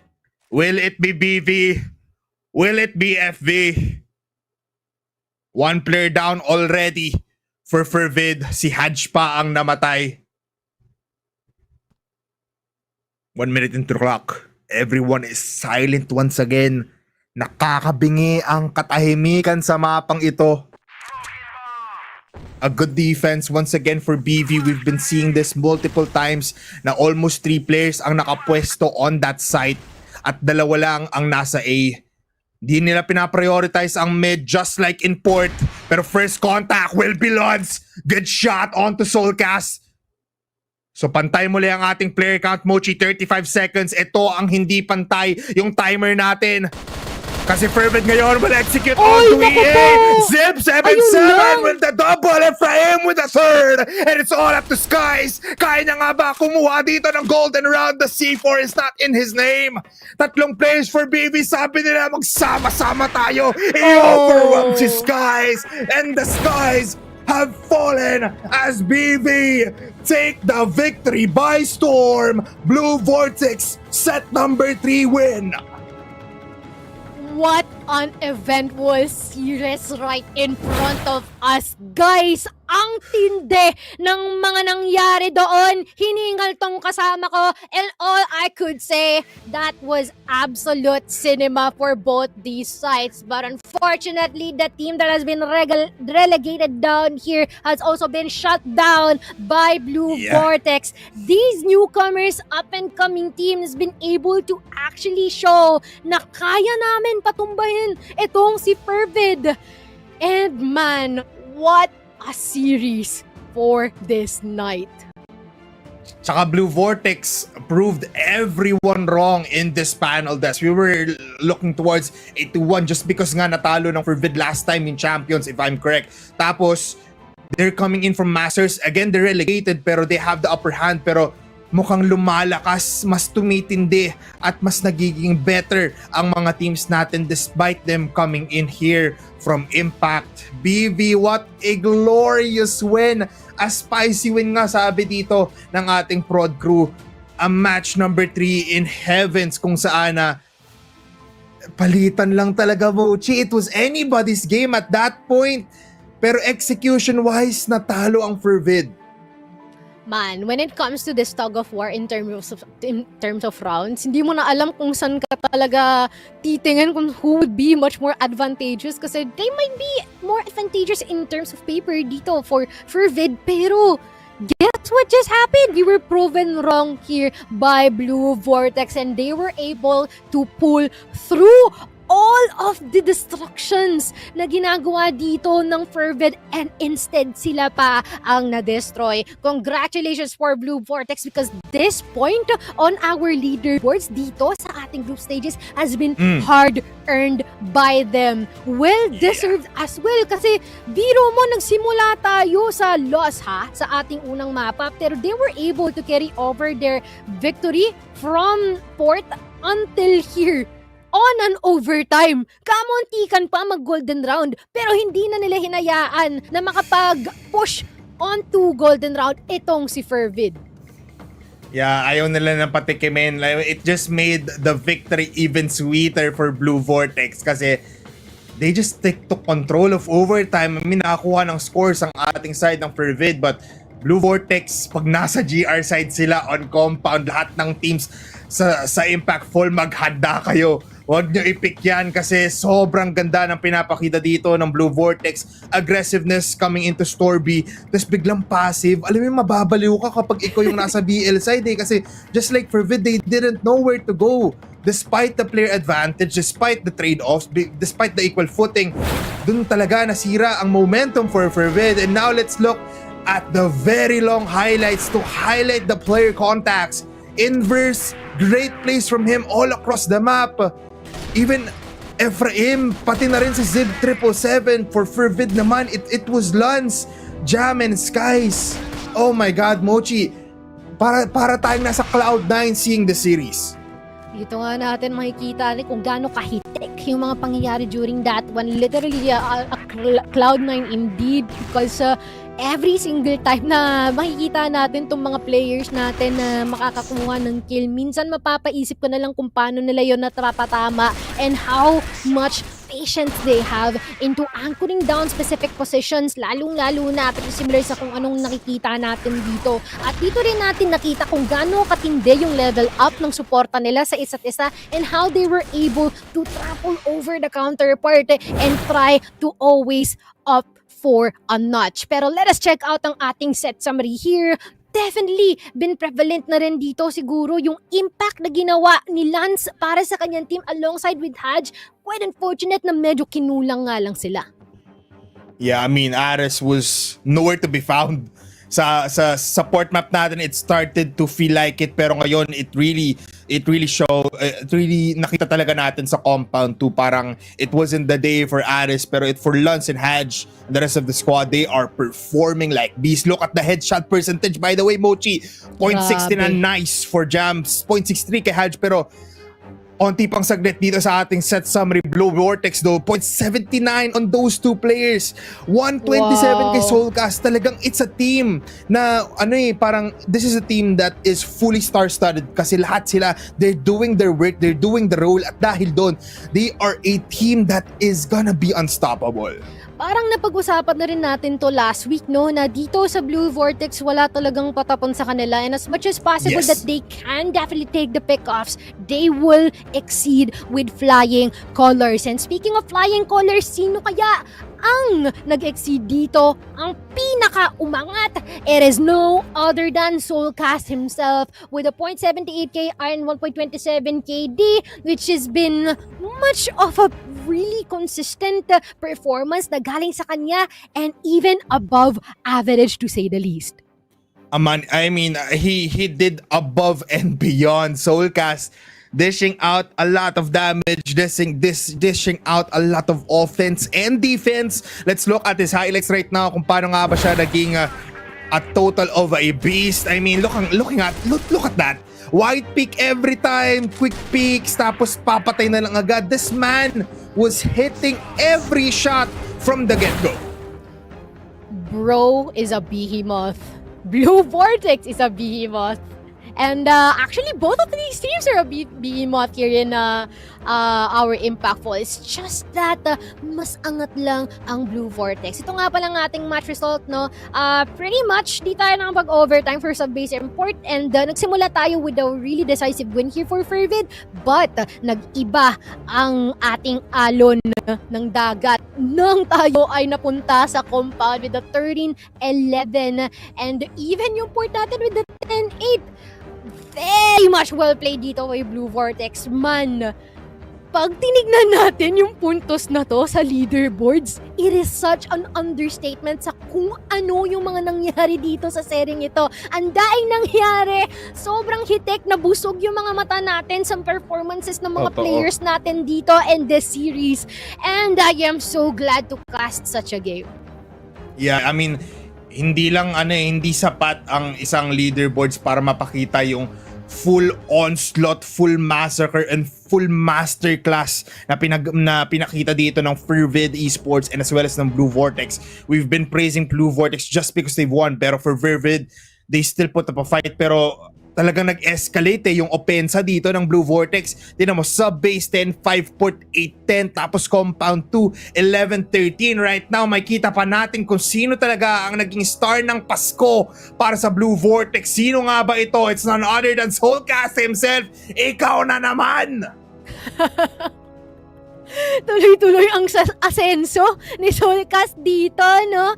Parang konti na lang pwede niya nang palitan yung pangalan niya into the Reaper with how he is definitely behaving in all of our fights so far. And, well, deserve of this title as well dito sa ating serye. Talagang ating tutunghayan muli ang ating mga highlights dito galing kay Soulcast, no? All the way back here from sub-base and how he's been able to put them on control etong Fervid or some of their members and even assist yung kanyang mga kasama into racking up all of the rounds na kailangan nila. Man, sobrang prevalent ng gawain dito ni Soulcast and even how talagang naiiwasan niyang madetect kaagad-agad nitong mga kalaban. Match victory is been secured here by Blue Vortex. Congratulations to Inverse Zip 777 Ephraim, Soulcast, and as well as Cersei. And man, what a second series for this third day of Impactful nga naman talaga. I mean, it is crazy. And you just love to see it, Mochi, na talagang ganito katindi ang ating laban. Pero meron pa po tayo third matchup of the day after a grueling series na pinakita ng Blue Vortex and Fervid. Kala nyo, yun lang? Hindi, may isa pa tayo. And mamaya ay sasamahan na kayo ni Daydom at Bipolar dito. And with that being said, kami ay magbabalik in a quick short break. Huwag kayong aalis.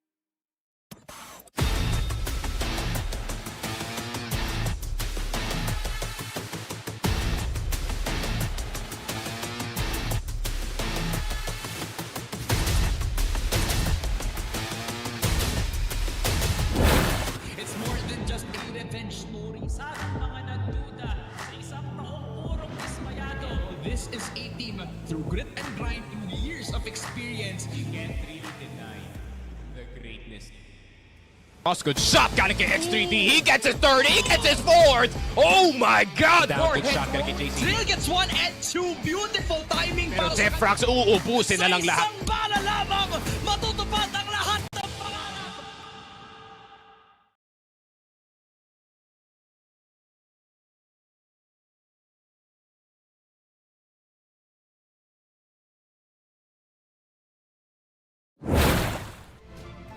At yun na nga, nagbabalik tayo sa CFS PH IMPACT Fall 2025. Kami naman ni Bipolar ang mga kasama nyo. Daydom nga pala. At ito ang panghuling serye natin para sa araw na ito, Bipolar. Pero, recap muna tayo. Kwentuhan mo naman ako ano nangyari kanina. Parang napasigaw kayo ni Mochi ah.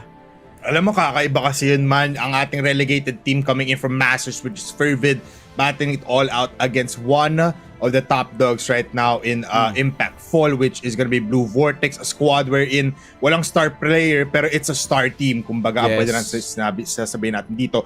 And Mochi, sinabi niya nga rin na walang patapon sa squad na yun. So, you know, a big team coming in from a big tournament up against a team like that, you're gonna be bound to having a series na abot ng overtime. At yun nga pinakita sa atin hanggang dulo, dominating set number 1, set 2 was 50-50. The set number 3, doon na talaga nagkakitaan ng mga skill set.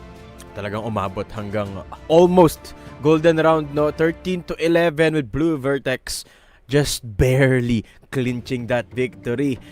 Pero hindi pa tapos ang araw natin, ladies and gents. Meron pa tayong isang labanan ng dalawang higante dito. It's Kadiliman versus Team Micro. At ang pinagsisisi ko lang dito, Bipolar, nung day 1, hindi nakapaglaro ng game 3 yung Team Micro. Kung matatandaan natin, they were the very first series of Impact where they played against I believe that was Querdas. Querdas ang kalaban nila, mag-set 3 sana tayo, pero hindi tayo nakaabot dun eh. So ngayon, Team Micro hoping to have some sense of redemption. Kaso nga lang yung kalaban nila, Kadiliman E-Sports. Another big team sa Impact natin, Bipolar.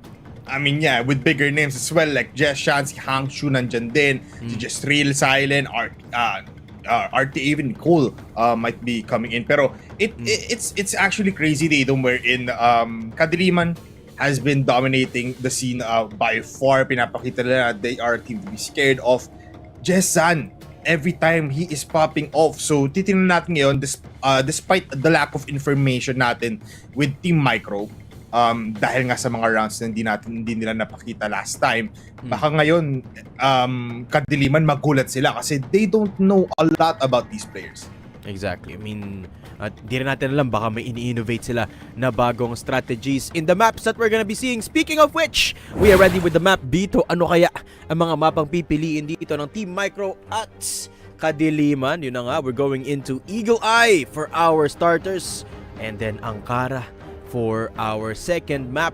At kung dadako man tayo sa ating pangatlong set, it is Port. Kung mag-1-1 tayo sa scoreline. Pero nakita na natin to kanina in the first series as well. Ankara and Eagle Eye ang unang or ang mga mapa na pinili ng mga team natin, no? So, an interesting choice for Kadiliman na picking Eagle Eye as their starting map. Syempre, BL side din ang pinili ng or GR side rather pinili ng Team Micro na panimulang side dito, no? So, it is going to be an interesting set of matches. Eagle Eye, a map that Impact teams are picking up more and more, and there's a lot of approaches sa Eagle Eye, no? Kanina may sobrang aggressive nung una nating dalawang team, no?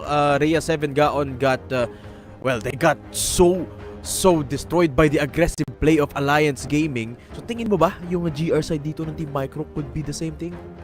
I mean, yeah, it really could be, lalo na nung nakita natin sila on the first week of Impact Fall.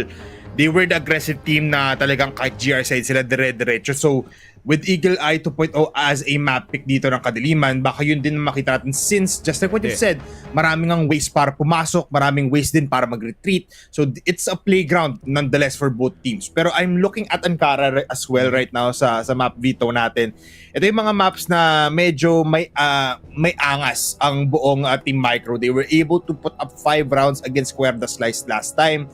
And given that they are also looking towards getting a comeback para mapakita yung totoong gilas nila, baka magulat ang buong Kadiliman pagdating sa mapang yan. And this is a map where they are no strangers in. Dito na lang kinalaban yung Rhea 7 GAON back in the first week of Impact at 2-0 nila yun no? Eagle Eye being the map where they actually performed the best. 10-4 yung score nila against Rhea 7 GAON. So I think that's a good indication of what the performance is gonna be like for Kadiliman. Pero ito, Polar, the important question na itatanong ko para sa iyo, given that we've seen both of these two teams play already, let me ask you of your prediction. Sige. Pagbigyan kita, ako na muna una dito. And I feel like based on the one series kung saan nagtunggali si Querdas tsaka si Team Micro, nagdalawang set sila doon, parang maganda rin ang fundamentals nitong Team Micro. And I feel like they will give Kadiliman a run for their money, but I am giving a bit of an advantage sa Kadiliman. I feel like this will be 2-1 in favor of Kadiliman just because nakuha nila yung Eagle Eye. 2-1 Kadiliman. I mean, I agree with you on that, Dadom, na talagang may ibubuga pa rin naman talaga Team Micro, and this is the time to show it. Pero for me, mabilisan lang to. 2-0 in favor of Kadiliman Esports. Okay. Mainit ang prediction Yes, dito. sir. Ni Bipolar. Okay, 2-0. And I can't wait to see ano yung performance na ipapakita dito ng pareho nating team. No? Particularly for Team Micro. They are a team that does perform on, in my opinion, an even level in the fragging department as Kadiliman. You talk about the star players. Minsan si Tangbat, siya yung kumukuha ng spotlight no? And Jean also has been fairly consistent with the team, at least in the two sets na nakita natin sila up against Querdas, no? Which was very close. Querdas shaping up to be a team to be reckoned with kasi they took down Sunday Shrooms 2-0 yung Querdas. So they're not slouches by any means, Bipolar. So this could very well be a 3-game series. Pero sabi mo nga, this will be a 2-0. Let me get a bit of insight. Why do you think it's gonna be a 2-0, Bipolar? Feeling ko medyo naglalak pa in terms of team play and execution and even strategies ang Team Micro natin. I mean, we were just able to see what, I think, ilang rounds ba? Mga almost 40 rounds lang nakita natin sa kanila in 2 maps in week number 1. And I gotta say, it was only Black Widow kung saan they had some prosperous takes and di nila lalaroin yun ngayon. So, it might be a tough battlefield ahead of them. Kaya sinabi ko 2-0. Especially with a team as dominating as Kadiliman. Baka mahirapan sila. Pero star players like Knight and Tangbats, just like what you've said, even Yogs is a player na talagang can frag out. Might say otherwise. Especially pagdating sa aim, may palag ang Team Micro. Yeah, the key difference na meron dito sa dalawang team na to, no? Kadiliman, of course, has the guidance of their coach, si Coach Drew. No, Team Micro, as far as we know at least, wala silang coach sa ngayon, no? So, that's one thing you have to consider as well when it comes to best of threes, lalo na sa mga ganitong group stage kung saan kailangan mong ma-figure out kung ano yung playstyle ng kalaban mo, and in case you run out of strategies, you have a coach to sort of make one on the fly, no? Make a strategy on the fly that is. So, syempre, that will give a bit of an advantage for Kadiliman E-Sports being the team that has the coach that Team Micro does not have. So, yeah, it's also gonna be important in managing yung mga mindset, kumbaga, ng players natin, no? The mental na tinatawag natin, especially up against the players of Kadiliman that we are starting to make a name for themselves. In fact, madami na nakakilala sa mga players na to ng Kadiliman, no? We talk about Jessan, so many highlight plays, Silent, Jezreel. I mean, these players familiar na sa tenga ng mga tao from the CF community, no? So, kailangan mo ring i-take into consider yung mental resilience na meron dito between both teams. Yeah, I mean, it really boils down kung sino nga ba talaga ang mas hot in their hands ngayong araw na ito. So, possibly, might have a bad day for Kadiliman. I'm not saying that they have a bad day today, pero it can still, alam mo yun, it may still happen. So, baka it's Team Micro for the win today. Pero for everyone out there, why not give your predictions as well sa ating comment section Yes. on the right side of your screens or down below if you're on your phone. Share nyo na rin and keep on supporting Crossfire Philippines kasi kayo po ang nagbubuhay sa atin. And thank you very much for making that happen. Datum second week, looking at the journey so far ng ating summer, ng ating Impact Fall, week 2 pa lang and day number 3 pa lang natin, iba na talaga agad ang pinapakita ng mga teams to. And by the way, tulad ng Masters natin, hindi pa naman nade-determine yung mismong outcome ng buong tournament in week number 2. So, it's just crazy to see na talagang iba na agad yung pinapakita ng iba't ibang teams. Exactly. Parang mas marami pa tayong 2-1 na series, no, kaysa 2-0, which is odd. Kasi that shows you that the competition really is that close. I mean, just the last series, no, Fervid up against Blue Vortex. A lot of people probably expected Fervid, coming in with the guidance of Nice Katol and of course that Masters experience to come into Impact and dominate. Pero mali no? Medyo nahirapan pa nga sila i-close out yung series last week against Sunday Shrooms and obviously this time mas nahirapan sila against Blue Vortex, no, na hindi pa nga napaabot ng or di pa naipanalo up against Blue Vortex. So it really is a testament to just how ready and how competitive the players of Impact is, and that the leveling up of competition is at an all-time high dito, no. I mean, I would argue na everyone in the current iteration of Impact is playoffs worthy. Pero syempre, only 4 teams can advance to the playoffs dito bipolar, no. So there's always gotta be winners, and at the end of the day, lalabas yung mga yon, no. So yeah. As we progress to the group stage, makikita din natin dito yung hindi lang kasi nagkakatalo yan sa isang series lang, sa dalawa lang. Syempre makikita mo rin yan as you move on and fight other teams. Kasi minsan may mga team na gano'n no? Malakas sila against this team, pero against another team na supposedly hindi naman dapat sila nahihirapan sila, no? So there's dynamics at play when it comes to the group stage na minsan hindi nalalagpasan no? Minsan parang you can play the villain, kumbaga. And that's one of the things, one of the beauties of the group stage. Parang kunyari last week na tayo ng group stage tapos mayroong nasa bottom 4 and then papatumbahin nila yung top 1 na team. Paano na? Mas-shape up, mag-iiba bigla yung landscape ng buong thing, no? Which I think is way more likely now in Impact after the first 2 weeks, spoiler, kasi ang dikit ng mga laban natin. Yeah, tama ka dyan talaga, Dave.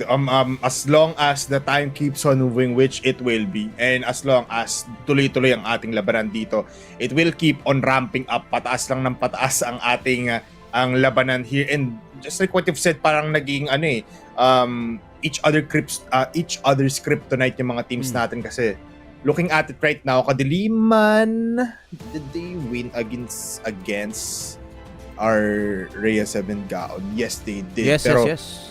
tingnan mo yun, one example ng sinasabi mo kanina wherein Querdas kinlaban ng Team Micro, malakas sila in that spot. Pero pagdating naman pala sa Sunday Shrooms, matatalo sila. Pero on the other side, Sunday Shrooms actually lost to Fervid. So, alam mo, may mga ganun tayong storylines na you're never gonna expect the outcomes of every kind of play and every kind of series. Yeah, exactly. And sa group stage na to, I feel like that is going to come into fruition later on. And so far, alam mo, Bipolar, I'm super pumped of the new up-and-comers na meron tayo dito. Yung mga teams na hindi in-expect will be contention for the top teams and are looking really, really good, no? Isa sa mga paborito ko na umaakyat in terms of skill. I mean, hindi pa naman tayo umaakyat sa leaderboard kasi magkakatikit pa yung leaderboard natin, week 2 pa lang. But I'm really liking some teams like Alliance Gaming. Kanina against Rhea 7 GAON, they looked really, really good. Blue Vortex, no? Taking down the likes of Fervid. And a little bit of a surprise na nahihirapan dito ang Sunday Shrooms, no? And we did get a bit of insight, a bit of insider info na syempre kulang pa sa practice with the new 2 players coming in to Sunday Shrooms. So madami pang kailang adjustment dito ang roster ng Sunday Shrooms, no? But they have some catching up to do at this point, no? Kasi nagra-ramp up na. Lalo na dun sa last game, no? Kagulat-gulat yung performance ng Blue Vortex. I mean, yes, nakita na natin sila nung first week, but I did not expect them to be as impactful as they were up against Fervid kumpara dun sa laban nila sa Alliance Gaming, no? Kasi nga talo sila against Alliance Gaming, but they did push Fervid to the limit, which gives me a sense of wow, like nakakagulat. So I'm definitely excited to see more of those two teams, Blue Vortex, Alliance Gaming. Pero ngayon, I'm excited more to see anong mangyayari sa pagitan ng Kadiliman at saka Team Micro as we head into Eagle Eye. Again, Eagle Eye ang ating mapa, so it's gonna be interesting nonetheless. Kadiliman muna ang TTChem sa BL side, GR side ang TM. They're already going up here in the long positions of B. RTA close by Hangshu as well. So Hangshu will fall down quite immediately. Yogs with the trade. Pero nandun naman si RTA to get a double kill. So B side is all clear right now. Pero agad, lilipat doon si Tangbats. Hindi pa naman dumediretso ang Kadiliman. So they're still testing the waters kung paano nga ba ang laruan dito ng TM. Silent. Able to spot him out. And what a kill coming in from KRB. It's a 3-for-3 now. In 1 minute 40 seconds onto the clock, ngayon palang papasok ata ang Kadiliman. Pero they're still contemplating dito kung idediretso yun pa ba nila. DE play coming through from Kadiliman. 3 players. Lahat nandito. Si RTA just watching over. Pero hindi pa nagko-commit. Team Micro anticipating with Tangbats holding with that TRG. Mukhang sisingit si RTA at tinamaan na nga ng shot ng TRG doon. Jessan, pipik pa nga. Then, utility is running low for the players of Kadiliman. Only 1 flash remaining. Pero nandito na sa taas si Jessan. Pulling through with the nade. Tangbats na push pa pala yun na popcorn. And Tangbats, KRP both going down. Dexy through the smoke. Hindi makakatakas as Jestril pinpoints him. Kadiliman on the board. Yeah, that was crazy. 2 kills right now for RTA and Jessan. Man, oh man. These guys are really playing out of their minds. Medyo concerning lang na medyo na parang nag-hesitate pa sila on EB if ever man gusto pa nila mag-commit. It took them time actually. Wherein nabigyan pa nga ng pwesto ang TM to hold down that B side. So medyo they need to polish that things up. Pero for TM, magandang trade-offs actually. You can see them fighting it all out nung nasa EB position tayo ngayon. Pero mabilis ang push ata to coming in from Hangshu and RTA. Going towards EA right now. Jestrel with the flashes coming in and the smokes. Waiting for the prime opportunity. Waiting for that mid-take mula kay Silent. Ayun na nga. Ito na ang go signal. Dexy low in HP half. And he will fall down. Trade-offs after trade-offs. RTA able to be alive in the site. At dahil dyan, mag-flash out dito si Tangbats with 25 HP left. Tangbats malayo ang kill. Meron pa ba? Pero wala na atang dadating dyan. Jestrel unang titikim ng bala ni Tangbats. No! Walang binigay na angulo dito si Tangbats. So Jeans ngayon needs to act up for his team. Sobrang low na mga plays dito ng Team Micro. But Micro plays is all they need to get this round up. Jeans will peek out here. Pero mamatay ata siya. RTA just needs to play it down. Onting aggression. Hindi pa rin tumatama. Jeans finally taken out. And it's all up to Tangbats with the sniper. And I think this is just a GG play now for Team Micro in this round alone. 2 rounds na agad ang Kadiliman. No, naghahanap lang ng exit kills dito si Tangbats, but beautiful round from Kadiliman. Ang ganda ng trading ni Jestril at RTA nung nakapasok sila ng site. Even when there was an EA player from Team Micro na nakapag-hold ng kauntian lang, no, na-trade pa rin agad ni Jestril at ni RTA. So it's beautiful stuff from the more of supportive duo of Kadiliman dito. Uy, KRB to take down Jestril early. At yun nga, magpupush na dito si Yogs na Team Micro getting scrappy as Yogs takes down RTA. Jessan up close and personal as Yogs go down. Si Hangshu papasok naman sa may LA. Nakadalawa kagad. Tangbats mula sa EA. Uy! Hangshu with 3! And opens up that A site. Bipolar, magtatanim na sila ng bomba dito. Wala, oras na para iplanta nila yung sarili nila dito on A site. Jeans will not push through the smoke. Silent, not aware na nasa kanan niya na si Jeans, but still able to kill him before Jeans kills him off. 3 comfortable rounds already for Kadiliman. And grabe, I was almost hoping for Team Micro there to win that round kasi nakita na natin yung pagiging agresibo nila. They were able to get out of their spawns. Going towards tower mid, 2 yung nag-push doon unscathed by Kadiliman. Kaso nga lang Kadiliman as a team are much better And Hangshu able to get 3 kills as he enters and spray down the site. Hangshu ngayon, uunahin na naman dito si Yogs! And look at that! Simultaneous kills from Kadiliman here on B site. At dahil dyan, kailangan na naman mag-retake dito ng Team Micro with 2 players down. Silent activates. He also sees 1 player here sa taas in RTA with the kill. Double kill para kay Silent and 4 rounds now for Kadiliman. And a perfect 4th for that Kadiliman. Wala man lang namatay. And ang ganda ng pustuhan ng Kadiliman dito, Polar. Jessan always covering the angles that their team is not looking at.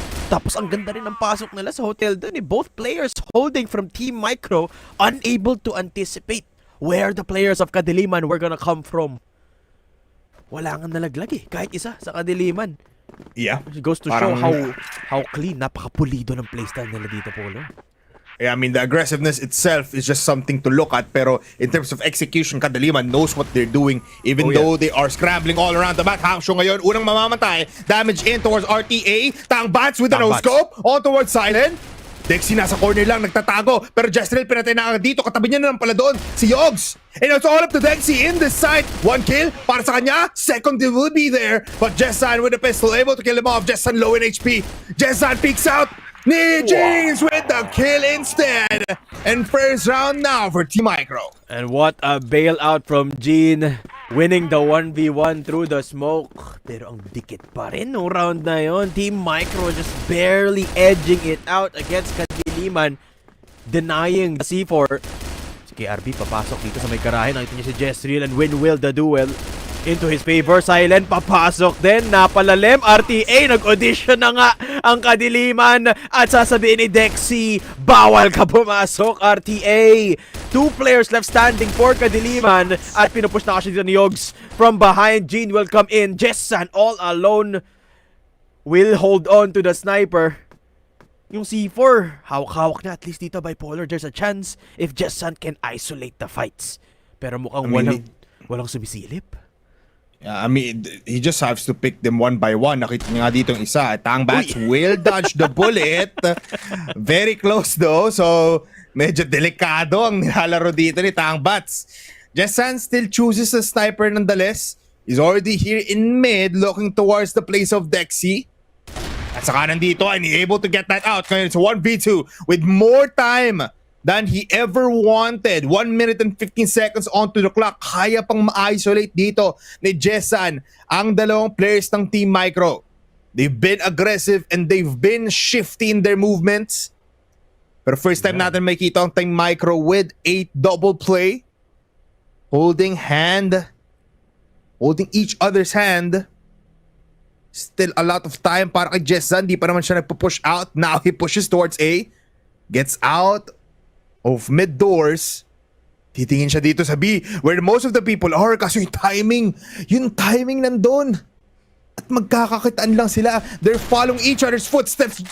Jessan with a shotgun can be connecting onto Jeans and now they know kung nasan nga ba ang blacklister na ito. He needs to run away. He needs to go to A para ma-extend yung timer with him planting the bomb. Kaso nasa long A na agad dito. Ang isang player ng Kadiliman, malapit na dito si Tang Bats. Tang Bats with the pistol to start things off once more para sa Team Micro. Namuntikan na yun, Team Micro. Getting a little bit antsy. Pero perfectly played from Gene's separation with the utility. Hindi nila hinayaan na makakuha ng steady angle doon si Jessan who this time looks for a pick-off. Pero wala pang kakagat mula sa Team Micro. Yogs deciding not to peek at the risk of that sniper. Saktong-sakto yung decision nyo dyan. Dilipat muna ang Kadiliman towards that mid area. Lineups getting brought up. The C4 not necessarily pushing yet. Pero uti-uti silang lilipat. And reposition to try and get a kill. Si Silent papasok dito sa may door sa mid. Okay. Little bit of space created. Pero paglabas na doon, nandun si KRB. Needs to use utility. Needs to use a flash! Si KRB, di nakatingin! But the trade's gonna be there, Hangshu finds a kill to open up the site. The double kill for Hangshu. And that is the A site wide open! Si Jeans, a little bit too late to the party. And Kadiliman pushed to 5. Grabe yun, sabay-sabay pinush yung mid doors and the stairs there at LA. Sabay-sabay sila at naguluhan yung Team Micro kung sino nga bang ipra-prioritize the players. A 3-man execution here at Hotel might be the bad time for Team Micro to be aggressive. Tangbat speaking, waiting, and he hits the shot from a silent that is fast in his feet. Jeans ngayon gusto rin tumikim ng mga bala dito ng mga kalaban, and he will get a double headshot to claim a double kill against Hangshu and RTA. Dalawa na lang natitira mula sa Kadiliman dito. Jestril, Jetzan. But you can never discount out these two.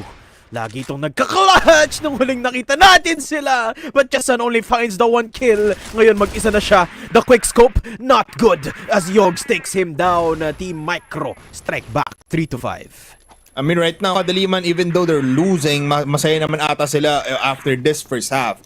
Because they have the majority of the scores right now. Pero Team Micro looking on closing out this last round in the first half with a round win. Double sniper setup mula sa TM. Hindi tatama yung first shot doon. Pero si Hangshu will be scathed. Medyo na wallbang siya dito. So he is now in low and critical HP. Good shots pa din naman for TM. And good hold nonetheless, pero magkakakita na sila dito. Here in mid, Kadiliman waiting for the lineups and they will go towards A. Ang sugatan na dito. Pero okay lang, Kadiliman still 5-man strong roster. Lipat muna sila ng attention. C4 planted or rather held in LA sa garahe. May mga tao din ang Kadiliman looking to split up that A site through mid with Jessan and Hangshu looking for a trade of weaponry. Si Hangshu kasi yung 1 HP. So siya na yung mag-TTRG sa ngayon as they try and make towards that tower position. Oh, I like this play from Kadiliman. Aakit ng tower si Hangshu. Yeah. They give the sniper to Hangshu. Some sort of Bogdan, if you know, you know. Pero bagalan laban. Ngayon magkakabilisan na. Here comes the push. Silent with the kill. Pero trade off mula kay Yogs with the sniper. KRB. Sobrang lapit. One kill para sa kanya. A double kill for him. And a one last player. And it's Hangshu alone in mid. So lonely. It hurts. Pero makakapatay pa rin naman siya isa. Can he go for the double? 40 seconds on the clock. The C4 is not in his pocket. At dahil dyan, TM activates. Oras na para mag-push sa likuran ni Hangshu with 30 seconds. Hangshu needs to do something here. Nakalabas pa rin naman yung sniper pero hindi tatama yan kapag unang lilipad ang bala ni KRB. Winantap pa nga ni KRB. Isang pindutan lang.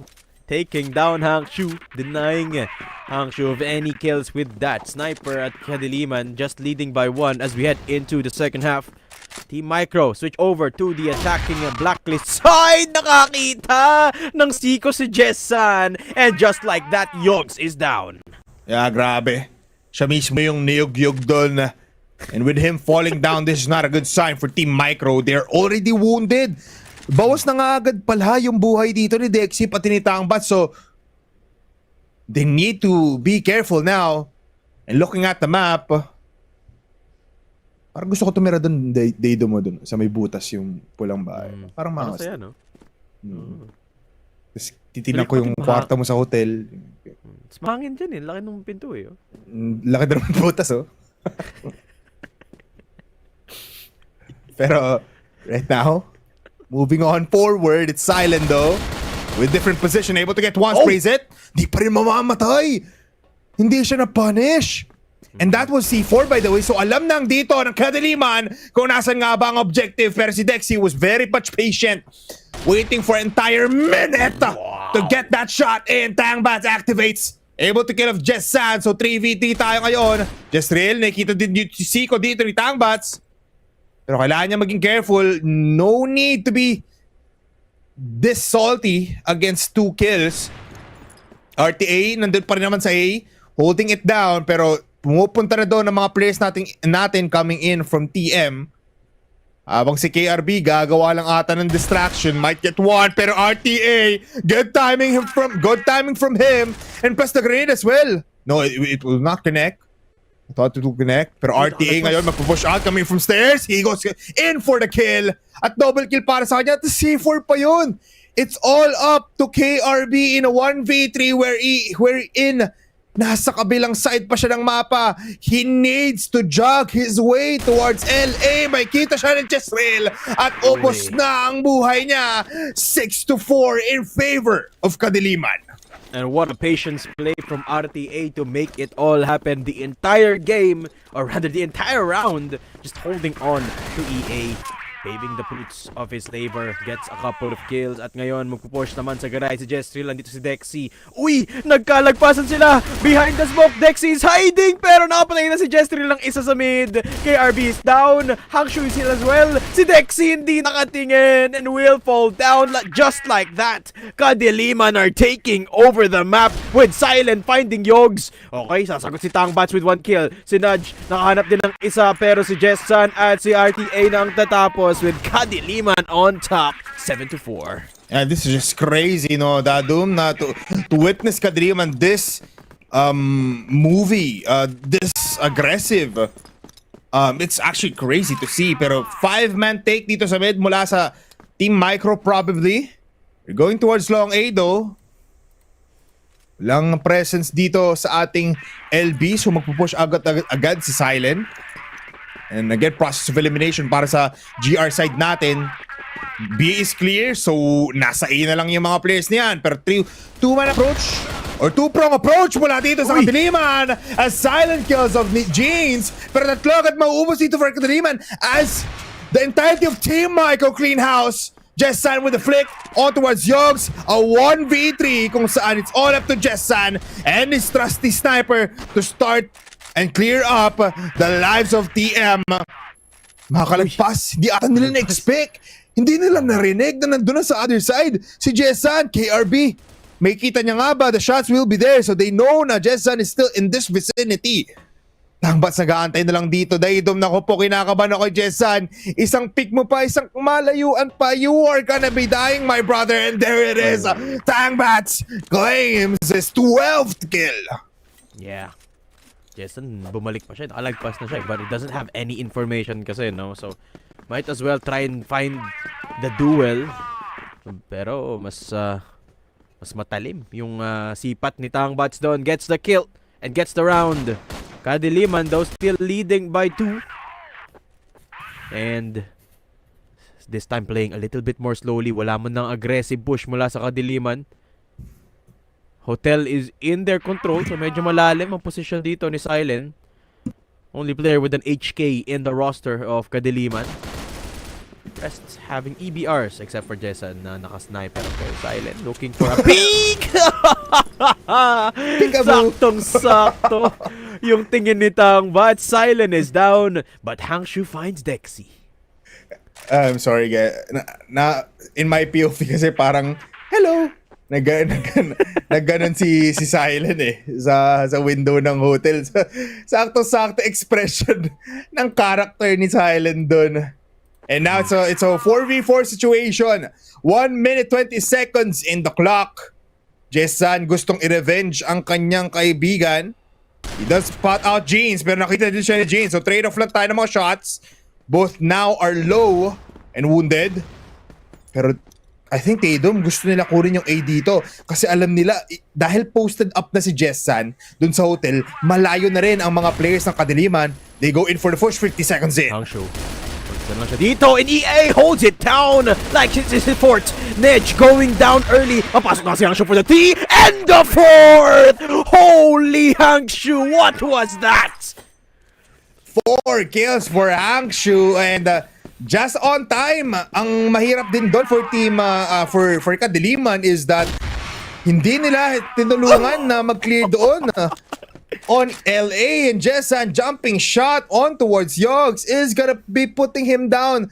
Very much crying in the corner kasi 13 rounds in, there's 13 deaths already para kay Yogs. Unfortunately for Yogs, siya yung laging nasisipatan dito ng Kadiliman.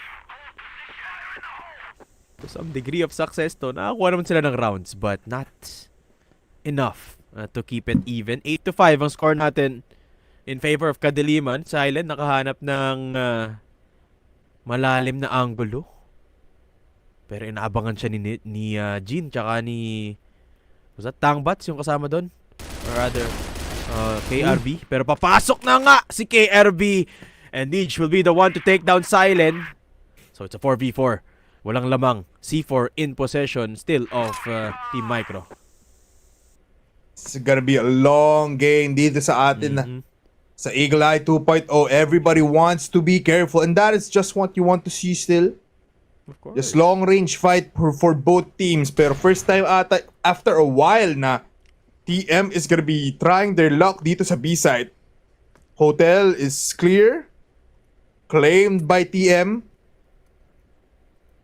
Nagpas na lang 1 minuto or onti na lang ang oras natin dito for round number 14. Shots coming in from Jeans, able to stop the push mula dito sa Kadiliman. So magtatawag na siya dito. Look at the rotations coming in quickly for the GR side. TM ngayon still stuck in Hotel. The shots will connect coming from Jezan. Hangshu kills of KRB from the back line. At dahil dyan, Jeans needs to find some kind of leeway at nakakuha na sila ng dalawa. What a turnaround once again. 25 seconds. Kunin nyo na yung bomba. Pumunta kayo sa A.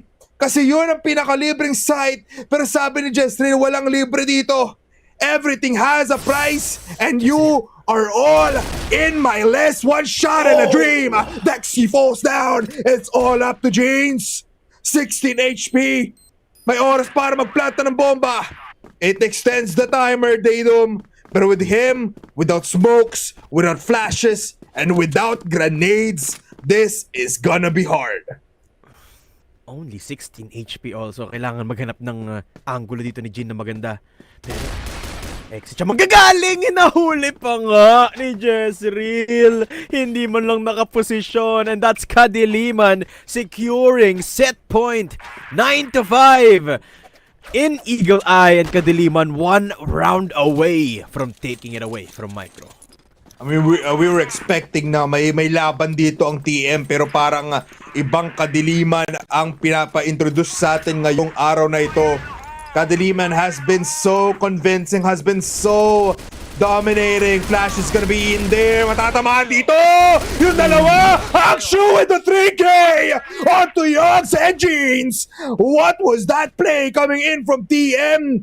Natikban na lahat ng bala na pwedeng ilabas sa barel ni Hangshu. 18 kills already on that guy. And I think this is just a finish round for TM. Inubos na naman ni Hangshu by Polar. Sinolo na naman niya yung Team Micro. Ang maganda dito sa Team Micro, they were able to take him down but at the cost of 3 of their members. Si Tangbats at si KRB kailangan bagalan nila yung playstyle. Use that sniper as much as they can. And play together, play for the trade. They have control of the C4 at least. Cut noise. Pasok ng EB. First one in their way si Silent. Si RTA pala, yung malapit.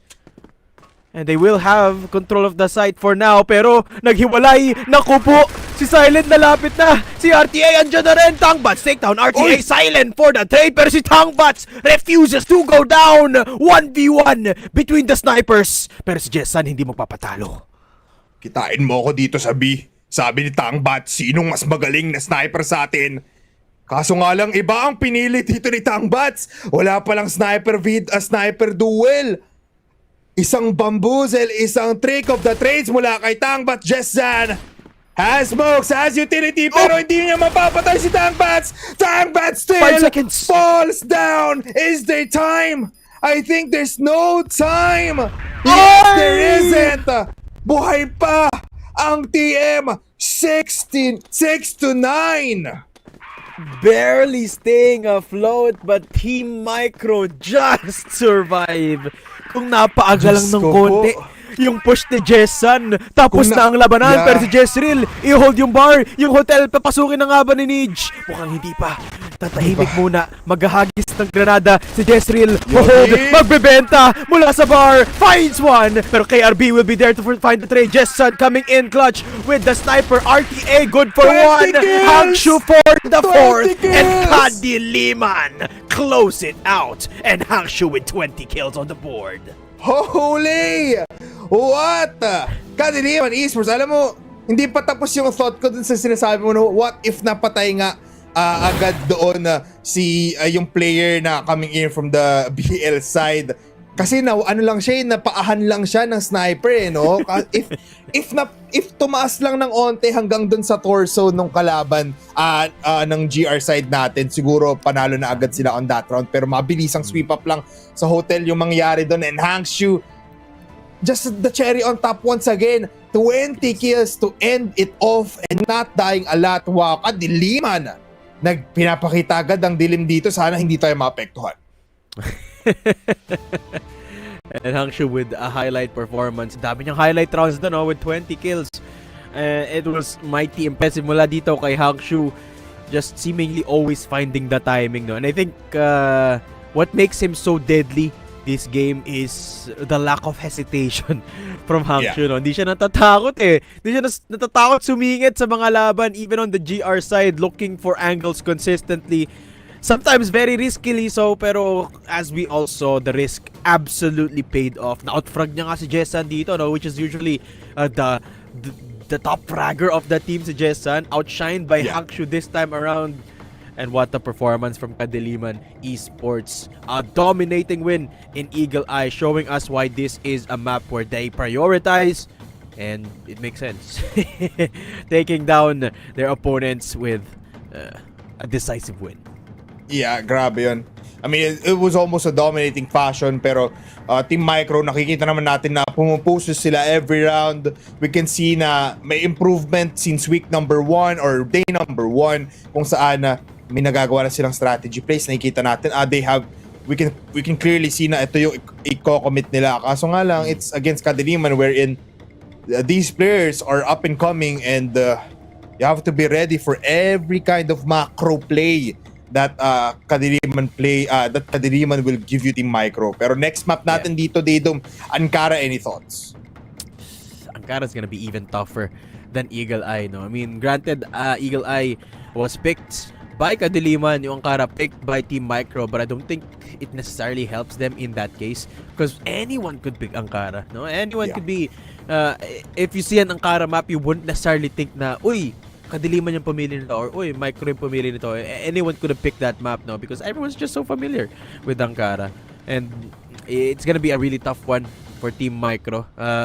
Especially with the way Hangshu approached that Eagle Eye. Typically kasi sa Eagle Eye, mahirap maghanap ng rat place. Pero somehow, some way, Hangshu consistently found those and was really good with it. Naka 20 kills pa nga siya. Pwede niya rin yun gawin sa Ankara, albeit even more successfully so. No, there's a lot more opportunity for Ankara to be unpredictable even on the GR side. So yeah, it's gonna be a tough one for sure. Pagdating natin sa Ankara, might just even be tougher for Team Micro in the grand scheme of things. Pero sila yung pumili ng mapa na yun, maybe may tinatago silang alat doon. Yeah, grabe talaga yun. Yung mga players natin from both sides, specifically Tangbats on the sniper mula sa ating Team Micro. He was out of his mind, hitting the shots that he needed to take, and he was risky. Nonetheless, nakikita din natin na on the other side, which is gonna be Kadiliman, it's just gonna be our heart highlight player. Kanina pa namin siya pinag-usapan ni Daydom kasi look at that. How can you not talk about this man if ganun yung pinapakita niya sa inyong screens? And one more here, by the way. This was like the triple kill bago siya mamatay. Yes, it was. Pero yeah, this was also the time na munti ka na ma-turn around in just one round ng team ni Tangbats or TM yung buong mapa natin.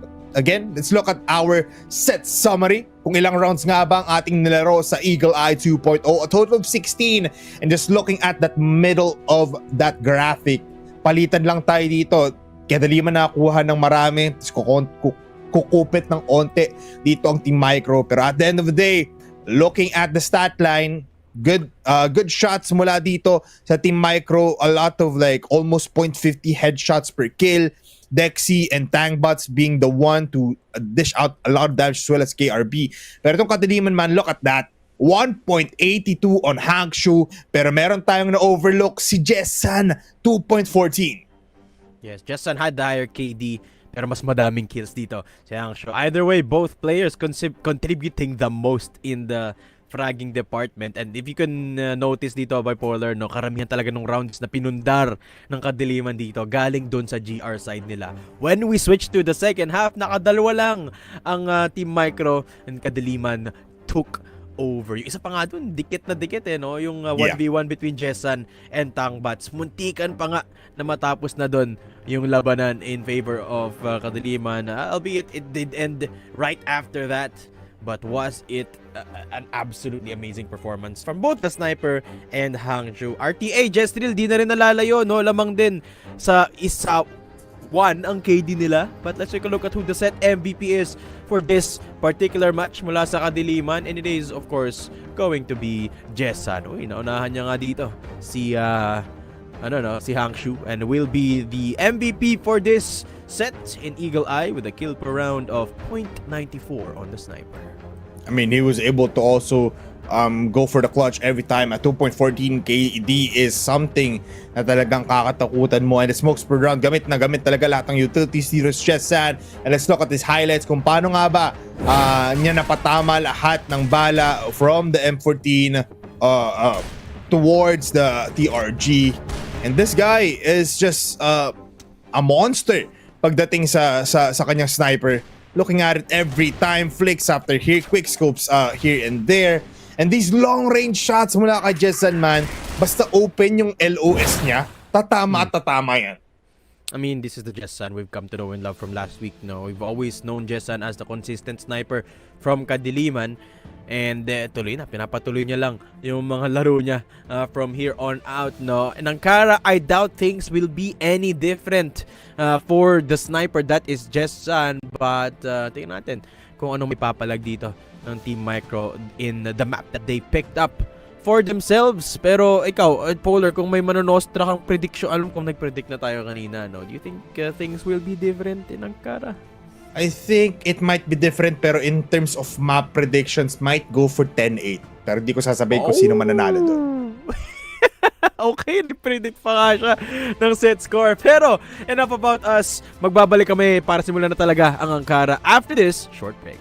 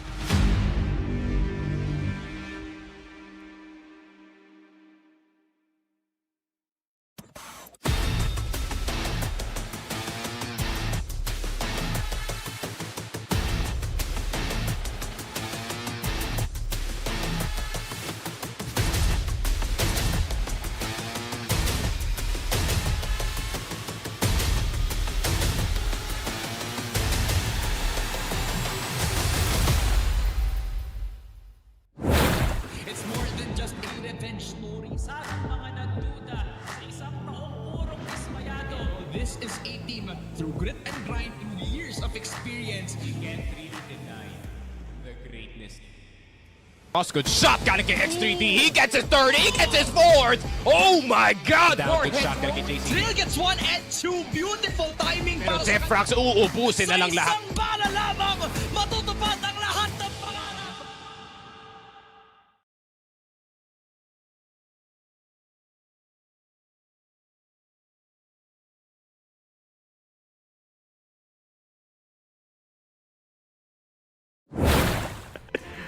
At yun na nga tayo nagbabalik sa bakbakan dito in CFS PH IMPACT Fall. And it is the battle between Team Micro and Kadiliman E-Sports after that grueling first set para sa Team Micro. 1-0 start tayo dito. And it was a very deadly GR side that won Kadiliman off that map, right, Bipolar? Yeah, talagang they were a squad na hindi mo mapipigilan when they are on the GR side, especially on Eagle Eye 2.0. Ngayon na Ankara, we might see the same kind of scenario against Team Micro, pero Team Micro did perform in this map when we were in week number 1. They were able to take 5 rounds against Querdas. Now they're looking to extend na yung rounds na nakukuha nila as a win, especially against a formidable squad just like Kadiliman E-Sports. Pero mukhang iba ang tingin dito ng Kadiliman because their eyes are all red, nakatutok sa mga ulo ng kalaban, and they might just go out with a 2-0 bag. Parang gano'n na nga no? Parang may galit dito ang Kadiliman with the way they play, particularly Hangshu wreaking havoc all throughout the set in Eagle Eye, no? I mean, it was Jessan that was the MVP, but Hangshu dealt, I would argue, just as much damage as Jessan the sniper. So they have to watch out for that. They have to watch out for the lurks of Jessan or Jessan and Hangshu for that matter dito sa Ankara. And more importantly, they have to keep an eye out for that sniper shot. Alam naman natin dito sa Ankara, no, ang daming posibleng anggulo na panggalingan ng mga sniper. Some snipers even go as far as playing from vents in the GR side. So that's a very scary prospect, very risky at that matter. Pero we've seen Jessan do that sometimes as well. So pwede nilang i-expect yun mula dito kay Jessan. And let me just take a look at who picked the GR side dito, no. I believe it was a map picked by Micro themselves. So GR ang pinili, or rather BL ang pinili pala ng Kadiliman, no, which is quite interesting for Ankara, a map that you typically expect the GR side to be picked. So potentially they will pivot, they will use Hangshu and just create a lot of space on the BL side dito sa Ankara for Kadiliman. I mean, like, for Kadiliman, siguro ang reasoning nila bakit nila pinili agad yung PL side dito para i-close na lang yung buong series pagdating sa GR side. Pero this is a good thing for Team Micro kasi starting on the GR side, all they need to do is get 5 rounds or 6 rounds might be the best. But everybody, we are going into set number 2. Kadiliman now lead 1-0 against Team Micro. Tangbats already placing himself in this bypass position. It might be a good read as just real medyo umaabante na agad dito second mid. Tenant. Uy. Ano ba ito? Lapit na RTA! Tangbats with a kill onto RTA. Headshot pa nga. Pero nandun yung trade. Just real and Hangshu nakita agad ng dalawa and might go for third. But it's KRB to kill of Jezreel. And now Hangshu activates, going to bypass, dropping in from second mid. Able to get one more. And mabilis ang round ata tayo dito, Didom. Kasi tatlo mamamatay for TM and dalawa para sa Kadiliman. And the C4 getting retrieved by, I believe that Jessan. At papasok na nga si Hangshu dito against batteries. Magpipick si Dexy. Buhay pa si Hangshu. And will be taken down just like that by Dexy. Papasok sa silent. Up above. Plays into the site. Dexy is out. Jean from RS. Nakita. Nakaharap ng timing. Teka lang. 1v1 between Jessan and Jean. Pero yung sniper na hawak ni Jessan, hindi pa niya naipuputok. Hindi pa naririnig ni Jean. Babalik siya dito sa site. Plants the C4 and Jessan can look for an angle to hide in. Pwede pa to mapanalo na James. A sniper in the hands of Jessan. Bypass ang pipiliin dito ng TM. Jessan playing at batteries is gonna be a hard fight. Pero marami pa rin namang utility dito. Si Jeans just need one. Maybe use in the fight. Less than 20 seconds. Jessan, wrong timing for him. Pipick shot. Pero nandun na pala sa kaliwa niya. Repositioning. Going in towards his top position. Jeans ngayon pushing. For one quick shots mula kay Jessan to take him out of this game. And what a round for Kadiliman.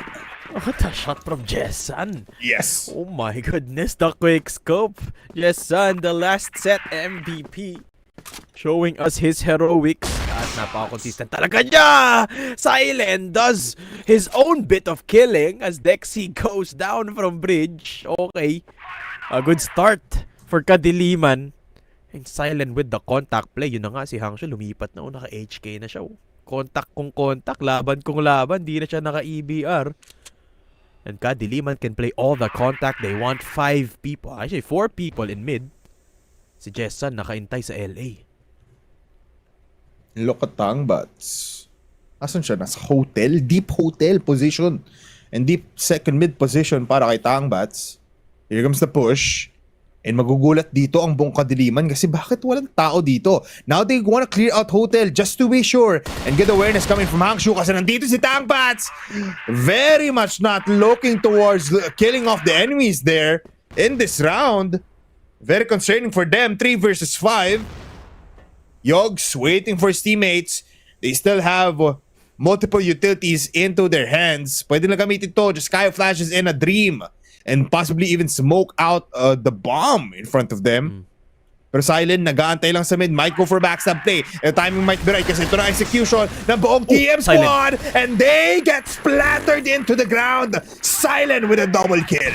End of setup was wonderful as well. Flashes, smokes, and Silent pushes from behind. Di nila in-expect yung flash nanggagaling pala sa likod. Silent taking them all down. 3 people sliced without even knowing saan nga ba sila na barrel. At Kadiliman magpupush na naman. 2 players down in mid. Jesril waiting for contact.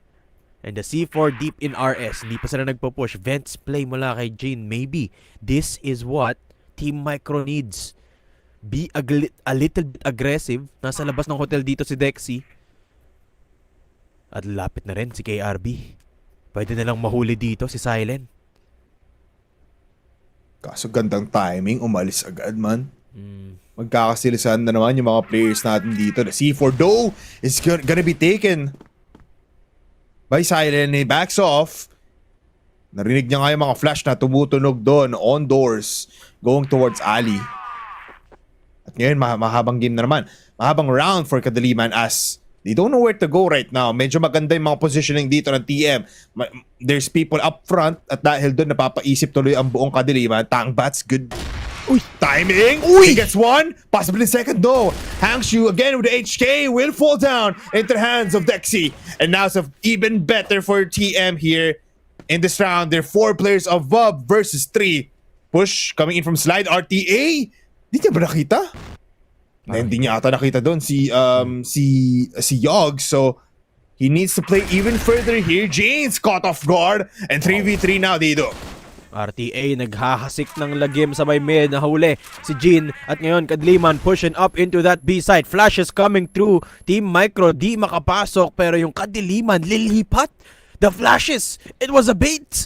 At yung C4, lalakad nila papunta sa LA. There's no one there. A good decision from Kadiliman because the site is clear. Pero lalapit mula sa exit si Yogs. Can catch a timing. RTA nakita. Yogs good for the shot. Headshot onto RTA. Si Silent napigilan bigla. Nagtatawag ng kasama si Jesril. Medyo malayo pa from LA. Time ticking down. Bomb getting planted and will successfully do so. Pero papasok na ang Team Micropolar. Good grenade, tatama ata pero just real. Naubos dito ang mga players ng Kadiliman. What a retake by Dexy and the squad. And that is your defuse. 1 round now for Team Micro.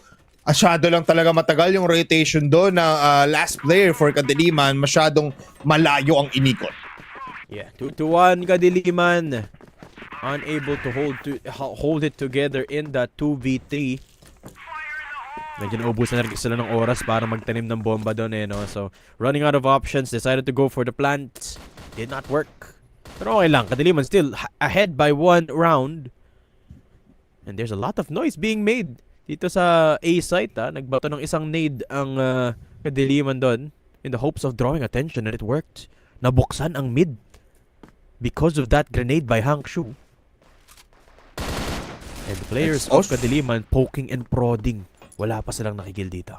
Medyo concerning nga dito na TM medyo masyado ata lang binibigay ng libre itong second mid natin and even bypass. I mean, this mid and bypass position. Tangbats though, able to kill off Jezan in a splint of a second. Pero mukhang mag-execute pa rin dito ang buong Kadiliman squad.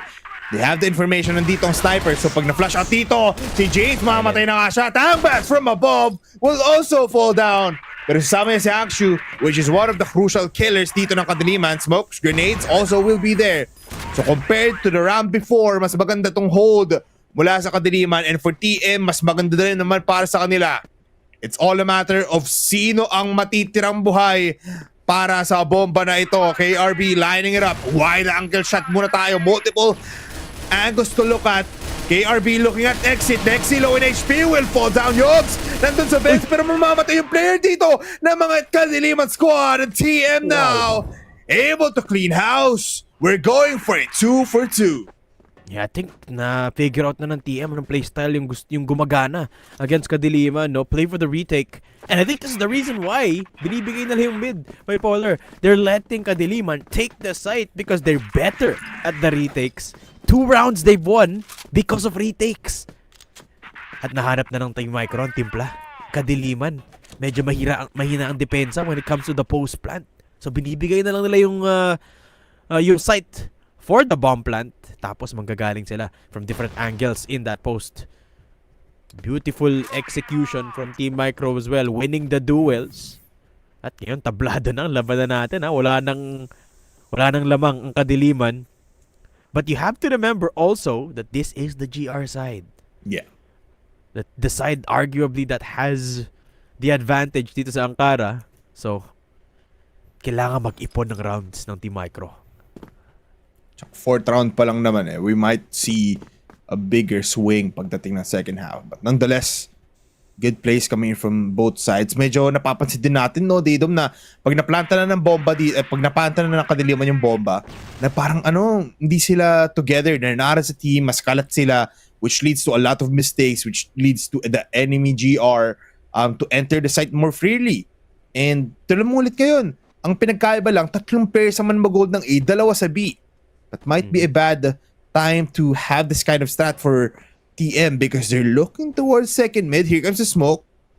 We'll be there. They want to infiltrate the tower. They want to go towards GR spawn. Pero Tangbats out of nowhere hits the shot. Jezan, pinapatay lang rotators natin dito. He even takes out Yogs.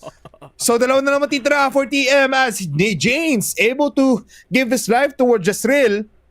At Tangbats with his rotation, mamamatay din siya. Nauupos ng sunod-sunod. And last one to fall is gonna be Dexy. Kadiliman takes 3 rounds. Ang hirap patay ni Jason. Playing whack-a-mole. But instead, siya yung nampapatay. Instead na siya yung hinahampas. Will be able to find a double kill and keep control of LA. And Jestril as well with an off angle earlier. Catching the rotation of Tangbats. So Kadiliman pull ahead once more.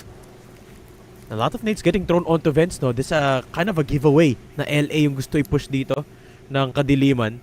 Forcing the player holding vents usually is Tangbats. Ngayon si Jin. Pero lapit ulit sila. Yogs takes down Silent. A deep push coming through from Team Micro. Jestril contact. Gets the kill onto Jin. And Tangbats hold the site all alone. Lilipat muna ng bypass dito si Hangshu mag-isa. Isa-isa silang napipitas din, Didom. A lot of presence in B, pero si Hangshu ngayon, may kita si KRB. That's a 1 kill para sa kanya. Good shot. Pero mukhang distraction play lang dito si Jestril pa si Hangshu. Kasi mismong bomba natin dito nasa A na with Jezan killing off Tangbats with a pistol.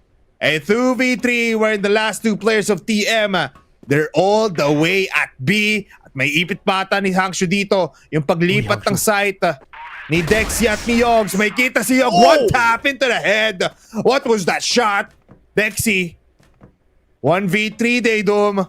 He still has the util dito pero Might be hard. Malapit sa mukha niya si RTA. Isang silhouette lang. Isang pakaba lang. Here comes nothing for the side of Dexy. What was that? Yeah, beautiful rotation mula dito sa individual players ng Kadiliman. Hangshu getting deep into bypass. Hanggang sa dulo ng round siya yung sakit ng ulo. Cut off the rotation from RS after getting a kill in bypass. And there was no realistic way that Micro could rotate safely towards that A site.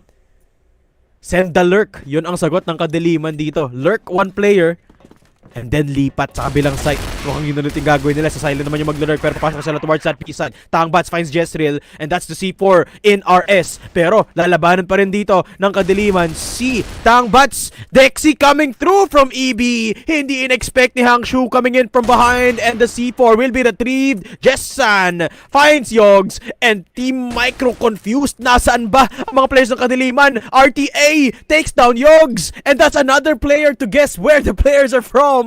Nalilito na dito si Jin. Si Dexy mag-isa sa batteries. Hold na lang tayo ng site. Huwag na tayo lumaban. Dexy running away into EB will be taken down by Silent. And now the smoke is cleared. It's clear to Jin that he is all alone. Grabe yun kung saan-saan napunta mga players ng Kadiliman. It made Team Micro question kung nasan nga ba talagang execution sa RTA falls down. Pwede nang i-defuse to ni Jeans. Pero nasa likuran niya si Silent. And what a flank up. Kadiliman secures 5 rounds in the first half of the second set. What is happening to Kadiliman? Para silang mga langgam na kung saan-saan na lang pupunta. Ayun nga taking control of the entire map. Kadiliman now switch up their tempo. Takit pa nga dito sa Kiatan, takes down KRB, and Hotel also getting punished here by the players of KDM. Tangbats is down, pero buhay pa rin dito si Dexy inside of Hotel. Si Silent aakyat. Dexy tumatalon-talon with a pistol, picks up Silent, and out sa 3v2. Gene, nahanap siyang RTA from CA, jumps down from the heavens to take down Yogs, and now it's a 2v2. Yet again, it's chaos across the map, and Kadiliman this time lost. Magkahiwalay sila dito, Polar. Para tayong nasa circus day doon. Para tayong nasa Clown Fest. And Dexy falls down. Kung kanina 2v3 kung saan Team Micro na sana ang mananalo. Ngayon, mas mahirap pa ata kunin yung puntos na ito. Jeans has 4 kills. And his headshot rating has not been the best. Versus 2 players, what can you do? RTA very close by. Jessan whiffs the shot. Jessan tries again, but doesn't pull the trigger. Aakyat ngayon si Janes. Able to push out some damage, pero wala nang timer dito si Janes. Tatakbo, aakyat, tatalon, nabubulag na sa mga binapato sa kanya. 1 HP. What can you do? Pinaglalaroan si Janes dito. Isang Clown Fest. Isang Cirque du Soleil, RTA. What are you doing? What is that? Feels hopeless. Kung ako si Jin dun, feeling ko susuko na lang ako, bipolar. Lahat na. Lahat na binato sa kanya. Ultimo chinelas, si babato na kay Jin. Lahat na. Lahat na Ay, Kadiliman, 4 rounds ahead, and Tangbats not surviving the encounter. Baba ng hukay si Yogs, hinuli si Jezreel, who will not survive the mid-push. At yun na nga, Jezreel the Lurk is out and about, dismantled by Team Micro. So off to a good start, Team Micro evening out the numbers 4 versus 4. At yung C4 hindi pa naman pinipick up dito ng Kadiliman. Uti-uti muna silang magpo-push papuntang mid. This is the last round of the first half, by the way. So handaan nyo na. Handaan nyo mga kamay nyo. Pumalakpa ka Silent ngayon. Makakuha pa ng kill. Instant headshot dito kay Dexy. Mag-content creator ka na lang daw, Dexy Diaz. Mamamatay din si Jessan. Jeans though will be able to kill off RTA. Balik tayo sa 2v2 Didom. Kung saan ang C4 nasa kamay ni Silent. Half HP onto this man. He's been hitting the shots. 6 headshots on him and 10 kills. Didom, what is that? That's crazy. Insane. Pero sabi dito ng TM, Yogs and Jeans, kailangan maglaro ng sabay-sabay. Kailangan natin harapin ang problema at try solusyonan here on B site of all sites. It's Hangshu and Silent to stop this push at ang ganda ng ginagawa nila, Juan. Ang layo nilang iti-take yung bombang ito. Play coming through from Kadiliman. Silent, Hangshu, dahil pa nilang util na binabato dito. May isa pa nga na smoke grenade dito. Si Hangshu lalapit. Si Yoigs! Nahuli si Silent. Good read. Si Hangshu na nga magpipeak. Dinedefuse. It's not getting stuck. Yogs with the peak onto Hangshu. Keeps Team Micro within touching distance of Kadiliman. 6-3 going into the second half in favor of Kadiliman. Yeah, hindi pa tapos ang laban. Team Micro now has a chance to be the one to instill the fear sa Kadiliman, sa darkness that they've instilled. Team Micro looking towards a possible EB push or second mid push. Pero they've been more of a team play concentric team now. Pushing at mid pa lang dito, they don't, parang mabagal ata ang approach ng TM. They wanna go for close quarter combat picks kung saan hiwa-hiwala ang players ng Kadiliman.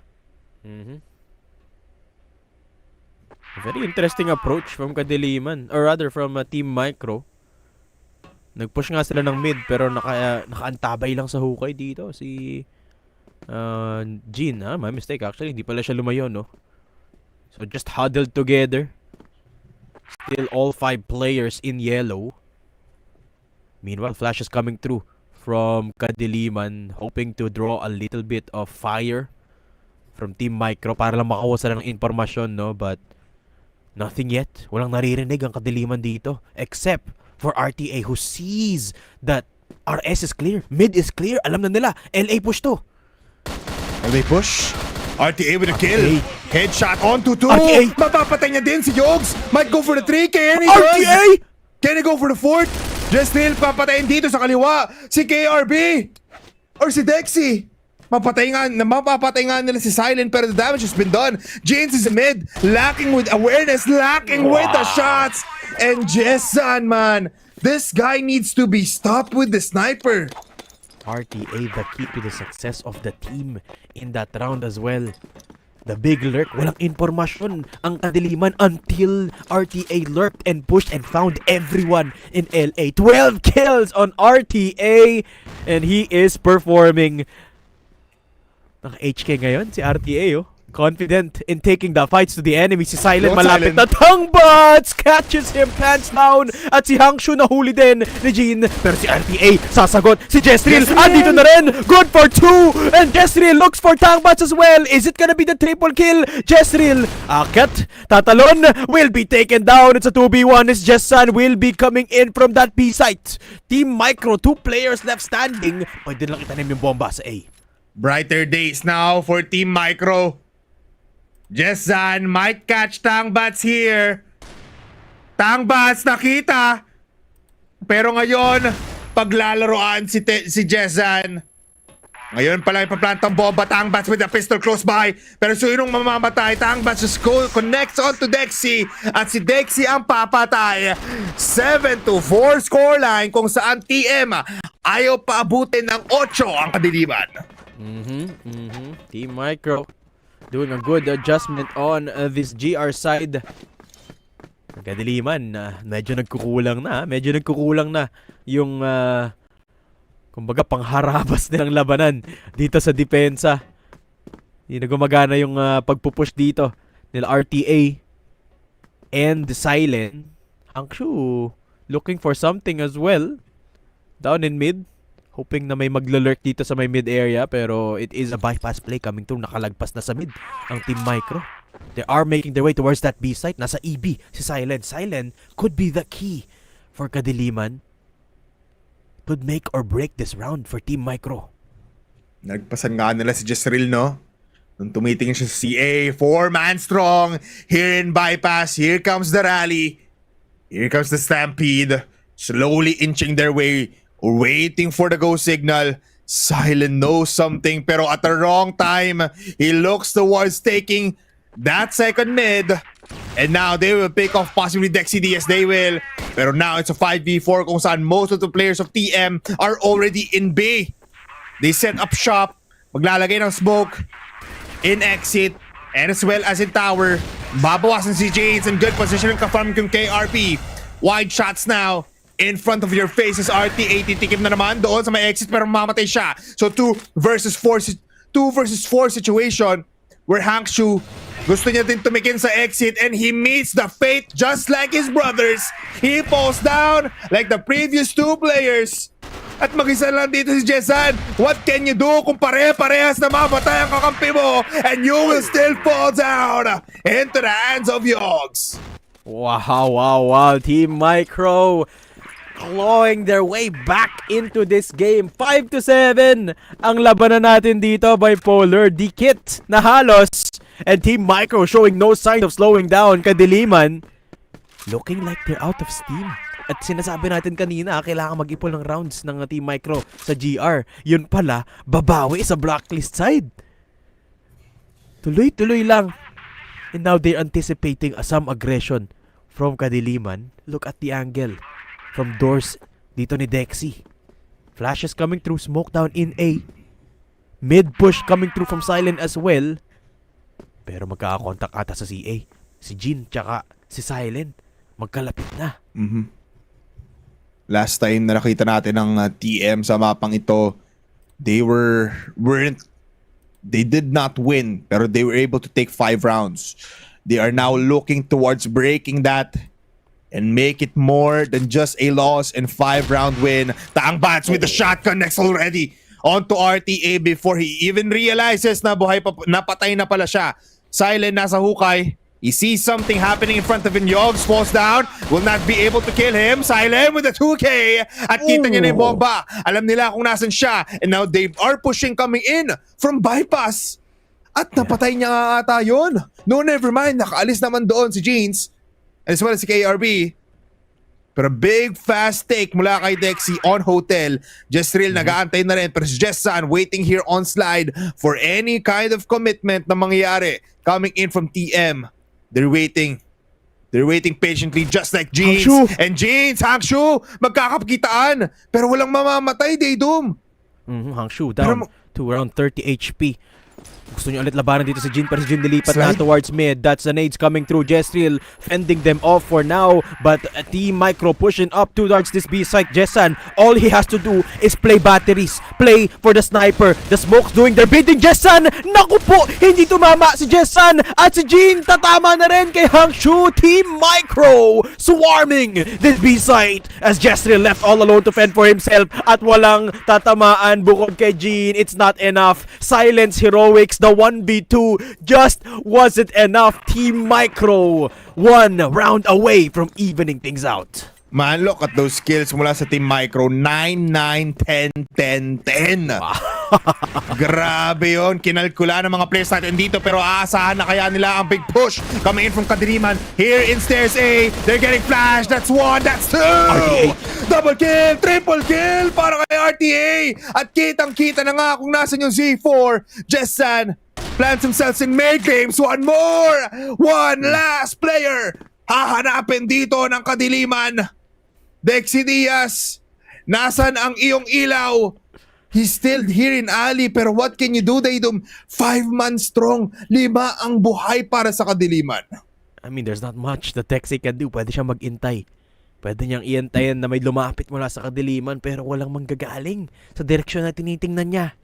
Kasi yung C4, kitang-kita ni Jesril, has control of it. And he knows na kailangan niya kasing pumasok eh. Kailangan umikot dito ni Dexy just to try and find that C4. And even if makapasok siya ng hotel, there's 3 players waiting from all entry points of B. So not a lot of options for Dexy. And Kadiliman, the aggressiveness finally works. Full control of the map. RTA spotted, taken down by Dexy, but that gives the signal to Jesril that Dexy is moving. At lalapit na rin ang mga players ng Kadiliman dito, bipolar. Saan tatakbo? Si Dexy yan na. Si Silent at si Hangshu mula sa kabila.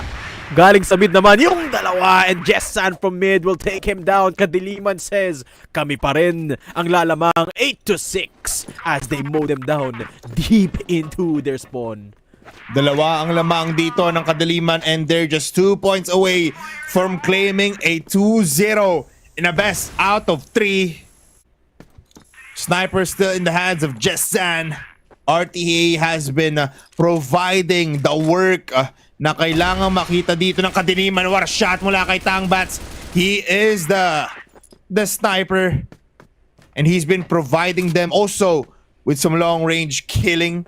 Yogs matatamaan dito ng mga bala pero di pa rin mamamatay. 5-man push here in Hotel. Yogs gets that kill onto RTA, pero Silent buhay after that skirmish. Also picks out with 21 HP pero mamamatay na siya doon. 2v4 scenario kung nasan si Jezreel. He is in bypass picking it out pero mamamatay na siya. It's one last play. It's Jessan with a sniper once again. And I've seen this before, Datum, kung saan mamamatay lang si Jessan. And he will as Tangbats gets the headshot. Yeah, Kadiliman, they're relying too much on their individuality at this point, no? Kung mapapansin mo, Polar, lahat ng kills ng Team Micro doon, isa-isa lang pumapasok eh. Yung players ng Kadiliman. And at this point, they're getting punished constantly by Team Micro. And you have to learn your lesson by now, Kadiliman. Strength lies in numbers. Team Micro, their strength is in their numbers. Dikit-dikit lumaban ang Team Micro. That's the key. Ganon sila nananalo. Tinan mo yung posisyon nila. Oh, lahat nasa iisang posisyon. Yeah. Down indoors. The C4 deep within their ranks. And the flash will connect to all of them. At RTA? pipik, lalabas si RTA. Galing doon sa may bridge, sa may hotel. Yogs! Denied by Silent. Lalabas pa nga rin. KRB is down. Hangshu with 2. And Silent with 2 of his own. Kadiliman pushed to 9. One more round for Kadiliman. Pero 2 more points for TM to extend it into overtime.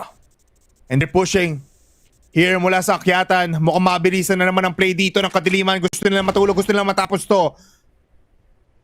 And even the Hank Shu dito sa Vince, he has 9 kills but he is so confident of picking this out. Just real nakakalagpas na ng onte. May kita ata dito si Dexy. Dexy was able to get some shots in but it's not gonna be enough to kill someone. At sugatan na agad ang opensa dito ng TM. Mukhang malilito na naman sila kung nasaan ang mga players ng Kadiliman.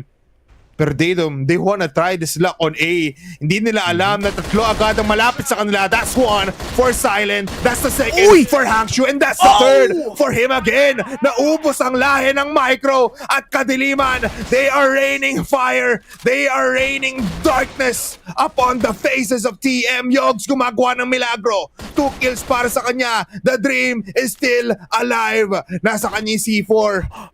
Nasa kanya ang remote ng round na ito. Kaso saan ka pupunta? You're in mid and there goes the shot for Jessan. That's 10 rounds and that is series win for Kadiliman. Kadiliman ang mananaig sa laruan natin ngayong araw with a 2-0 win. Medyo nahirapan silang tapusan ang Ankara but at the end of the day, it's Crossfire. It's standard Crossfire to give them that win. It's Hangshu, of course, to give them the double kill that they needed. And what a turnaround. Sayang, Team Micro. Ang ganda na ng pinapakita nilang potential eh. Pero nagkulang at the end of the day, masyadong malaki yung lamang ng Kadiliman dito, Bipolar. Yeah. And they will secure their second win here in the group stage. Still, wala pa ring talong series dito ang Kadiliman. Grabe ang Kadiliman entering Impact Fall as a team to be scared of and as a team to beat and as a team to, fester your eyes on. Yun yung nangyayari dito for Kadiliman. And they are sitting pretty, I think, in a better spot than before they don't. So mamaya may kita rin natin kung ano nga bang ang standings. But wow, Kadiliman, I actually want to see kung ano nga ba yung breakdown ng rounds natin, kung gaano karami streaks nila, because we have to, kailangan natin i-research kung paano nga ba nila nagagawa yun, kasi parang you shouldn't be doing that, especially even against Team Micro. Pero wow, it's just crazy. For Team Micro, si Tangbats nagpa-pop off. For the other side naman, it's sino ba nagpa-pop off? Hangshu medyo hindi Jess Sando was also the sniper to look at na palaging tumatama yung shots kahit malayo, kahit malapit. I think it was RTA that Yeah, was RTA. the savior of Kadiliman this particular game, no? Siya yung madaming highlight plays, and RTA actually taking a step forward and playing more on the rifling side, on the HK side, no? So that's interesting to see, and it is absolutely entertaining from Kadiliman, no? And it worked para dito sa Kadiliman. Yes, it wasn't as cohesive as they'd like, but they make do with what they have. And Team Micro, they tried to win it by brute force, grouping up together always, and then just hitting a site together. And to a degree, it worked, no? Pero Kadiliman, eventually, nakahanap sila ng sagot, no? Nag-crossfire, naghanap ng push, and of course, the utility dump to try and weed out the gunfire para makakuha ng informasyon mula dito sa Team Micro, no? So, at the end of the day, it just wasn't enough. A little bit too linear para sa Kadiliman for them to, or rather, para sa Team Micro na na-figure out din ng Kadiliman ano yung playstyle dito ng Team Micro. And it was close, but it certainly was not enough. Yeah, tama ka dyan dito. Alam mo, for a team that is very linear in terms of strategy, magugulat ka na lang talaga kapag buong mapa kinuha ng Kadiliman. I think there was one round na parang lahat na ng players ng Team Micro na babaliw kasi parang everywhere they look at may isang Kadiliman player na papatay sa kanila, which was actually insane to watch kasi kahit tayo di natin alam paano nga ba sila nakapunta sa mga ganong sitwasyon despite Team Micro looking at every angle kapag nagiging linear naman sila. Looking at the highlights though, it was more of a take mula kay Tangbats and as well kay Just Zan, as well as RTA. They are hitting the shots left, right, and center. Pero Kadiliman, team, I would like to commend the way they adapt to the Team Micro resurgence. Halos na halos na baliktad na ng Team Micro, halos na equalize na nila yung score. But the will power of Kadiliman to stay fighting even when they've lost so many rounds consecutively is a very good sign para sa team na to. No? I mean, I think that's one of the things that is addressed by having a coach versus not. So shout out kay Coach Drew dito ng Kadiliman for keeping the players of the roster headstrong and level.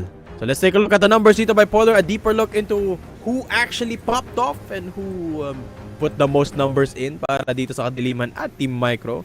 And surprise, surprise, it's RTA. This time around, taking a step forward.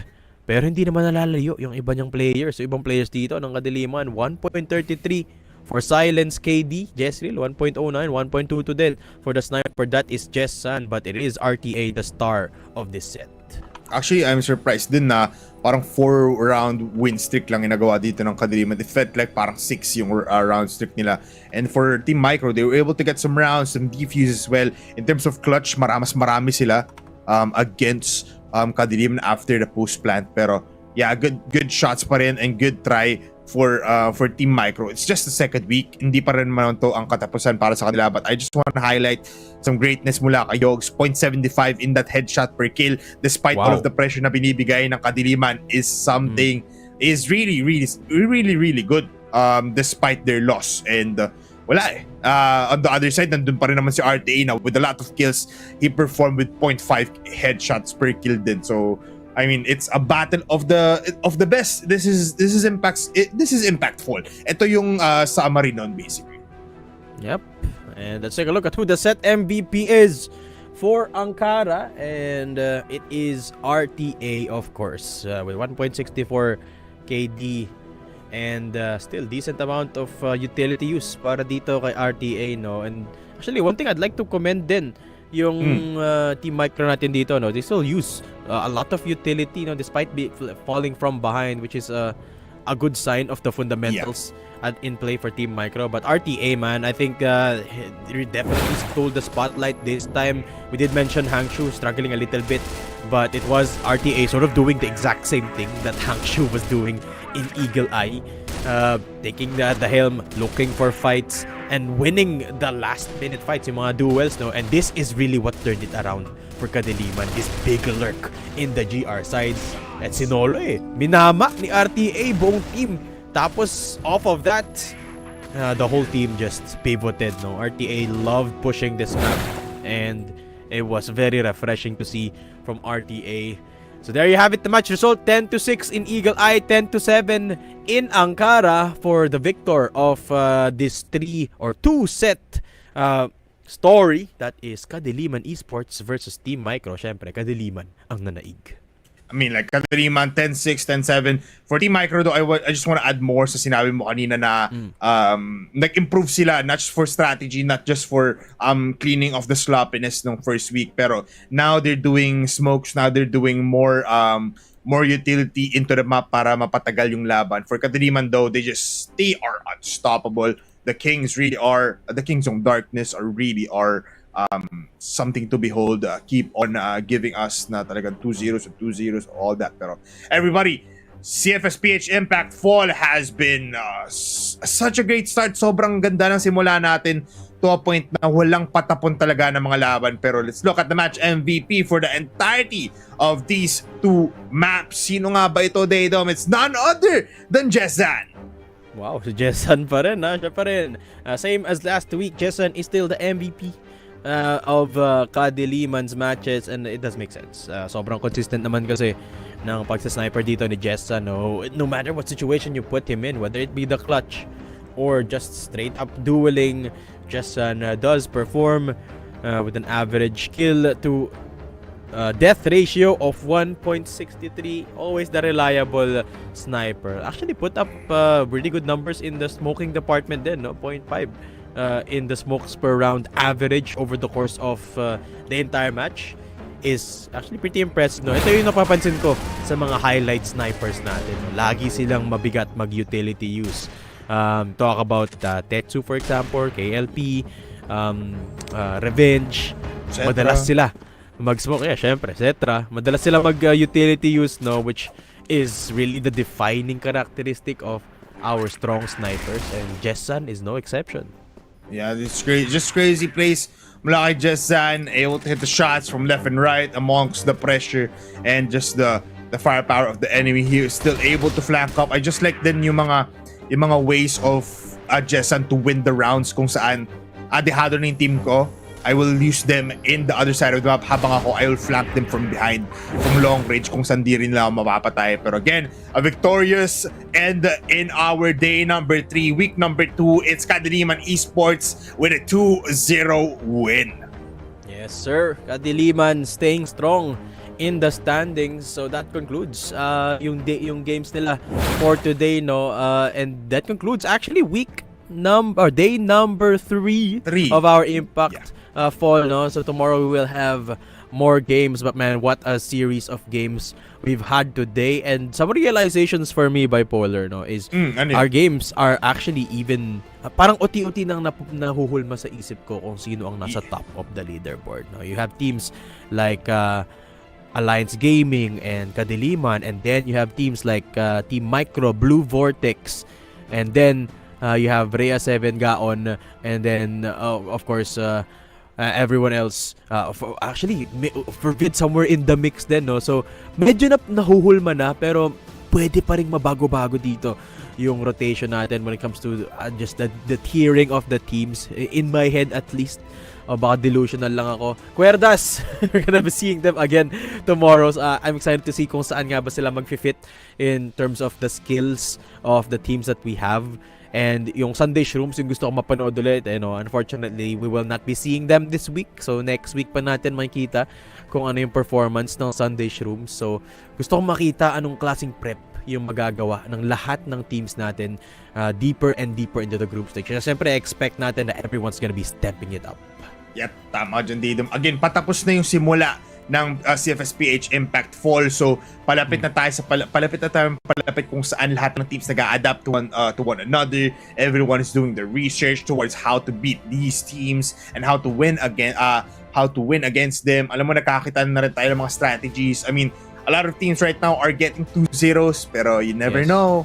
Baka pagdating ng ating week number 4, week number 5, doon na tayo makita ng long stretch of games kung saan it's all out Crossfire. And Crossfire really rocks everybody. Sobrang angas ng pinakita natin ngayon. Even lalo na yung match number 2, kung napanood nyo yun, guys, it was you have to watch it again. And ito yung sinasabi ko sa inyo ever since Masters, you have to be here pag meron tayong Crossfire sa Crossfire Philippines because iba ang labanan dito. Yeah, and grabe yung difference no between Impact Summer and Impact Fall kasi ngayon group stage pa lang tikit na lahat eh no. I mean, Yeah. yes, the skill ceiling was high back in summer with of course Sunday Shrooms and Matches taking the spotlight no. Pero hindi nagdikit-dikit yung laban ng ganito up until the latter stages of the playoffs no. Saka lang nagkaroon ng matinding labanan pero ngayon since day one magkakadikit na agad. So really excited to see that Impact as a whole is growing right alongside our Premier Leagues of Regionals and Masters no. And it makes me feel really good about the future years kasi syempre itong Impact kind of like technically a training ground for the players to be picked up in of course the top 8 teams in the country no. So it's good to see that everyone is getting closer and closer in terms of firepower at I think having Fervid in this particular iteration of Impact is also a good benchmark for everyone kasi talagang nakakasabay lahat which goes to show you na malapit na lang yung skill level between regionals and Impact. And feel ko hindi lang naman niya applicable for full kasi it just means everyone here in the Philippine community ng Crossfire pagaling ng pagaling. May mga new upcoming player din tayo just like Woos, right? Na nasa regionals ngayon na we don't necessarily hear these names out of the all the time pero out of the blue may bigla mga players tayo nakikita. Even here in fall you're seeing some veterans come back into the mix kung saan they're also dominating the scene. So alam mo yun, improvement all around is gonna be good and we're telling you guys parang snippet to snippet na lang na big changes are gonna be happening and it's all for the betterment of us. So iba talaga. We're just happy to be here witnessing the greatness of the Filipino players. Of course. Guys, kung may tanong kayo dyan para sa amin, di bipolar, no, lagay nyo lang sa comments down below. And if may gusto kayo pa-shoutout bago natin isara ang araw natin para sa Impact, make sure to type it out dyan sa comment section. Bipolar and I will try our best to read it out loud. Kung may makatanungan kayo tungkol sa Crossfire o sa mga players or maybe casters information like kung paano ba namin ginagawa to, hindi naman yung information like number ni Bipolar, para doon i-PM nyo na lang yung page ni Bipolar. Pero let's take a look at the group standings after today's matches. Bipolar update kung sino nga bang nangunguna na ngayon sa standing. Syempre Kadiliman with 2 wins so far in terms of the series. Nakasunod dyan ang Querdas at Alliance Gaming with all series wins para sa tatlong team na to. I mean, yeah, crazy yung nakikita natin dito ngayon, no? Kadiliman has been claiming that spot in number 1. Querdas looking towards taking that away. Pero, just like what Dave has said, medyo nararamdaman na natin kung ano nga bang course of action pagdating sa mga teams natin in the next weeks, in the next couple of days. And it's just a good sign na even the champions fall and even the newbies can conquer what they rightfully deserve. Yeah, absolutely. Ayan na nga. Next schedule, let's see what the games are playing tomorrow, guys. Mayroon tayong Impact Fall tomorrow. Starting at the same time, we have Querdas Esports versus Alliance Gaming. I think that's gonna be hot as well, no? Magkalapit din itong dalawang team na to. And then, ang ating match 2 is Rhea 7 GAON versus Fervid Esports. At syempre, ang ating match number 3, Blue Vortex versus Kadiliman E-Sports. So that's gonna be our final match for tomorrow. So yan, tatlong serye ulit tayo bukas. Alas 3 tayo magsisimula, guys. So huwag kayong mawawala. You're not gonna want to miss that. I mean, alin ba dito yung pinaka-excited ka, Polar? Alin sa tatlong to? Alam mo, butin lang at sinabi mo, Dom, kasi at first nakita ko agad yung round 3, sabi ko, wow, this one is gonna be like the second matchup of the day yung ngayong araw kasi Fervid and Blue Vortex ata yun, as if I'm correct. Ngayon Kadiliman naman kakalaban ng Blue Vortex, might be finally their win here kung saan sila naman ang makakuha ng 2-1. Pero looking at the entirety of day number 4 ng ating week number 2, parang every game is a main event eh. Kasi again, Querdas Esports Alliance Gaming, labanan ng kanilang spots in the standings. Reyes 7 GAON versus Fervid. Alam mo, parang naisip ko parang ano yun eh. Parang masters na naman yung yung lineups natin doon. So may ganong aspect din. Pero everybody, again, previous show, meron po tayo yan on Friday. So one more, after tomorrow's full, may previous show po tayo kung saan may kita nyo naman si yung idol yung si Vil. Maraming tayong interviews with players plus more insights about the happenings about the Crossfire Philippines. Lagyan nyo dyan sa comment guys, baka may gusto kayong ipa-guest, no? So tingnan natin kung meron kaya din natin doon, sila makuha guest. Pero for sure, sa Friday, meron tayong kakausapin na isang either player or isang coach or maybe even an influencer sa ating Crossfire community. What no? if, no? So make sure you're not gonna want to miss that. Baka si Alden Richards makuha natin sa Minention mo kasi. sa previous show. Di natin alam. Feeling ko hindi muna kasi delikado pa kayon si Ayatab eh. Yeah. Bawal pa eh. Gumaganon muna sa atin yun. Bawal pa yun. Baka si Alden. Tingnan natin, no? Siyempre, hindi mo malalaman kung sino yung guest natin until we go into Friday. Nako But that's po, it. Badman. That concludes our day number 3 sa Impact Fall. Tomorrow, Impact Fall Day 4. Huwag kayo mawawala. Again, these were your casters for today. Daydom and Bipolar. Salamat sa panonood. Thank you guys and see you tomorrow. Bye-bye. It's more than just a revenge story. Sa mga nagduda, sa isang taong purong dismayado. This is a team through grit and grind, through years of experience. You can't really deny the greatness. Good shot, gonna get X3D. He gets his third, he gets his fourth. Oh my God! Down, Four good hits. shot, gonna get JC. Drill gets 1 and 2. Beautiful timing Pero para Zefrax, uubusin na lang lahat. Sa isang bala lamang,